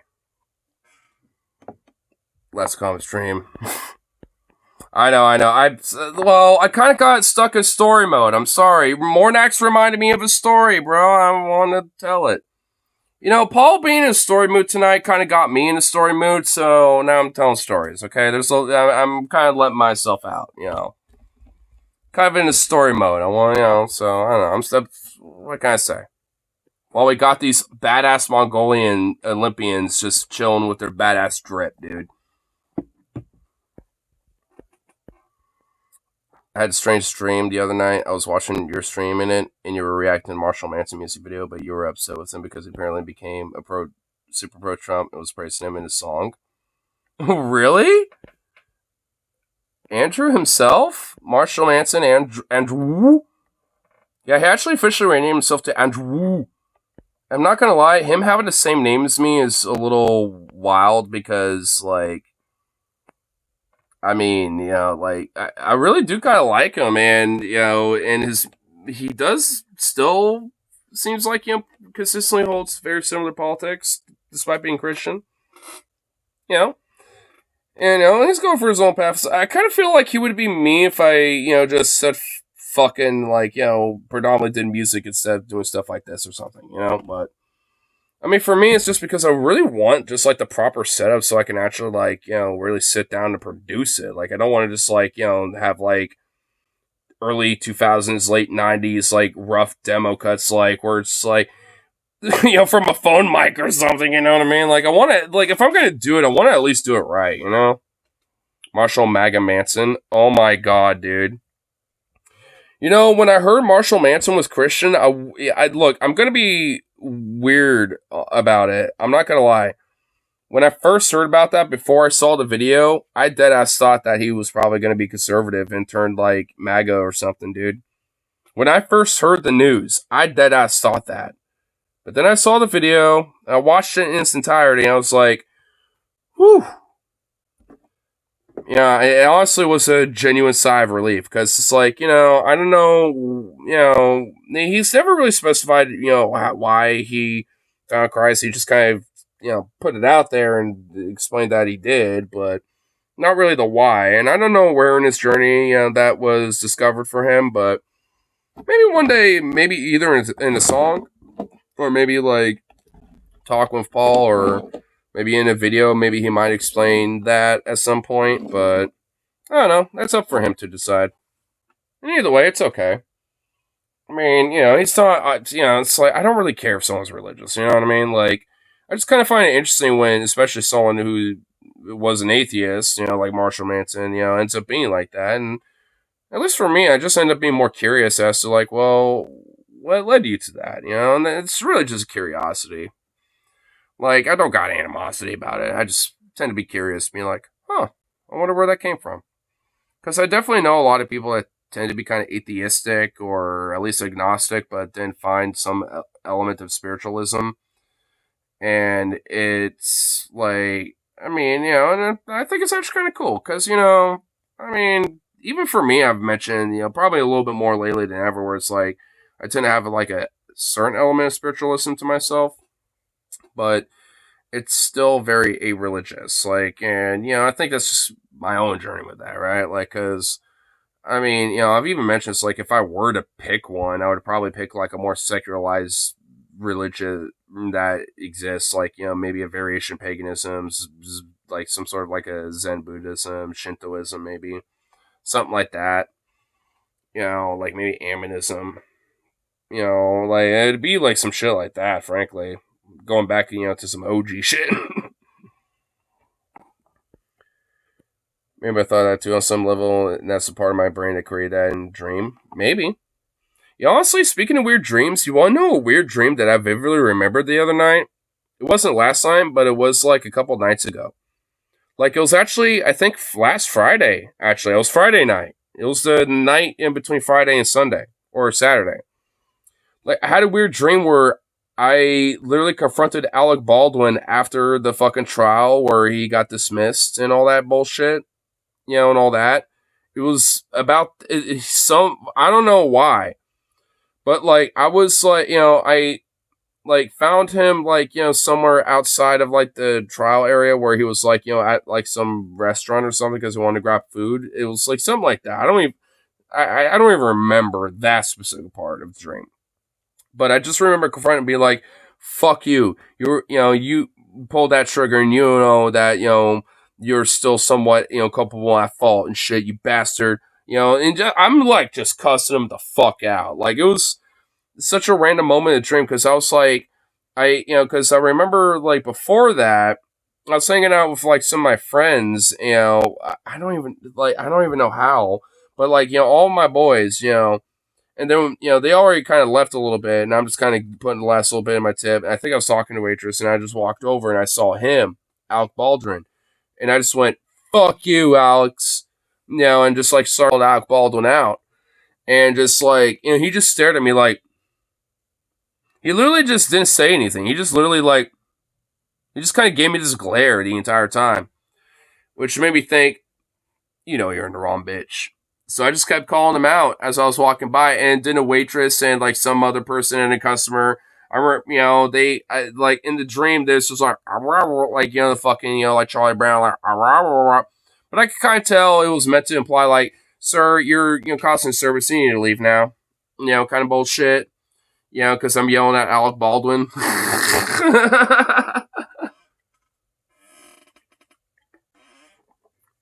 But then the dream ended shortly after that. Like, once I walked outside, the dream kind of, like, just kind of faded off. And I don't really remember anything after that. So I think the dream kind of ended after that. And I was just like, oh. Because I was kind of hoping it would escalate from that. But it was such a weird dream. But honestly, I think a lot of it was just because I kind of, like, really got, like, a fucking, like, gripe about that whole scenario and that whole situation and shit, where it's like, man, fuck you, Alec. Like, you piece of fucking scum. For lying and for all this other shit, and you got away with it. Like, yeah, I think it comes from that. Because I know, people say, like, dreams kind of might have, like, some message, or maybe, like, some sort of, like, a feeling or, like, a thing that it's kind of, like, stuck in your mind, and that's kind of a way for it to process it more, so it's not, like, stuck there, for so much, when, for, like, when you wake up the next day kind of thing, or whatever. Like, this theories about dreams, and frankly, I think, maybe there's a multitude of theories that might actually be kind of correct, and maybe this is one of them. Because I know a lot of my dreams definitely don't necessarily make sense. And there are definitely some dreams that I think, like, are thematic to, like, maybe, like, how I feel, or maybe, like, a certain thing, or an event, or whatever the fuck, or from an experience or something, like, I mean, because there are definitely some dreams that I definitely vividly remember that I think are just there for the sake of just, like, just the brain just kind of fill in the void or whatever, right? But there are definitely some that I think kind of have, like, maybe subconsciously, like, maybe some sort of, like, a meaning to it, just in the sense that it's, like, kind of, like, releasing kind of whatever angst that is kind of felt, or maybe, like, a certain feeling that is felt about, like, an event, or a feeling, of an event, or an experience that you had, or some shit like that, or processing something that you're thinking about, or whatever. I mean, I think there might be a multitude of different things. Orion is the hardest I found. Oh, really? Do they go hard? Are they in here? Because I didn't forget about these, by the way. Oh, is this China? Dude, they literally look like a Korean K-pop, like, band, dude. They look like a K-pop group. Yo, Brazil, dude, Brazil goes hard. Oh my god, dude, yo, Brazil go hard, dude. Brazil goes hard, bro. Oh, and they got different, backs too. They got different animals, yo, dude, low key though, Brazil got drip. Brazil got drip. Brazil got the drip, bro. The Philippines,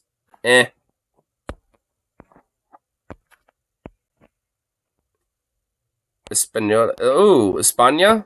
The Spanish? Why is this so confusing? Like, you got track outfits, and then you got, like, blazers and dress fits. Like, they don't know what they're doing. What the fuck is she wearing? And she looks pissed that she's wearing it.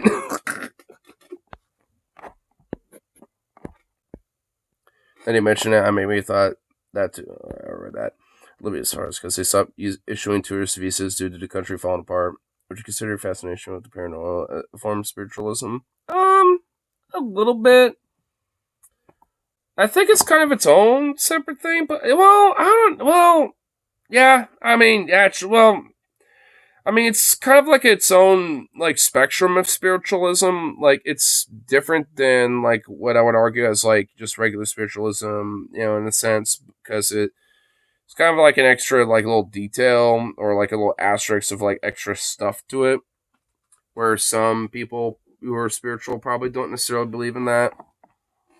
So, I don't know. Well, I mean, I don't know. I would say yeah, but I think there's kind of a spectrum to it. If it was a dream, what have you done differently? Smack him in the face with a glass or something, or a tray. I don't know. I would just Probably. If I knew it was a dream, then I'd just probably assault him. I mean, honestly, I would just probably smack him because I knew there would be no consequences. It's a dream. I'd just smack him silly or something. Reduce to French. Or reduce to Dutch. It says Paris in the background, but I'm assuming this is your Dutch. This literally looks like some sort of high school team, dude, or some college team. Bruh. What the fuck? Oof.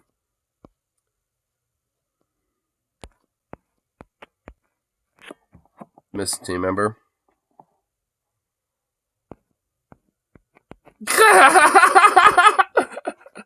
Damn. I think I might miss a link or two, did I?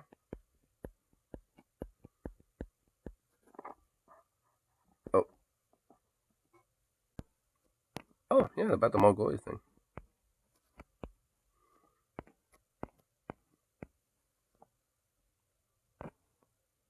For pristine nature. Ooh. Paved trail runs from Ulaanbaatar to the shore. Shores? Is it a river? There's no shores unless there's a river. The East Tega? Yeah, the East Tega River, I think. Or like the Tega River. I mean, I'm pretty sure that's the thing. Dude, that yurt looks so comfortable to live in, I'm not even gonna lie. Imagine retiring out there, bro. Send a couple short links and threads link way up. Fuck. It's gonna probably take a while to get up there. On the journey. Let's do it. Is this one of them? Or did I already see this one?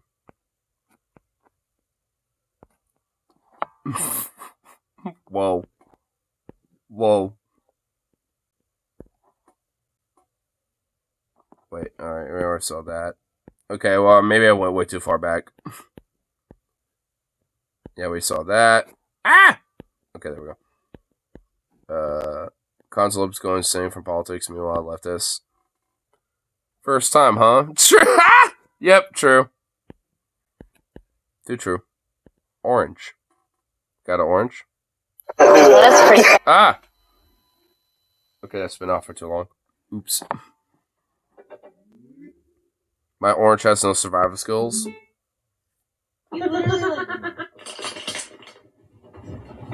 Bro, chill. They chased me! They chased me! Oh. I've seen that clip before. Dude, you shitting our avocados! Dude, that cat got no shame. The cat's like, yeah, what are you gonna do about it, bitch? Yeah, I'm shitting on your avocados. What are you gonna do, motherfucker? What you gonna do? Ripley. Okay, okay, that's cute. Macaroni turns one. Oh, ow.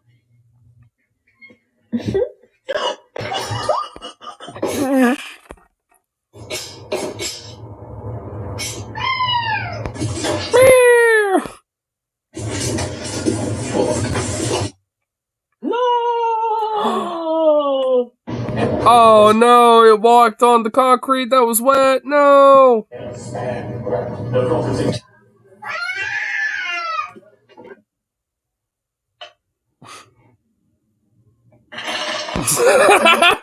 Proper way to play chess. Ow!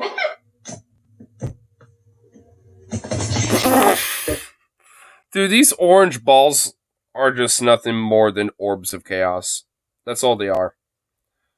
Orange cats are nothing but just orbs of chaos. Francis playing on that TV, good kitty. Yeah, at least the cat was being a good kitty. It knew what to destroy. Friends is not allowed to be on any household, so that cat knew what was up. It was just doing everyone a favor. That's all. Oh my god, I hope tomorrow when I wake up that this fucking nook in my goddamn neck just goes away because holy fucking goddamn shit, dude. It's just like, bruh.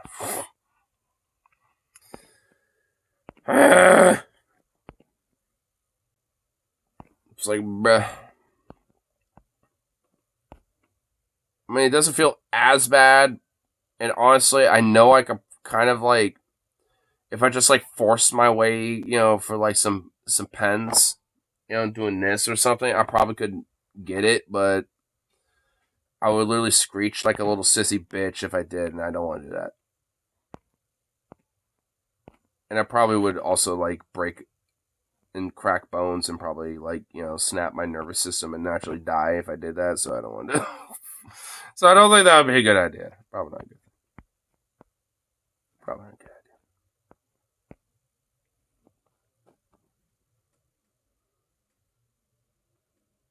Toggle! You're in the laundry room again.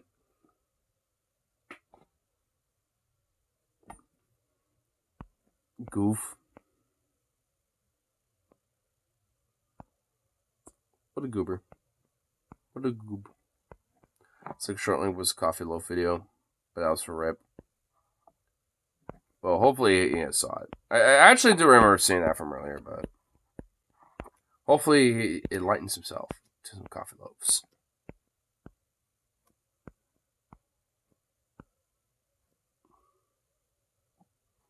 I can hear him causing some sort of havoc in the laundry room. I heard his little mitts clinking and clanking around.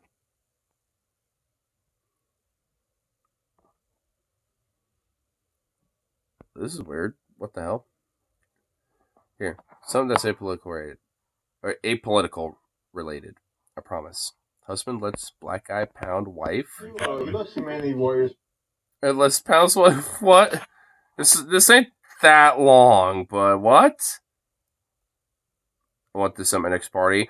Oh, I know what you're about to pull up. You know what? We'll look at this first. Dude, I know exactly what you're about to pull up, dude. I saw this earlier, dude. Dude, this shit's insane. Look at this. Boom!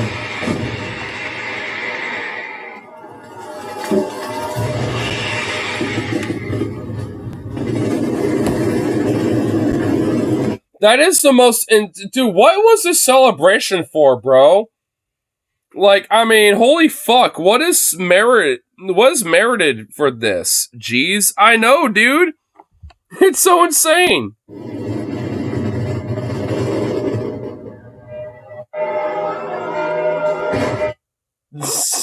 Dude, the initial booms right here. And then boom. And then everything just launches.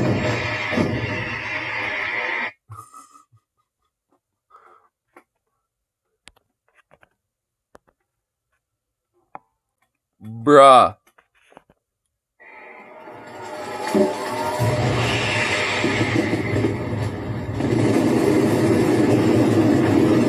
What? One hell of a gender reveal? Ah! One hell of a gender reveal? Yep. Dude, the entire country got together for this one gender reveal. Oh my god. Was it a royal gender reveal? Like, was it one of the royals? Like, oh my god. Oh my god, dude. Holy fuck. Dude, good one. Oh my god, that's good. That's a good one. Holy shit. No one hell of a gender reveal, dude. At least no one died. Look, hey, no one died, so it's okay. A little over the top, just a little bit, but at least no one died. Oh my god. Ignore, he's black, of course, it's long. And often. What? You don't see too many Warriors fans often? Okay, what? I'm sorry. I know that this video has had a lot of insane statements, but the... Okay. What? Give me. Empty one so I don't get too horny during the cut video. Yeah. He couldn't come in here. He had to fire blanks. Tomorrow's teachings. I need to give some of this other dark meat. But you're black. Know each other, Paul. What is a this? boyfriend of mine. And I'm going to kill you. Oh, it's a skit. I guess it's the Festival of St. Paul in Paradiso Estradi, a town in Sicily. This specific moment is Cicuta, with the exit of St. Paul. Oh, okay. Well, it's not real. It's a ski. It's real. I thought The it was documentary. I thought it was gonna be like JCS, like the crime channel. What's wrong? Nothing.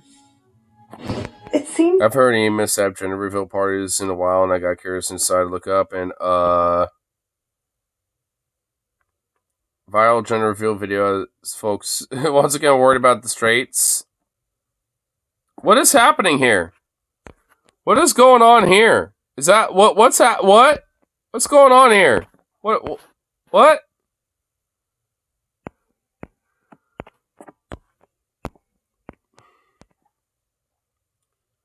To answer the article, no, we're not okay. Yeah. I imagine you guys aren't. It's certainly violent gender reveal recently went viral on social media. The straights are okay? What is that, a dog? I don't know, dude. I can't tell, bro. I don't know what it is. The Daily Dot that reported recently, the clip was originally posted on TikTok by a user in April, but was resurfaced on X. It shows a pregnant woman in a white dress wearing strike pads on her hands. His father of her unborn child repeatedly pummels one of the pads while wearing boxing gloves. Barely unable to release the cloud of smoke that would reveal the sex of the baby, Dad eventually tosses one of his gloves and delivers a bare knuckle blow to the pad, releasing a puff of pink smoke. Wait, what the fuck? Related? Wait, huh? What? I got sidetracked. Okay. But the guy didn't stop there. Seconds after the pink cloud dissipates, he delivers another seemingly violent jab in the woman's direction that appears to land perilously close to her baby's bump. What? Is there a video on this? Why is there so many right-wing related things? What about... Oh, no. Many commentators agree that the last shot was almost an abortion one vote.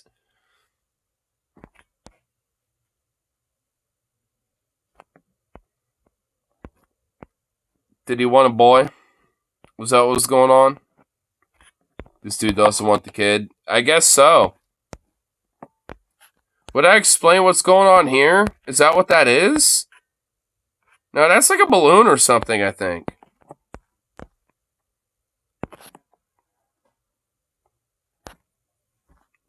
I mean, I don't know. I can't tell.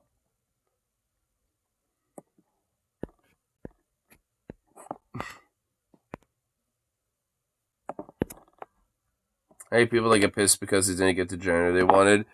And even then, they don't even have to worry about that because they might be trans and be the gender that they want anyway, so why do they gotta worry about that? Maybe there's the roll of the dice that might happen. I mean, it's like, Jesus Christ. It's like, do you know it's completely random that you should expect either one? I mean, yeah, even whether it's biological or not at this point. I mean, it's like, good Lord, bro. I mean, Jesus, you might get the daughter you always wanted, but she might have to go through a few extra steps to get there. But hey, that's okay, you know? Like, I mean, fuck, bro. These days, I mean, you don't even have to fucking, like, you know, worry about that at this point. Like, gender reveals might as well just honestly be reframed as sex reveals, because that's really what they are.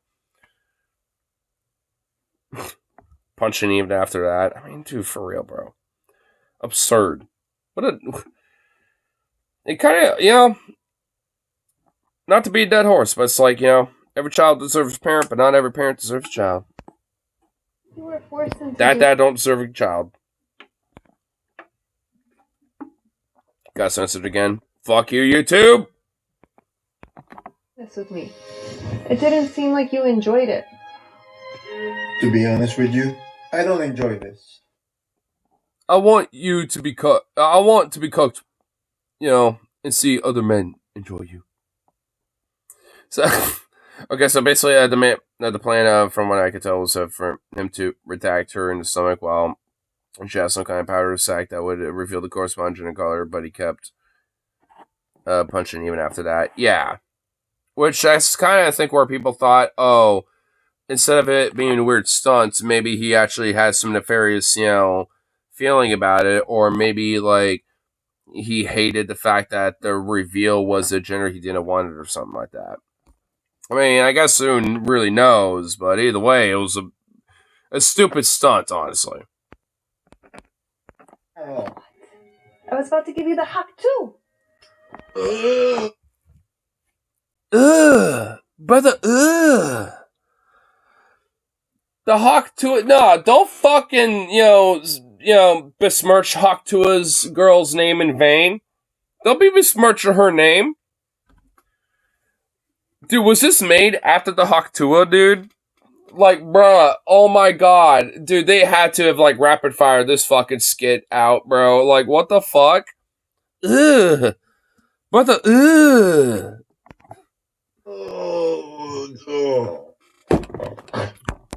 Well, the West has fallen. The Hawk Tuah meme has officially died. Give me the gun. I'm killing myself. Can I be second in line at the Wendy's drive-thru? I want to be second in line at the Wendy's drive-thru because, sir, this is a Wendy's. that means see, fucking for a loop a little bit. A little meta. It's like, was I, where was I being serious and where was I being satirical? I've been thinking of, remember how in Meat Canyon Sneako video he was getting cucked? What do you think his girlfriend, the guy was sleeping with when he thought Charlie busted in?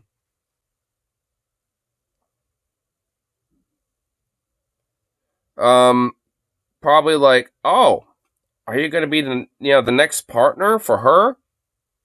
I guess I just have to wait my turn for seconds. Or I guess in this case, thirds. Like, I don't know, like something like that. Because obviously Sneako need to be, disciplined. I don't know. I mean, something like that probably. At least the chick would definitely think that. Because she'd be like, oh my god, what a stud. Wow. Like, I mean, she would obviously, be like, would literally melt in goop. Be like a sexual goop for her, for that, So, I don't know. Like, so I feel like it would probably be something like that. I don't know. I mean, that one would be I think there's a few theories that could be said. That's mine, but I don't know. Not for me. I'm not gonna enjoy blowjobs anymore. Oh my god, I can't do this. I can't, dude. W reference humor. Oh my. Hawk Tuah, dude. He looks as angry as us. It's like, what the fuck did you say? Who recommended this? Why? Why? No, it's finished. I have a habit of giving him stuff that he doesn't finish and being like, here, finish this water. Yeah, finish it. So he automatically went to down it. He's tracking my water macros. Yeah. I'm not doing it all. Oh my god. I mean, you're Aussies. I mean, you kind of need your water intake because if you don't have at least like 3 liters of water an hour, you're probably going to literally die due to exposure of Australia itself. That's what I would assume. Charlie comes from the room when they were in the sex, dragging what's left of Sneako. Hey, don't mind me, you crazy kids. Don't mind me, you crazy kids. Just take out some of the trash. Be sure to tune in to some of my live streams because every now and then, if you request, and have a memorable, little thing, maybe I might, give you a little money. I do little money live stream giveaways. But anyway, that's about it. See ya. And then just like drags him out, dude. Oh, this is so bad. Don't blame Hassan. Hassan recommended this. I didn't recommend this. Chat did. I was trying to avoid watching this. What do you mean Hassan recommended it? You're wrong. Look, I'm gonna believe that he recommended it. I'm just not attracted to you physically, okay? I see you from sunrise to sunset. Where am I allowed to go? I've been married to you for so long. It's hard for me. You gained some weight and I'm just not physically attracted to you anymore. I love you, but it's not the same. You know, Is he saying that she... Wait, hold on. Did he just say that she gained pounds when... Look at you, bro. You look like you're about to get into your sumo wrestling career, sorry to say, to be blunt. Like, I mean, excuse me, bro? Did I just hear this right? Oh my god, wait, right there! You gained some weight? Yeah, excuse me, motherfucker? Yo, mister, I'm getting into my sumo career, motherfucker, little son of a bitch over here. Excuse me? She is about as skinny as the fucking goddamn, like twigs on a tree, and you're about as thick as a potato. Alright? Like, excuse me? Is this too Japanese? Because if not, that might be accidental racism. I don't know. And if it is, you know what? Fucking, burn me at the stake. Because, like, I know this is a skit, but, like, what the fuck is this supposed to infer? That, what, some male, that might be, like, overweight or some shit is supposed to look at their girlfriend and be like, oh, well, you're overweight, even though, like, they look like, what? Where's the clip? Where was it? Hold on. gained some weight, and I'm just not physically attracted to you anymore. I love you, but it's not the same. You... It didn't look at her. It's like, I mean, excuse me, bro? It's like, I mean, what's this supposed to fucking infer? It's like, she looks about like a genuine healthy weight, but this guy, he could probably lose a few. It's like in probably being a more healthier weight and shit. It's like, it's bitching at her about her weight. I mean, if anything, it's more of a hypocrisy burn on this motherfucker more than anything. Yeah, maybe some accidental racism, to be fair. Look, I'll just be blunt about that. I'll admit that, but... Like, I mean, motherfucker, bro. I know it's a bit, but, like, was that commentary of this supposed to infer, though, right? Like, it's meant to be for, like, those macho, like, manosphere types or whatever, I think. Or maybe making fun of them. I mean, actually, I really do not know. Like, I mean, it is a clickbait title, so I actually do not know. Maybe this is meant to be, like, for the alpha male guy, or maybe, like, for the, maybe making fun of them. I don't know. Like, I mean, I guess we'll see. We'll see. But I got my hunches. I got some hunches on this. We're both kind of racist. Well, I mean, I think we all have like a smidge, a garnish. I think we all have like a slight garnish of it. But I think if we at least recognize it and aren't doing it in malice or, contempt or hate, and, maybe just, again, just use it garnishly. Like, put some parsley on a little mac and cheese on the salt and pepper, after you, got it cooked up and all that stuff or whatever, like, I mean, I think there's necessarily no harm in that, but again, it's a garnish. You can't, like, just be like, just willy-nilly about it. You gotta, like, do it tastefully, I guess you could say. You can't, like, just be doing it willy-nilly, like, how some of these conservatives be like, well, the left just doesn't care about comedy anymore. It's like, no. It's just that we understand what is actually funny, or at least, even if it's shocking, dark humor, maybe even it has a little garnish of like a little edge. It's like we recognize what is a joke and what's malice and hate and shit. We recognize that. That's the difference. And just hateful fucking shit is just not funny. Like, it just isn't. Like, if you're just like, making a goof, or whatever, kind of like adding it to a broader commentary of a thing, then it isn't as bad. But, hey, it's like, if there's a little edge to it, as long as there's a little garnish to it, I don't really necessarily think that's bad. It's just recognizing that shit. And also just, like, recognizes that, it's got its place, so to speak, right? Like, it's not one of those things where you just, like I said, throw willy-nilly. I have to go to the gas station to get those rhino pills just to get it up. You can do that, I guess. Did he? Wait. This Australian, like, wait, do they not have, like, boner pills in their gas stations in Australia? Because, dude, they're even in my store, bro. Like, I'm not even kidding. Dude, like, you could find that shit everywhere around here. Like, what? They don't got that in Australia? Really? Damn. I'm just not attracted to you anymore. But Called healthcare. Look it up. It's called healthcare. Damn. Yeah, it's American healthcare, baby. Yeah, gas station dig pills. you promised you'd always love me, regardless of anything. I do love you. You're my wife.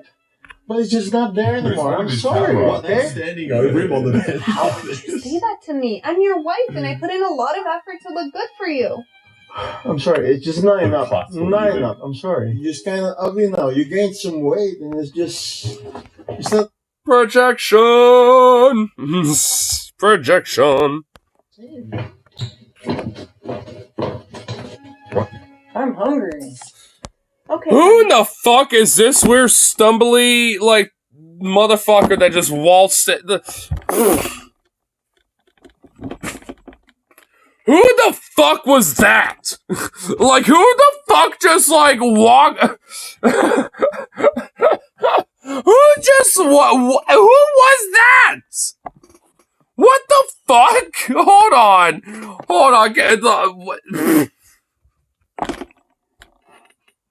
What? Sorry. You're just kind of ugly now. You gained some weight, and it's just... It's not the same. I'm hungry. I'm hungry. I'm doing fucking had a lot of whiskey. Excuse me, dude. Got a boo.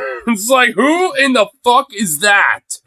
Who is this drunk fuck that just waltzed in on screen? What?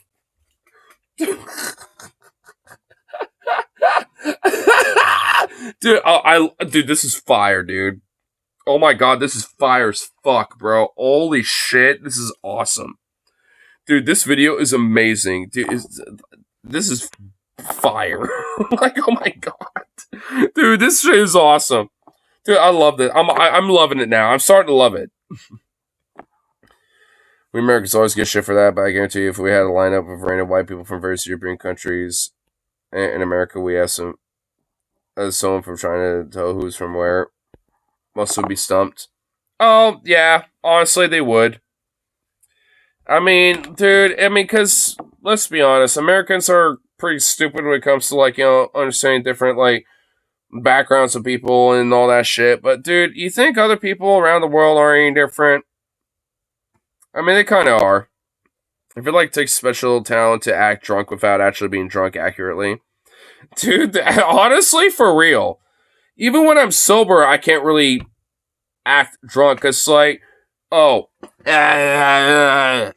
It's like, yeah, I mean, it's easy to do that, but it's like, I mean, because I know sometimes I can be like that if I'm, like, really fucking drunk, but it's like, it's hard to, like, mimic it because you can't really, like, reenact it because when you're that drunk, you can't, like, remember it because you're kind of either browned out or blacked out depending on how fucked you are. I mean, so I don't know. It's like, you can't really remember something like that unless other people tell you. We're like, you know, so it's like, I don't know, man. Like, there really is a unique talent, man. Like, dude, you're right. It takes a special talent.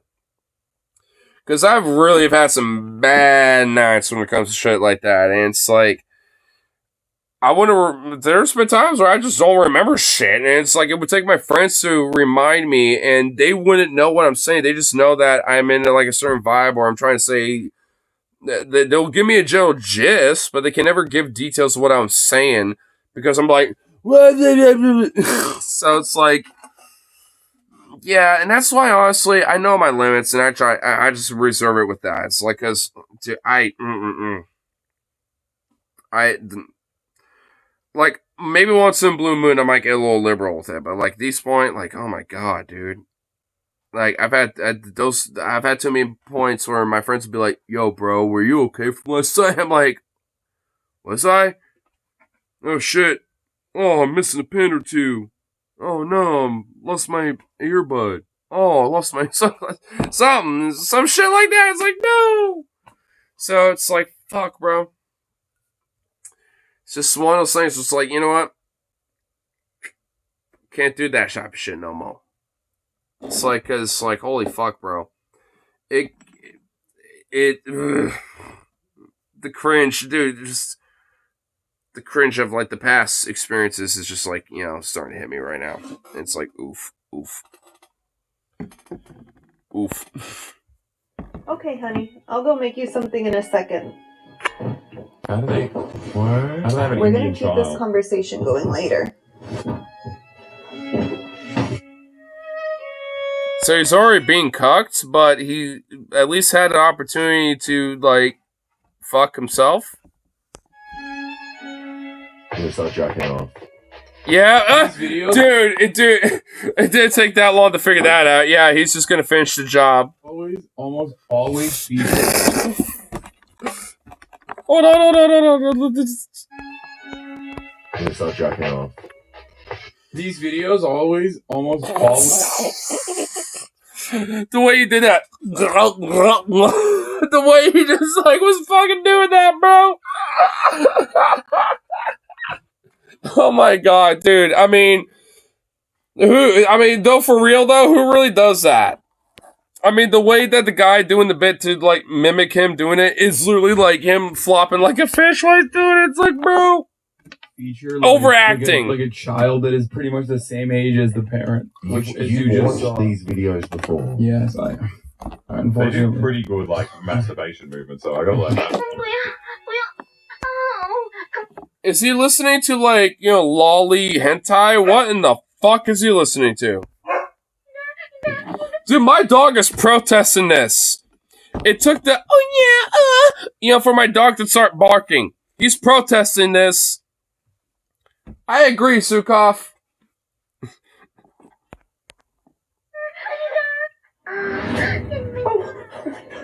I'm sorry. I didn't know anyone was in here. Well, who are you? What are you doing in my house? I am Tammy, Ant's new tutor. I'm sorry, my wife didn't mention anything about you. It's okay. I'll leave. Wait. I'm all done. I'm all sex with finished. me? Come on in. Come on in. Okay. You look so young. Wait, a stranger walks into your house, goes into the bathroom while you're in there, and now you're like, wait, no, you can come back in here. It's all good. Like, wait, what? Wait, what is happening? How old are you? 17. 7. What's happening? I'm starting to get confused. I'm getting scared, actually. I went from loving this and thinking this is fire to I'm getting scared. Oh no, I'm starting to get scared. What's happening?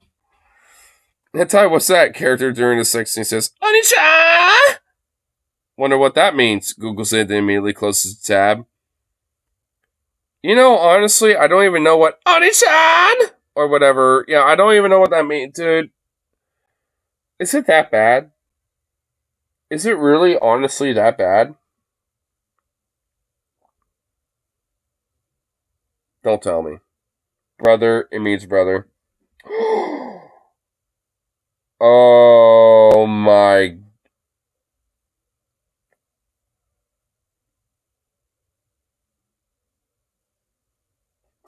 Oh.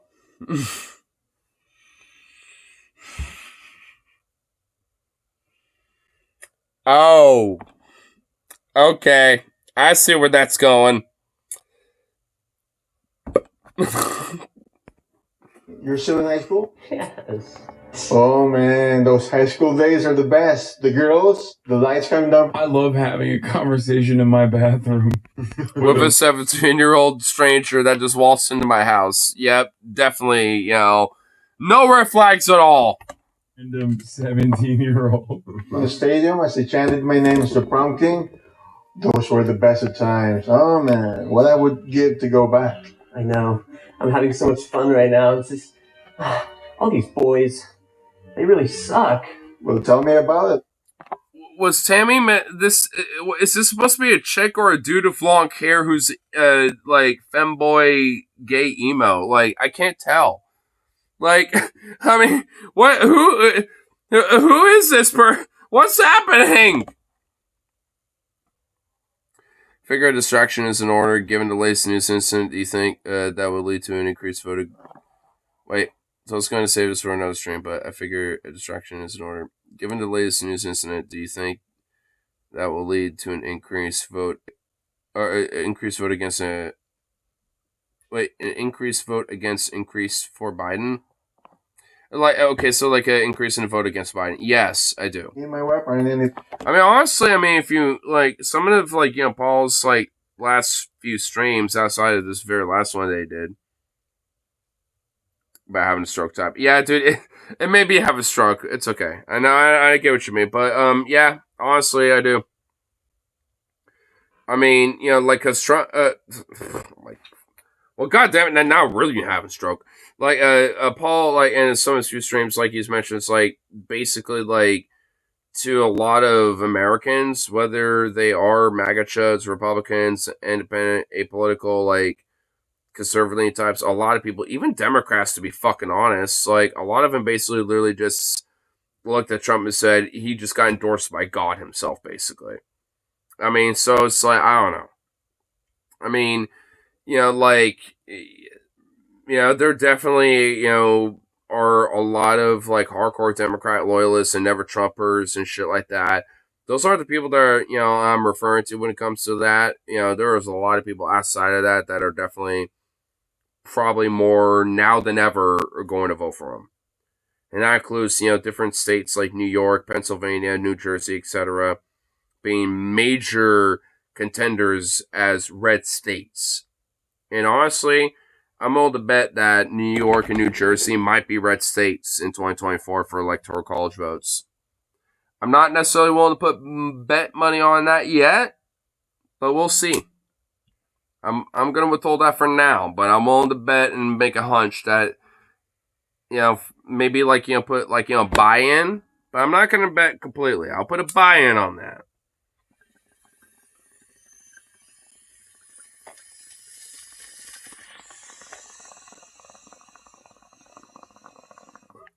I'll put a couple chips down for it. I won't completely put my bets in it, but I'll put a little bit on it. Because I'm on the bet, dude. I mean, it's there. I mean, just give it a couple weeks. Honestly, give it a month. I mean, we're going to really see this shift of the trends. Dude, this DNC National Convention shit. Dude, imagine the fucking scar he's going to have on his ear, dude, with Trump. Dude, he's going to fucking flex that shit. Like, till day dies. Like, straight up. He's going to flex that scar. Be like, look. This is a symbol that I persevere. So, I don't know, man. It would have to take a very unique, exceptional scenario for Trump to be defeated at this point. Because beyond that, which honestly, that exceptional scenario would basically have him have a McDonald's-style heart attack.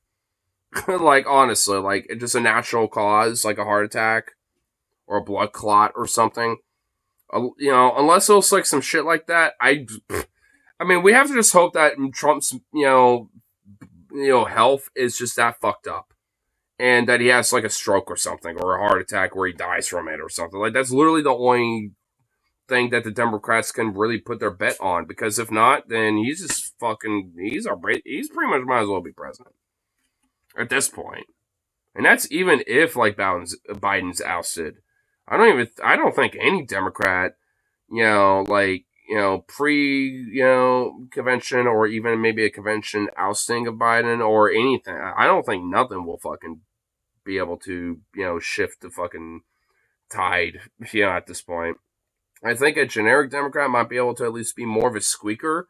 But if it's Biden, dude, it might just fucking literally... the red wave that, the fucking MAGA chuds won, the fucking, Republicans who were crowing about back in 2022. Well, now they got that red wave. It was a little delayed. The fucking tide, went way back out back then, but now it's about to come back with a major fucking force now. Like, the red wave it's about to be a red tsunami at this point. I mean, the only hope that Democrats got is pretty much the Renami, dude. Yeah, the Renami, bro. Dude, for real. And honestly, the only hope that Democrats have is pretty much like in some of these swing states where in the Senate and in the House and in the state, Senate and House elections, that's pretty much the only place where Democrats even have a remote chance in anything. Because a lot of these swing states, while Trump is overwhelmingly, likely to win those states, at least for Senate and Congress, Democrats at least have a chance, to flip a lot of those seats. So, and honestly, realistically, this election is probably going to be hands down for Trump and the judicial branch of things, but legislatively, that might go for the Dems. So, it might be kind of a, deadlock, term, or at least, for the first 2 years, potentially. And maybe for, the second term of Trump, for the entirety of it. I mean, who knows? I mean, at this point, I don't know what the fuck is going to happen now. I mean, ever since what happened on Saturday with Trump, dude, I really don't know what the fuck is going to happen now. It's really honestly, up in the air for me now. Because I had an idea about where shit might have happened before then, but now, fuck me, dude.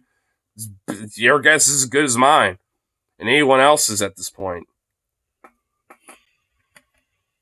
The only hope is Biden in office is to start pushing out favorable policy changes, which ain't going to happen. A lot of the DNC and Democrats at this point pretty much, just resigned to the idea that Trump's just going to win. So, I mean, they ain't going to do shit. As much as they should. I mean, if they're resigned to that, then why not say fucking do some Hail Marys and some haymakers? And you know what? If that is enough to fucking squeak out an election and make it a coin toss again, and actually maybe squeak it out a little bit, then fuck me, bro. I mean, hey, at least I'll, that might do something. I mean, there's, I guess, the door isn't totally sealed, but it is open, by that much, where it's, there's pretty much, at this rate, 4 paths, at maybe, 5 or 6 at the most, where the Democratic Party / the Dems and Biden has a chance. Basically, down to, 4 or 6 options. And those paths, I don't think any of them are going to take it. And, well, I mean, some of them are just on the virtue of, if Trump dies of natural causes or some shit. Or if there's, another attempt on his life or something like that. Or something. Unless something else happens to his, life where, he has a heart attack or whatever. Or some shit like that. I mean, that would be the only way where, the Dems wouldn't have to do anything. But even then, there's still going to be some hardcore ramifications, and it's and I guess technically VD Vance would be the nominee for the Republicans now at this point. Which he would have to pick a VP, and who the fuck would he pick? Maybe Nikki Haley, DeSantis, maybe? I don't know. I mean, shit would change there, too. I mean, so at this... fuck me, dude. I don't even know what the fuck would happen now at this point. It is so up in the fucking air. I don't think I have your number. Give me your phone and I'll type it in. On our phone, Reminding you that this guy is playing a 17-year-old. Oh my god, you said the contact name is Daddy! Makes it easier for us to remember. I've never had a daddy before. I can be yours. Wait, what is... Why? Oh, so I see you've met Amanda. You forgot to mention that the new tutor's coming in today? Yeah, sorry. I have a lot on my mind right now. Whenever you're ready, Amanda, Aunt is below and all set to learn.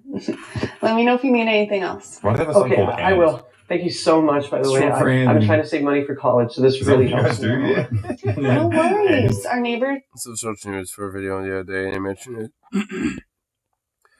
If the Dems could executive Biden out of office now, he said it was against this, so Scott, the reason is if did that to Biden, they could potentially do that to some far left president. Okay, I see the point, but how about some provision that allows this scenario for presidents very clearly as fucking dementia?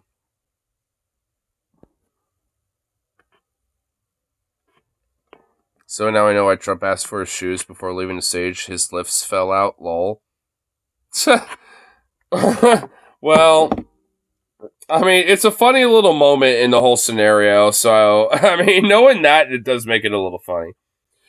Oh, my lifts. The lifts in my shoes.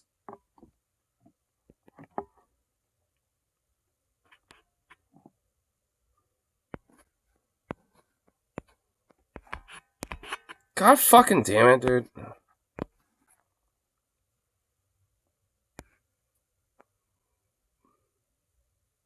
Oh, they kicked his shoes out. Oh, yeah, they kicked him away.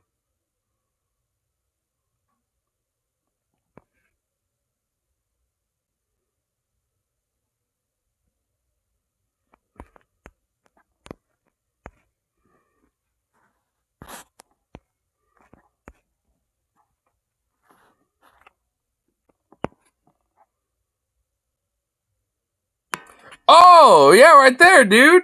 Oh, shit, yeah. Yeah, one of his shoes. Yeah, they chucked one of them. Yeah, he's got like some like lift soles or something. Where, so he can be like raised by like an inch or two. So he's probably like, 6 foot, not 6'3". Or like 6'1". So he's probably like realistically more like my height, more so than not.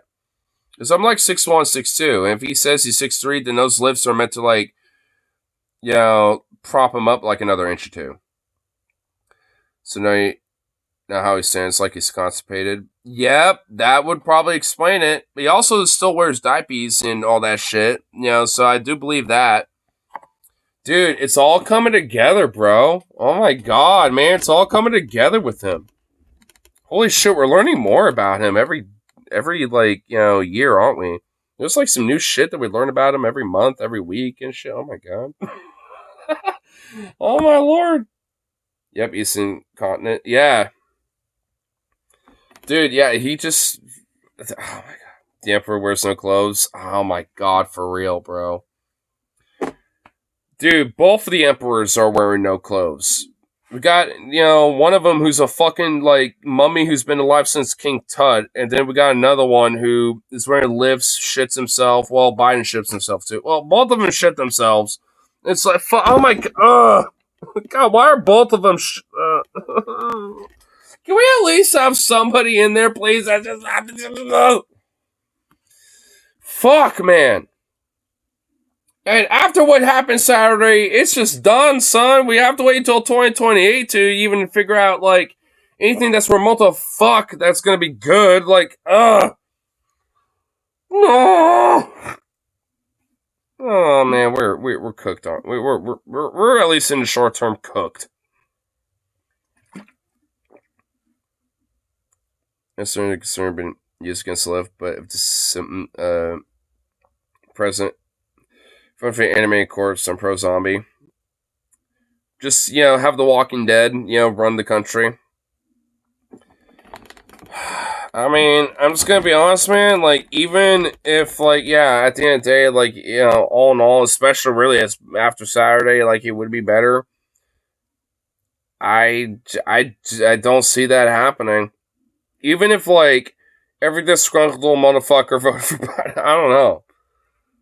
Like, shit really just changed a lot after this weekend, and I can't really predict where that's going to go right now. I mean, because I don't know. I mean, maybe shit will have, like, it's like, oh, fuck, and then, after, like, a month or two, people are like, and kind of forget about it or whatever because of other news cycle bullshit, but I don't know. I mean, we'll see. I mean, I can't really predict what the fuck's going to happen in the next couple months, at least up until election day, so... Well, let's just hope that, the stars align correctly for a while and the right shit happens after everything. Because, fuck, dude, like, I can't process all the bonker shit been going on lately. Like, we need to, like, pump the brakes for a minute. Like, the universe itself, pump the brakes. Fuck you, YouTube. Yeah, I figured the fact that there's a lack of a follow-up of that thing, makes me think that YouTube is being retarded. Oh my god. There needs to be, like, some actual genuine public outrage over this shit. Like, seriously, this can't, like...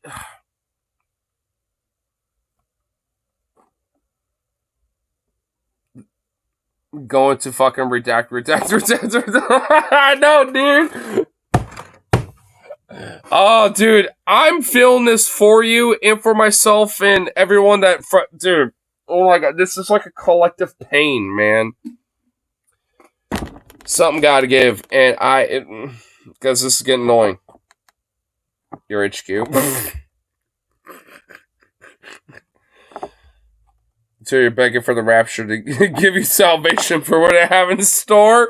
Oh my god, dude. Devious Lick. Oh, damn. Oh, shit. Whoa. Until you are begging for the rapture to give you salvation for what I have in store. Oh my god, that sounds so villainous. I fucking love it. I might steal that, actually, because that is genuinely fire, dude. Whoa. Oh my god. Devious, dude. Oof. Damn. Oh my god. Here. I'll take a piss real quick. I'll be right back. Oh, look at you. Oh.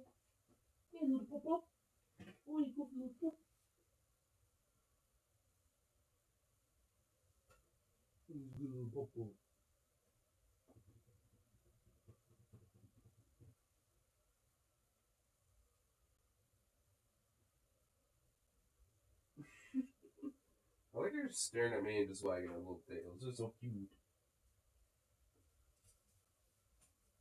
Oh my god, you stretchy little boy. Oh, move. Thank you.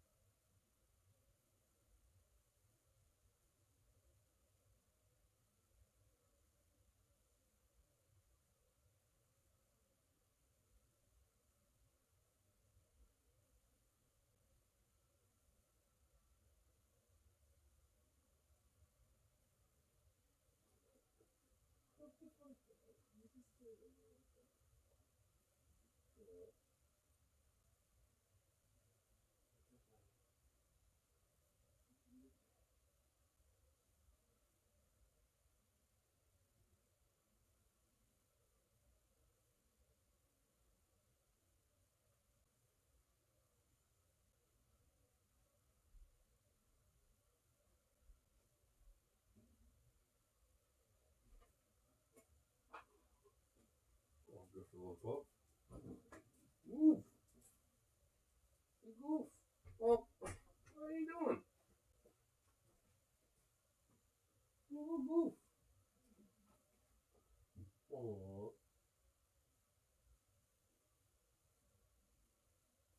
You treat your boy.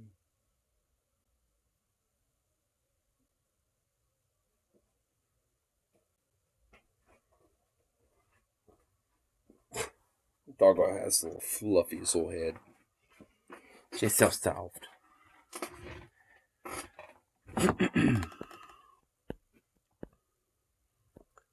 Dude, but I was trying to say, while the whole Biden being forced to step down could be used against love, the thing is, I was concerned, I don't get why there can't be some exception for cases like him. It's always to anyone, he's all there and with no business handling things like military secrets and shit like that. Yeah, I mean, no shit. I mean, yeah, and I get it. Like, well, Trump though, because yeah, like, neither is him.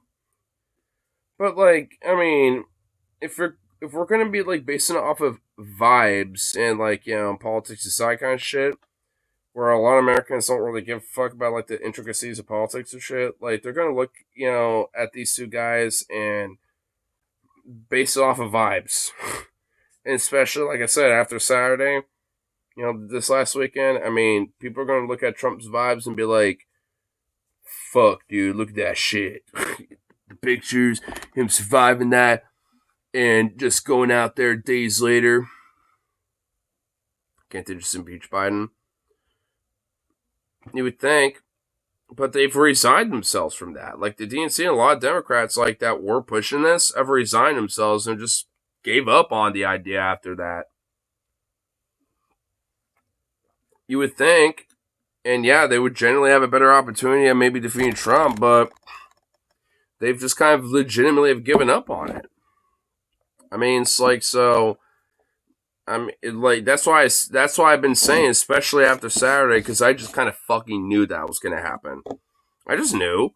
Like, after what happened, like, oh, he just won the fucking election that day. I mean, it didn't take, some of these, DNC staffers and all these other people to kind of leak this shit out and, like, say that, like, yeah, we've kind of resigned ourselves and all this other shit. And a lot of this, other stuff from other people saying that, like, yeah, we're not, going to pressure on the idea of trying to drop Biden because we don't want to, spur more infighting and all sort of shit. Like, I mean, so, yeah. And if that's the case, then cooked. At least for the, next 4 years. I mean, might as well just say it's signed, sealed, and delivered for all intents and purposes. You just hope the letter better be fucking good when it shows up in the mail. Or at least good in comparison to what people are fucking fearful about. And I guess what I mean by good, I mean in the sense of like that it's a lame duck fucking shit because he gets stun locked by the Congress and Senate. Even though the judiciary and executive order power and whatever dictatorial fucking ambitions he may or may not have, especially Project 25, it's like they're going to be pushing that shit left and right for sure, but if enough of the House and Senate is deadlocked, because, maybe the Dems might be able to get a little bit of a wave there, then, maybe it won't be as bad. And maybe there might be a little bit of an over freak out a little bit. And that's the best case scenario. So hopefully, the fucking, mail that gets sent into your mailbox when it comes to, all signed, sealed, delivered kind of shit with all this said done, let's hope it's that. Because, I mean, I think that's really what progressives and the left can really hope for when it comes to the outcome of the election, electorally and all that shit. But we just need to move past this right now and just move forward and just, like, where we go from here. And, fuck this electoral shit right now. Because, I mean, because, what, like, it ain't going to be, it's, at this point, I think, all the signs show that they ain't doing us any favors. So we need to, especially move forward, fucking, figure out a better game plan about this. And community organizing, getting people together, like, in neighborhoods, community, like, that's at least, I think, a first step. Labor advocacy is another major step of that. Like, these are, like, I mean, that needs to be the focus at this point. Like, I mean, we can't rely on the electoral system, especially if it's just a duopoly and these are the only options that we can viably go for. Then, we need to fucking, be the wrench to fucking break it then. Because, or better yet, a fucking hammer and a sledgehammer at that. Because, like, nothing else working. So, might as well start getting the sledgehammer and start busting up this fucking, little two-party system at this rate. And I've been crying and crowing about that for a while. So, maybe is it now about time to do it?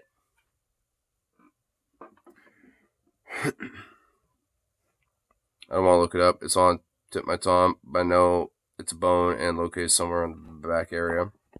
Well, I'm getting an anatomy test. Let's just see if I just need to get the last answer. The blank responsible and structure of the body and for carrying nerve signals to the brain is to the limbs.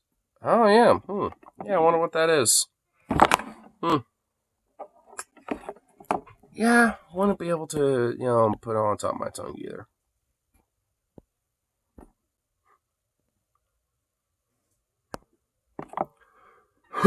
There. I got it! The femur. Ooh! Be a fortune if something happened to that. True.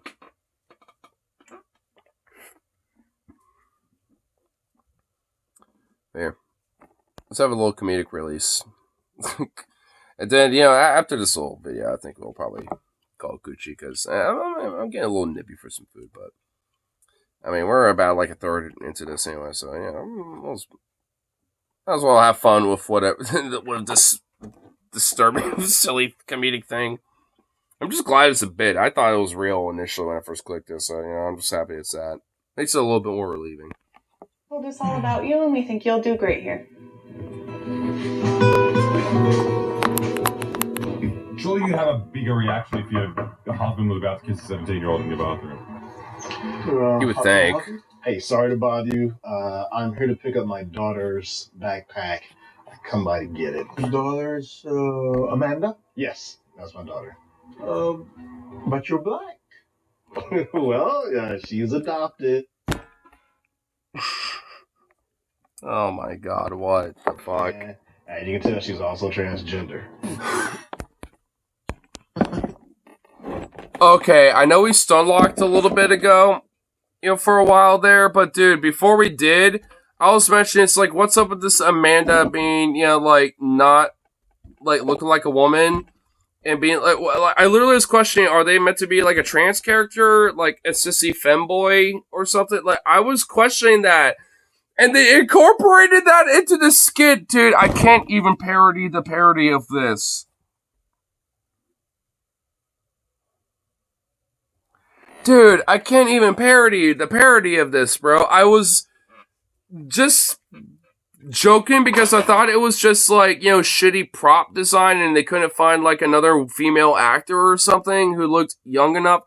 That was my assumption. I didn't realize it was meant to be a literal version of the parody that I was making about. Oh my God. Oh my fucking God, dude.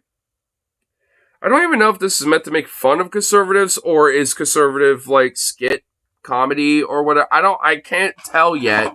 But oh my God, dude.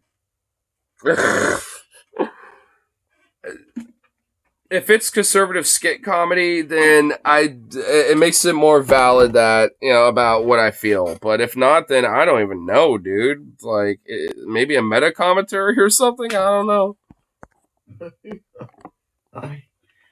Want some food, you little turd? What do you mean? Damn. As you can tell. You probably clocked As you can tell, my daughter Amanda is one of them trans queers, I tell you what. Oh, Jesus Christ. So I adopted one of them queer trannies, I tell you what, and her name's Amanda. You respect her pronouns while you fuck your wife. This is what the woke liberal agenda wants for you. Embrace the cultural Marxism, boy. People watch this dumb, is there a message at the end? There is this. I'm sorry, I'm Paul. Nice to meet you. Hi, Paul. I'm Kendrick. Nice to meet you, too. I love that Sweet Warriors jersey. Are you a fan, too? You don't see many Warriors fan often. What? You don't see too many Warriors fans often? Where, what? Bro, even up here, where the fuck does he live? New York? Baltimore? We're in the, where is this guy living at where that is a rarity? What? What? Okay, I'm sorry. I know that this video has had a lot of insane statements, but what do you mean you don't see too many Warriors fans often? That's crazy. They had a great season last year. I can't wait to see them again this year. So. This guy's but, a good actor, though. You know, I am a season ticket holder. Actor. Whoa! Wait, what was said there? So. This guy's a good actor, though. You know, I am a season. Hot tutor. Is it okay that I'm only 17? What? No, wait, what the fuck? Oh, what? What? Dude, what the fuck is going on? What? Dude, is this like a weird conservative kink skit thing? What the fuck is going on? Who's this supposed to, like, appeal to? What a Oh, shit. Oh, hey, Spider Bro. Oh, well, look at you, buddy. Hey, no, come here, bud. Oh, come on. No, come on. Yeah, no. Oh, you suck. Come on. Well, come here. Come back, little Spider Bro. Yeah. No, you're in my ashtray now. You're in the ashtray, bro. You don't like me? Like, yeah, human skin. Brother. So come on. Come here, bro.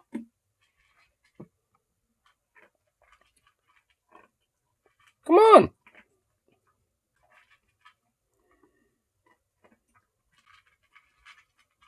Come. Whoa. Oh. Well, Speedy McGee over here. Oh.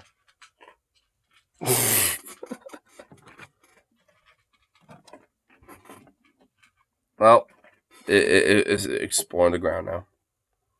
Oh, it's gonna show her off. Or him off. I couldn't tell. Couldn't tell right off the bat. It was moving around too much. Well, how about we'll watch a game this season? How about that? I'd love to. Yeah, great. Okay, please come in. Oh, thank you. No, I can fuck your wife consensually. Just because you live in your Hollywood mansion doesn't mean us peasants aren't having everyday problems like this. What the fuck? Steph Curry, the greatest shooter of all time. What do you say to that? Top 5. Yeah, you don't hear that often either. Why is there a vignette when looking at him and then not on this guy? I know. What are these editing choices? Why do you care? Dude, it's Kino. Let it happen. Sure. Really, just how? Are we spying? Hey, honey, this is Kendrick? Tammy.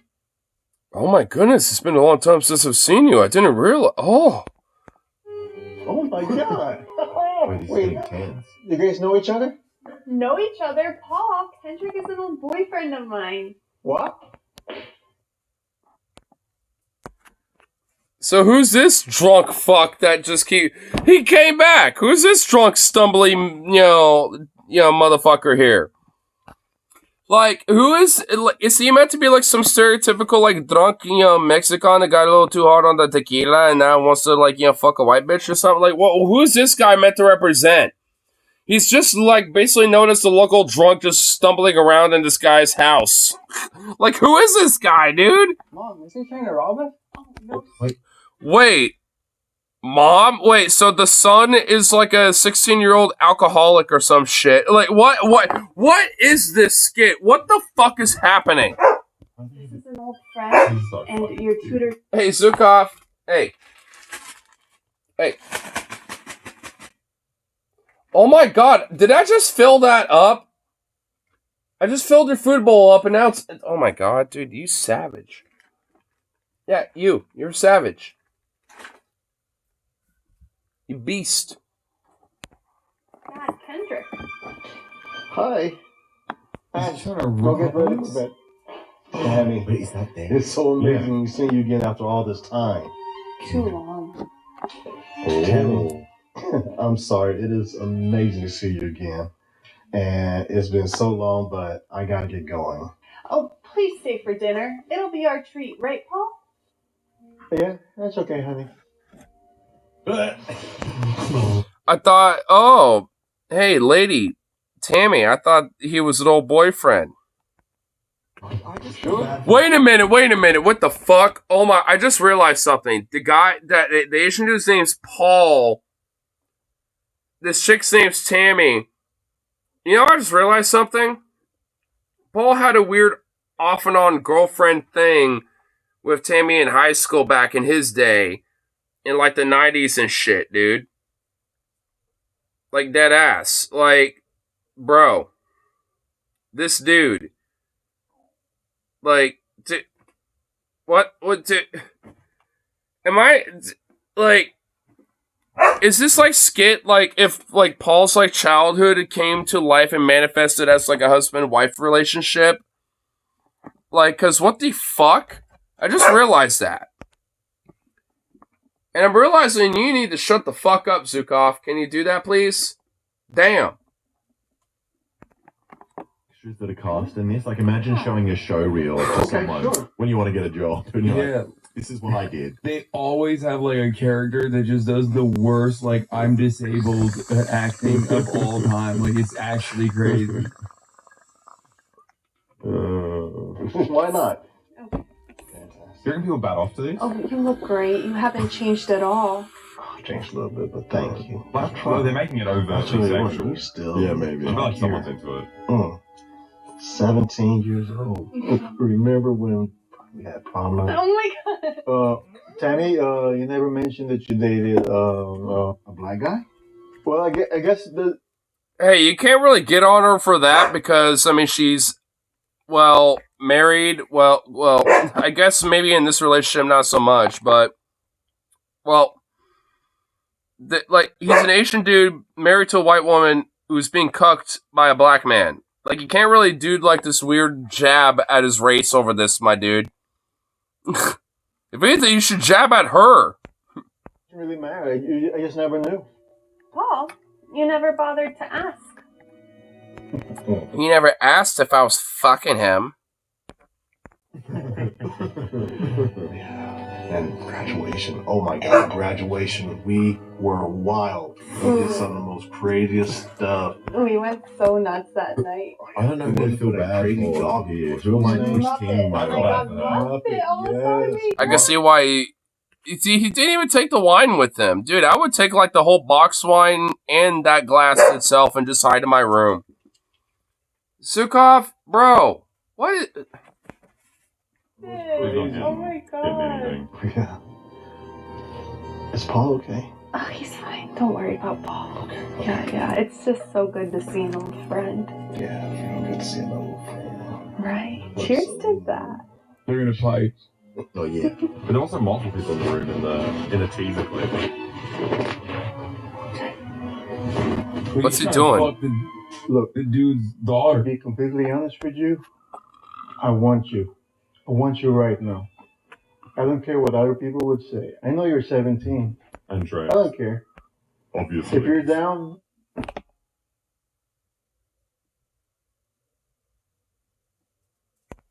I'm down. I'm waiting for you. Come over here. Oh my god, dude! I didn't even have to have the zoom in shot for that to just be disturbed. Oh my god! No! Oh, he didn't just do that. Alright, I guess my dog needs out. I mean, he's scratching at the door. What the fuck, man? You are a princess, dude. The most neediest of bitches.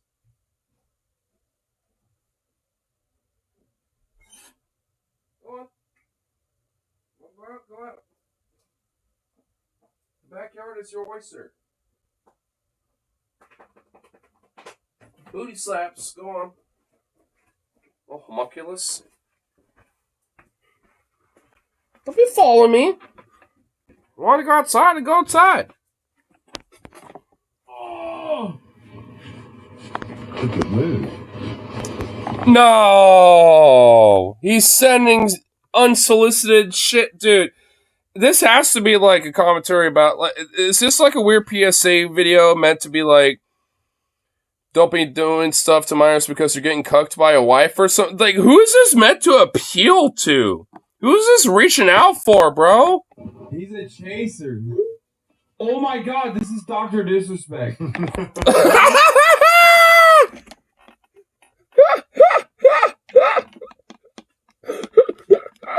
Dr. Disrespect, dude, that's so fucking devious. Oh my god, no. Oh my god. Oh my god. Oh my god. This is the story. This is a real story of Dr. Disrespect. Oh my god. Oh my god. I just realized. Oh wow. He's joining the Champions Club. He's gripping. I think he was a little jealous because you had your hands all over me. He must have wanted to protect me. I remember that. We were so bad. Oh, It's such a good conversation to have. Paul, what's this? Whoa. Why did you send me Well, because you like it. a video? I did. It's because you're my wife and I love you. Have you two ever had a threesome? What? Fuck yeah. No, we haven't. Well, let me take the both of you on a wild ride. Whoa. I want to fuck you up. What and what? Every day we stray further from the light of God, do we? Every day we stray further from the light of Allah. Pleasure. Wait, did he change his fit? Oh, Like, yeah, didn't he he's just thankful, stay dude. He's over probably for wearing one of dinner? those. Wait a minute. Did he? Hold up. Oh, he did! Oh my god, he changed the fit. Yo! The fit is changed, bro. He changed the fit.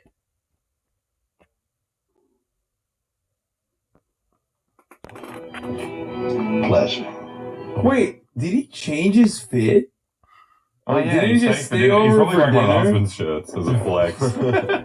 It seemed like your relationship for you is a little excitement. What do you say? Paul? You can say no. Wait, Wait a minute, he also changed the fit too. Wait, everyone did. Everyone's wearing different clothes. Wait, what the fuck? Did everyone change clothes? Wait, what the fuck? Everyone's changed clothes. that video. Wait. Let's do it. Let's do it. Yeah. Oh my God. I think this could really benefit us, and I really want to. I want you, but not without you. All This is hot. Let's go.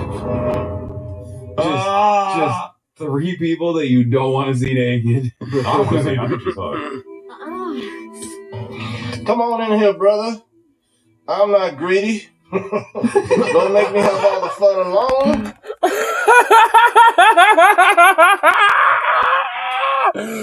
Come on in, brother. I'm not greedy. Damn. Damn. Nice. Hurry.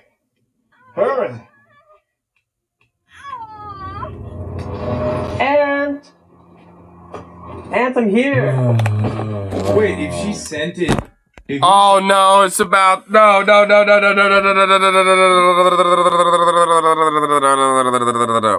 I swear to fucking God, if there is some like incest shit that happens, dude, dude, I'm done. I swear to fuck, dude. Accidentally to the wife, then how did she get the video as well? It was a chain. It was like a chain message. Oh my god! What happened? Wait, why is he in a wheelchair? Wait, how did he get in a wheelchair? What the fuck? He fell down the stairs. Oh yes, I misplaced my steps. Oh, you made it. And upstairs.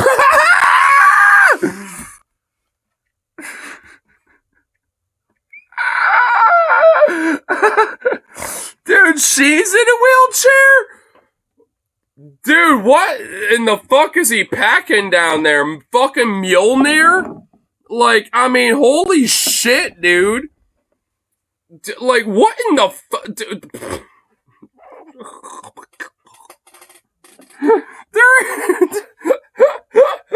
Okay. This gotta be satire, dude. This gotta be some comedy, dude. This has to be some irony, dude. This is some meta shit. Okay, you know what? This is fire as fuck. This went from, like, weird to fire to fucking disturbing to fire to beyond disturbing to fire as fuck again, dude. This is a roller coaster. This is beautiful. What an arc. But to learn. Dad, why are you here? Oh no! Are they saying he banged Get them off both? he So fucked hard. them so hard they're in a wheelchair? Yeah, dude. He's packing fucking Mjolnir, dude. What did you think was going? What did you think was happening, Hassan? It's an easy storyline to follow. I literally thought like maybe he's being abusive secretly to the That's a husband. side plot. Also, he's hitting them. And he bought them both wheelchairs. So he's got these on their hand. Dude, what the In case fuck? their ex-boyfriend came along. They do have a disabled son. We forgot. Dude, This what makes the sense. fuck? This is so bad. Doesn't get to work. I like this a lot more than the military recruitment video. I like a lot Don't more. worry, baby. The soreness goes away after a few days. How do you know? Don't worry about it. And guess what? I'll catch y'all later. Guess what? And tonight I'll bring some of my friends with me. Oh no! And trust me, they're bigger than me. Have a good time. Catch y'all later again.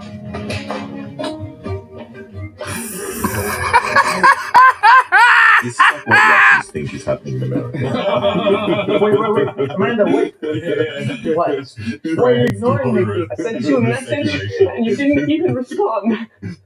I don't know. I always get in stupid situations like this. Look, I can't explain it, okay? I think you're the missing piece of my life. Rose! What is going on? What the fuck, bro? He got his pussy blasted by, like, the fucking blackened Mjolnir that just broke him, and he's just like, nah, I still want you. Like, what in the fuck is going on? Okay, this is like, what the... What the fuck is the lesson? Dude, no shit, what's the lesson in any of this? What the fuck? What the fuck is this? Dude, is there a link to the original? Oh my god, yes there is. Oh my fucking god. I gotta see the comments on this, bro. Oh, dude, I've seen this channel before! This ain't brainwash anymore, it's straight up brain assault. I was about to give you the Hawktua. It's crazy.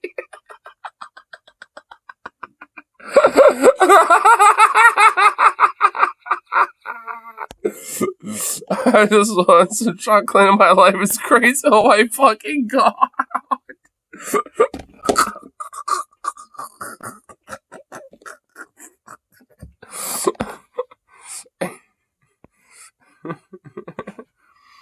Acoustic down. Nah, dude, that was so fucked.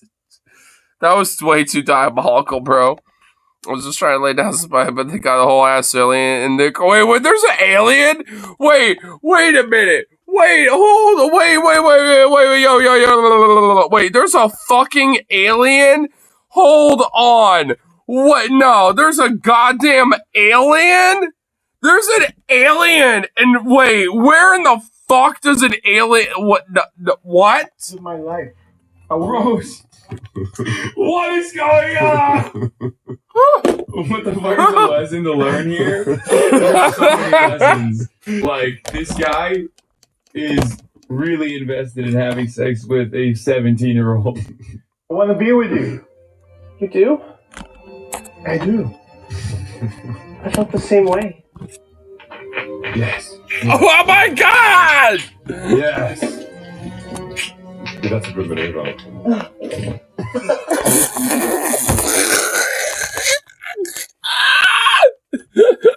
Dude, what the fuck is this anymore, man?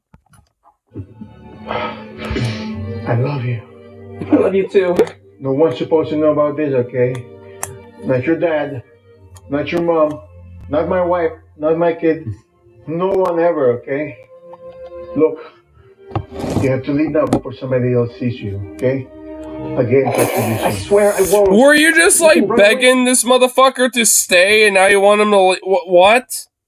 Leave your wife. Together. You and me. He's got pictures of another person's family on the walls. I have to do They something could tonight. pay for the decorations I of have the to get set. back there. You have to leave now. Go. Okay. It's just a random photo family. I really like the look of this family. I'm gonna put it up. Why do people agree to We'll call participate in... I need to give him some of this other dark meat. I mean, I guess we can start without him. Man, forget him. We can just use each other. Yeah, that's what I'm talking about. I'm trying to give me some of that white boogie. I mean, I guess we can start without him. I don't care. I just love Wait, she just repeated the same line. Wait, what? Yeah, what the fuck? Deja vu? Us three and You're her. so horny, dude. Yeah. You're so horny for her. What's going on? This is a common situation. What for me. about her? What about her has Common situation? Oh no. She's not hot. I mean, she's fine. She's all right. Like, it's not. She looks like Julia Zamiro, an Australian Yeah. host. And like throws a crush She on looks her. great. Who wants a hug tour? No! No, not again! Who wants a Hawk Tua? What the fuck, dude? Oh my god, no! Offensive part about this entire video, where there's a literal pedophile doing statutory rape, and jokes like about how the black people are fetishized and have big penises and put you in a wheelchair. That's still the worst part about the video. Ah! That's what I'm saying. Paul can join later. Or we can have whatever's left. Whoa! Oh shit, he has a gun too? He's strapped. Wait, what the fuck kind of laser blaster does this guy have?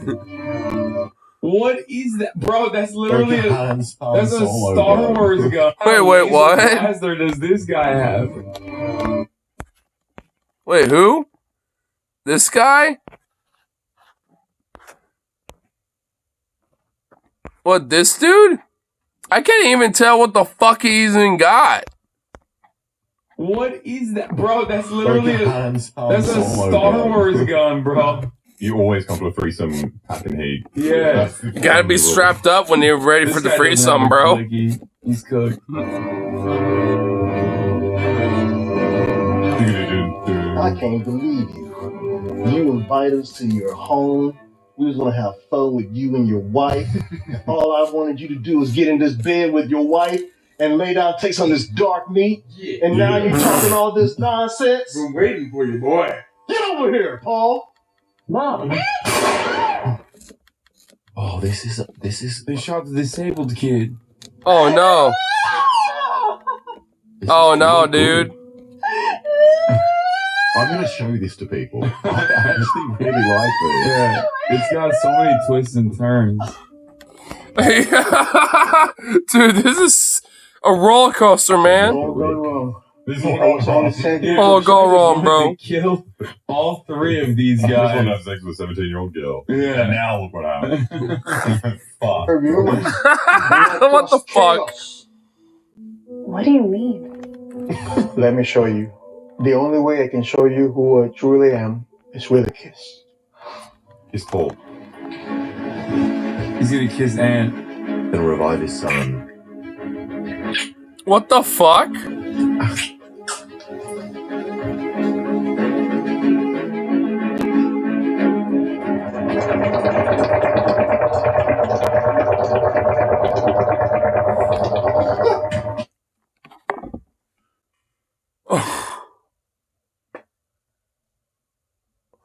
That's the twist? He's an alien the whole time? I don't like it anymore. I come from planet Utterine. What have I noticed? Earth is miserable. You are all doomed. People take everything too seriously. Men Yeah, are they talk about age of consent and things like. He's from the libertarian planet. Dude, he's from Libertariatopia, dude. Libertariatopia, bro. He's from like, bro. He's like from Libertariopia. Like he's from like the land of libertarians, dude. Oh shit. but weaklings. What? They are cops, like Canal and Sneaker. What?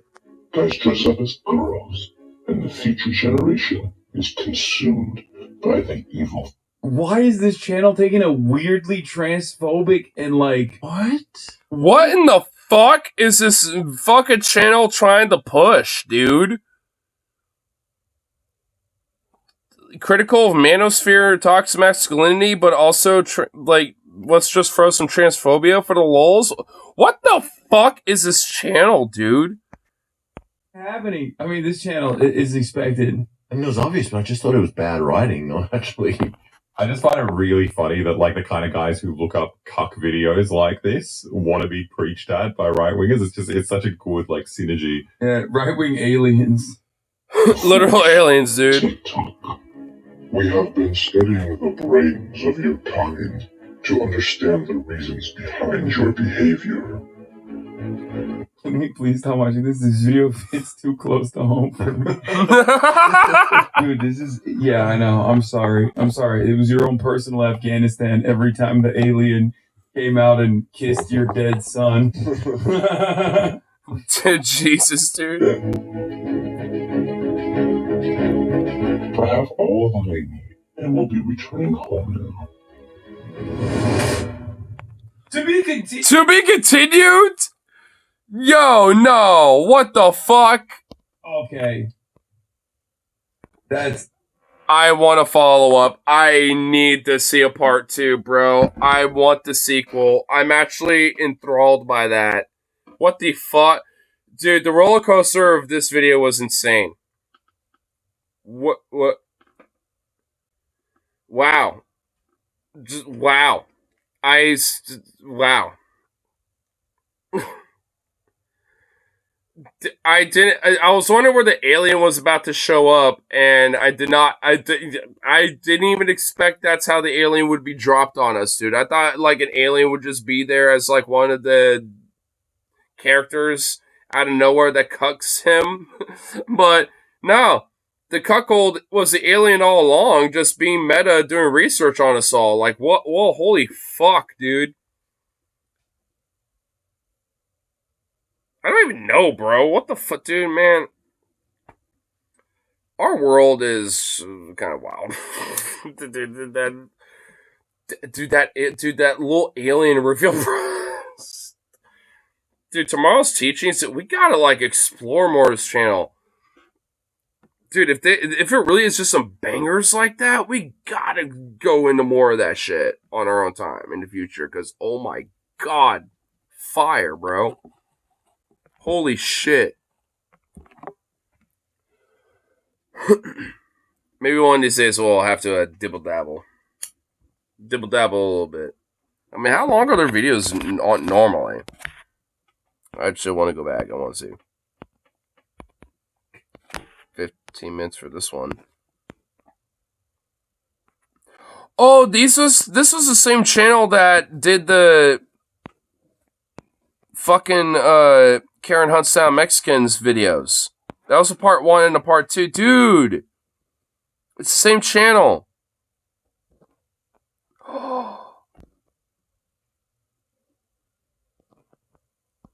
Yes, we gotta explore more, bro. Dude, they got one called Special Needs Girl Loses Her V Card. She loves... Okay, you know what? Yeah, we gotta look at that. Dude, there's so many of these. Dude, the titles. Okay, yeah. Oh my, yeah. Oh my god. Yep.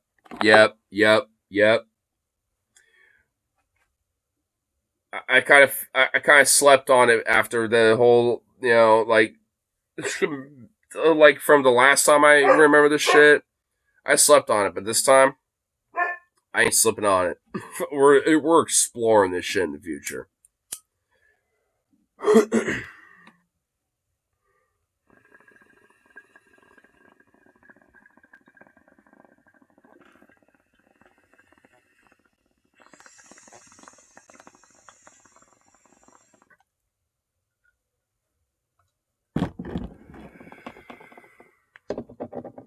But anyway, at least got good for now.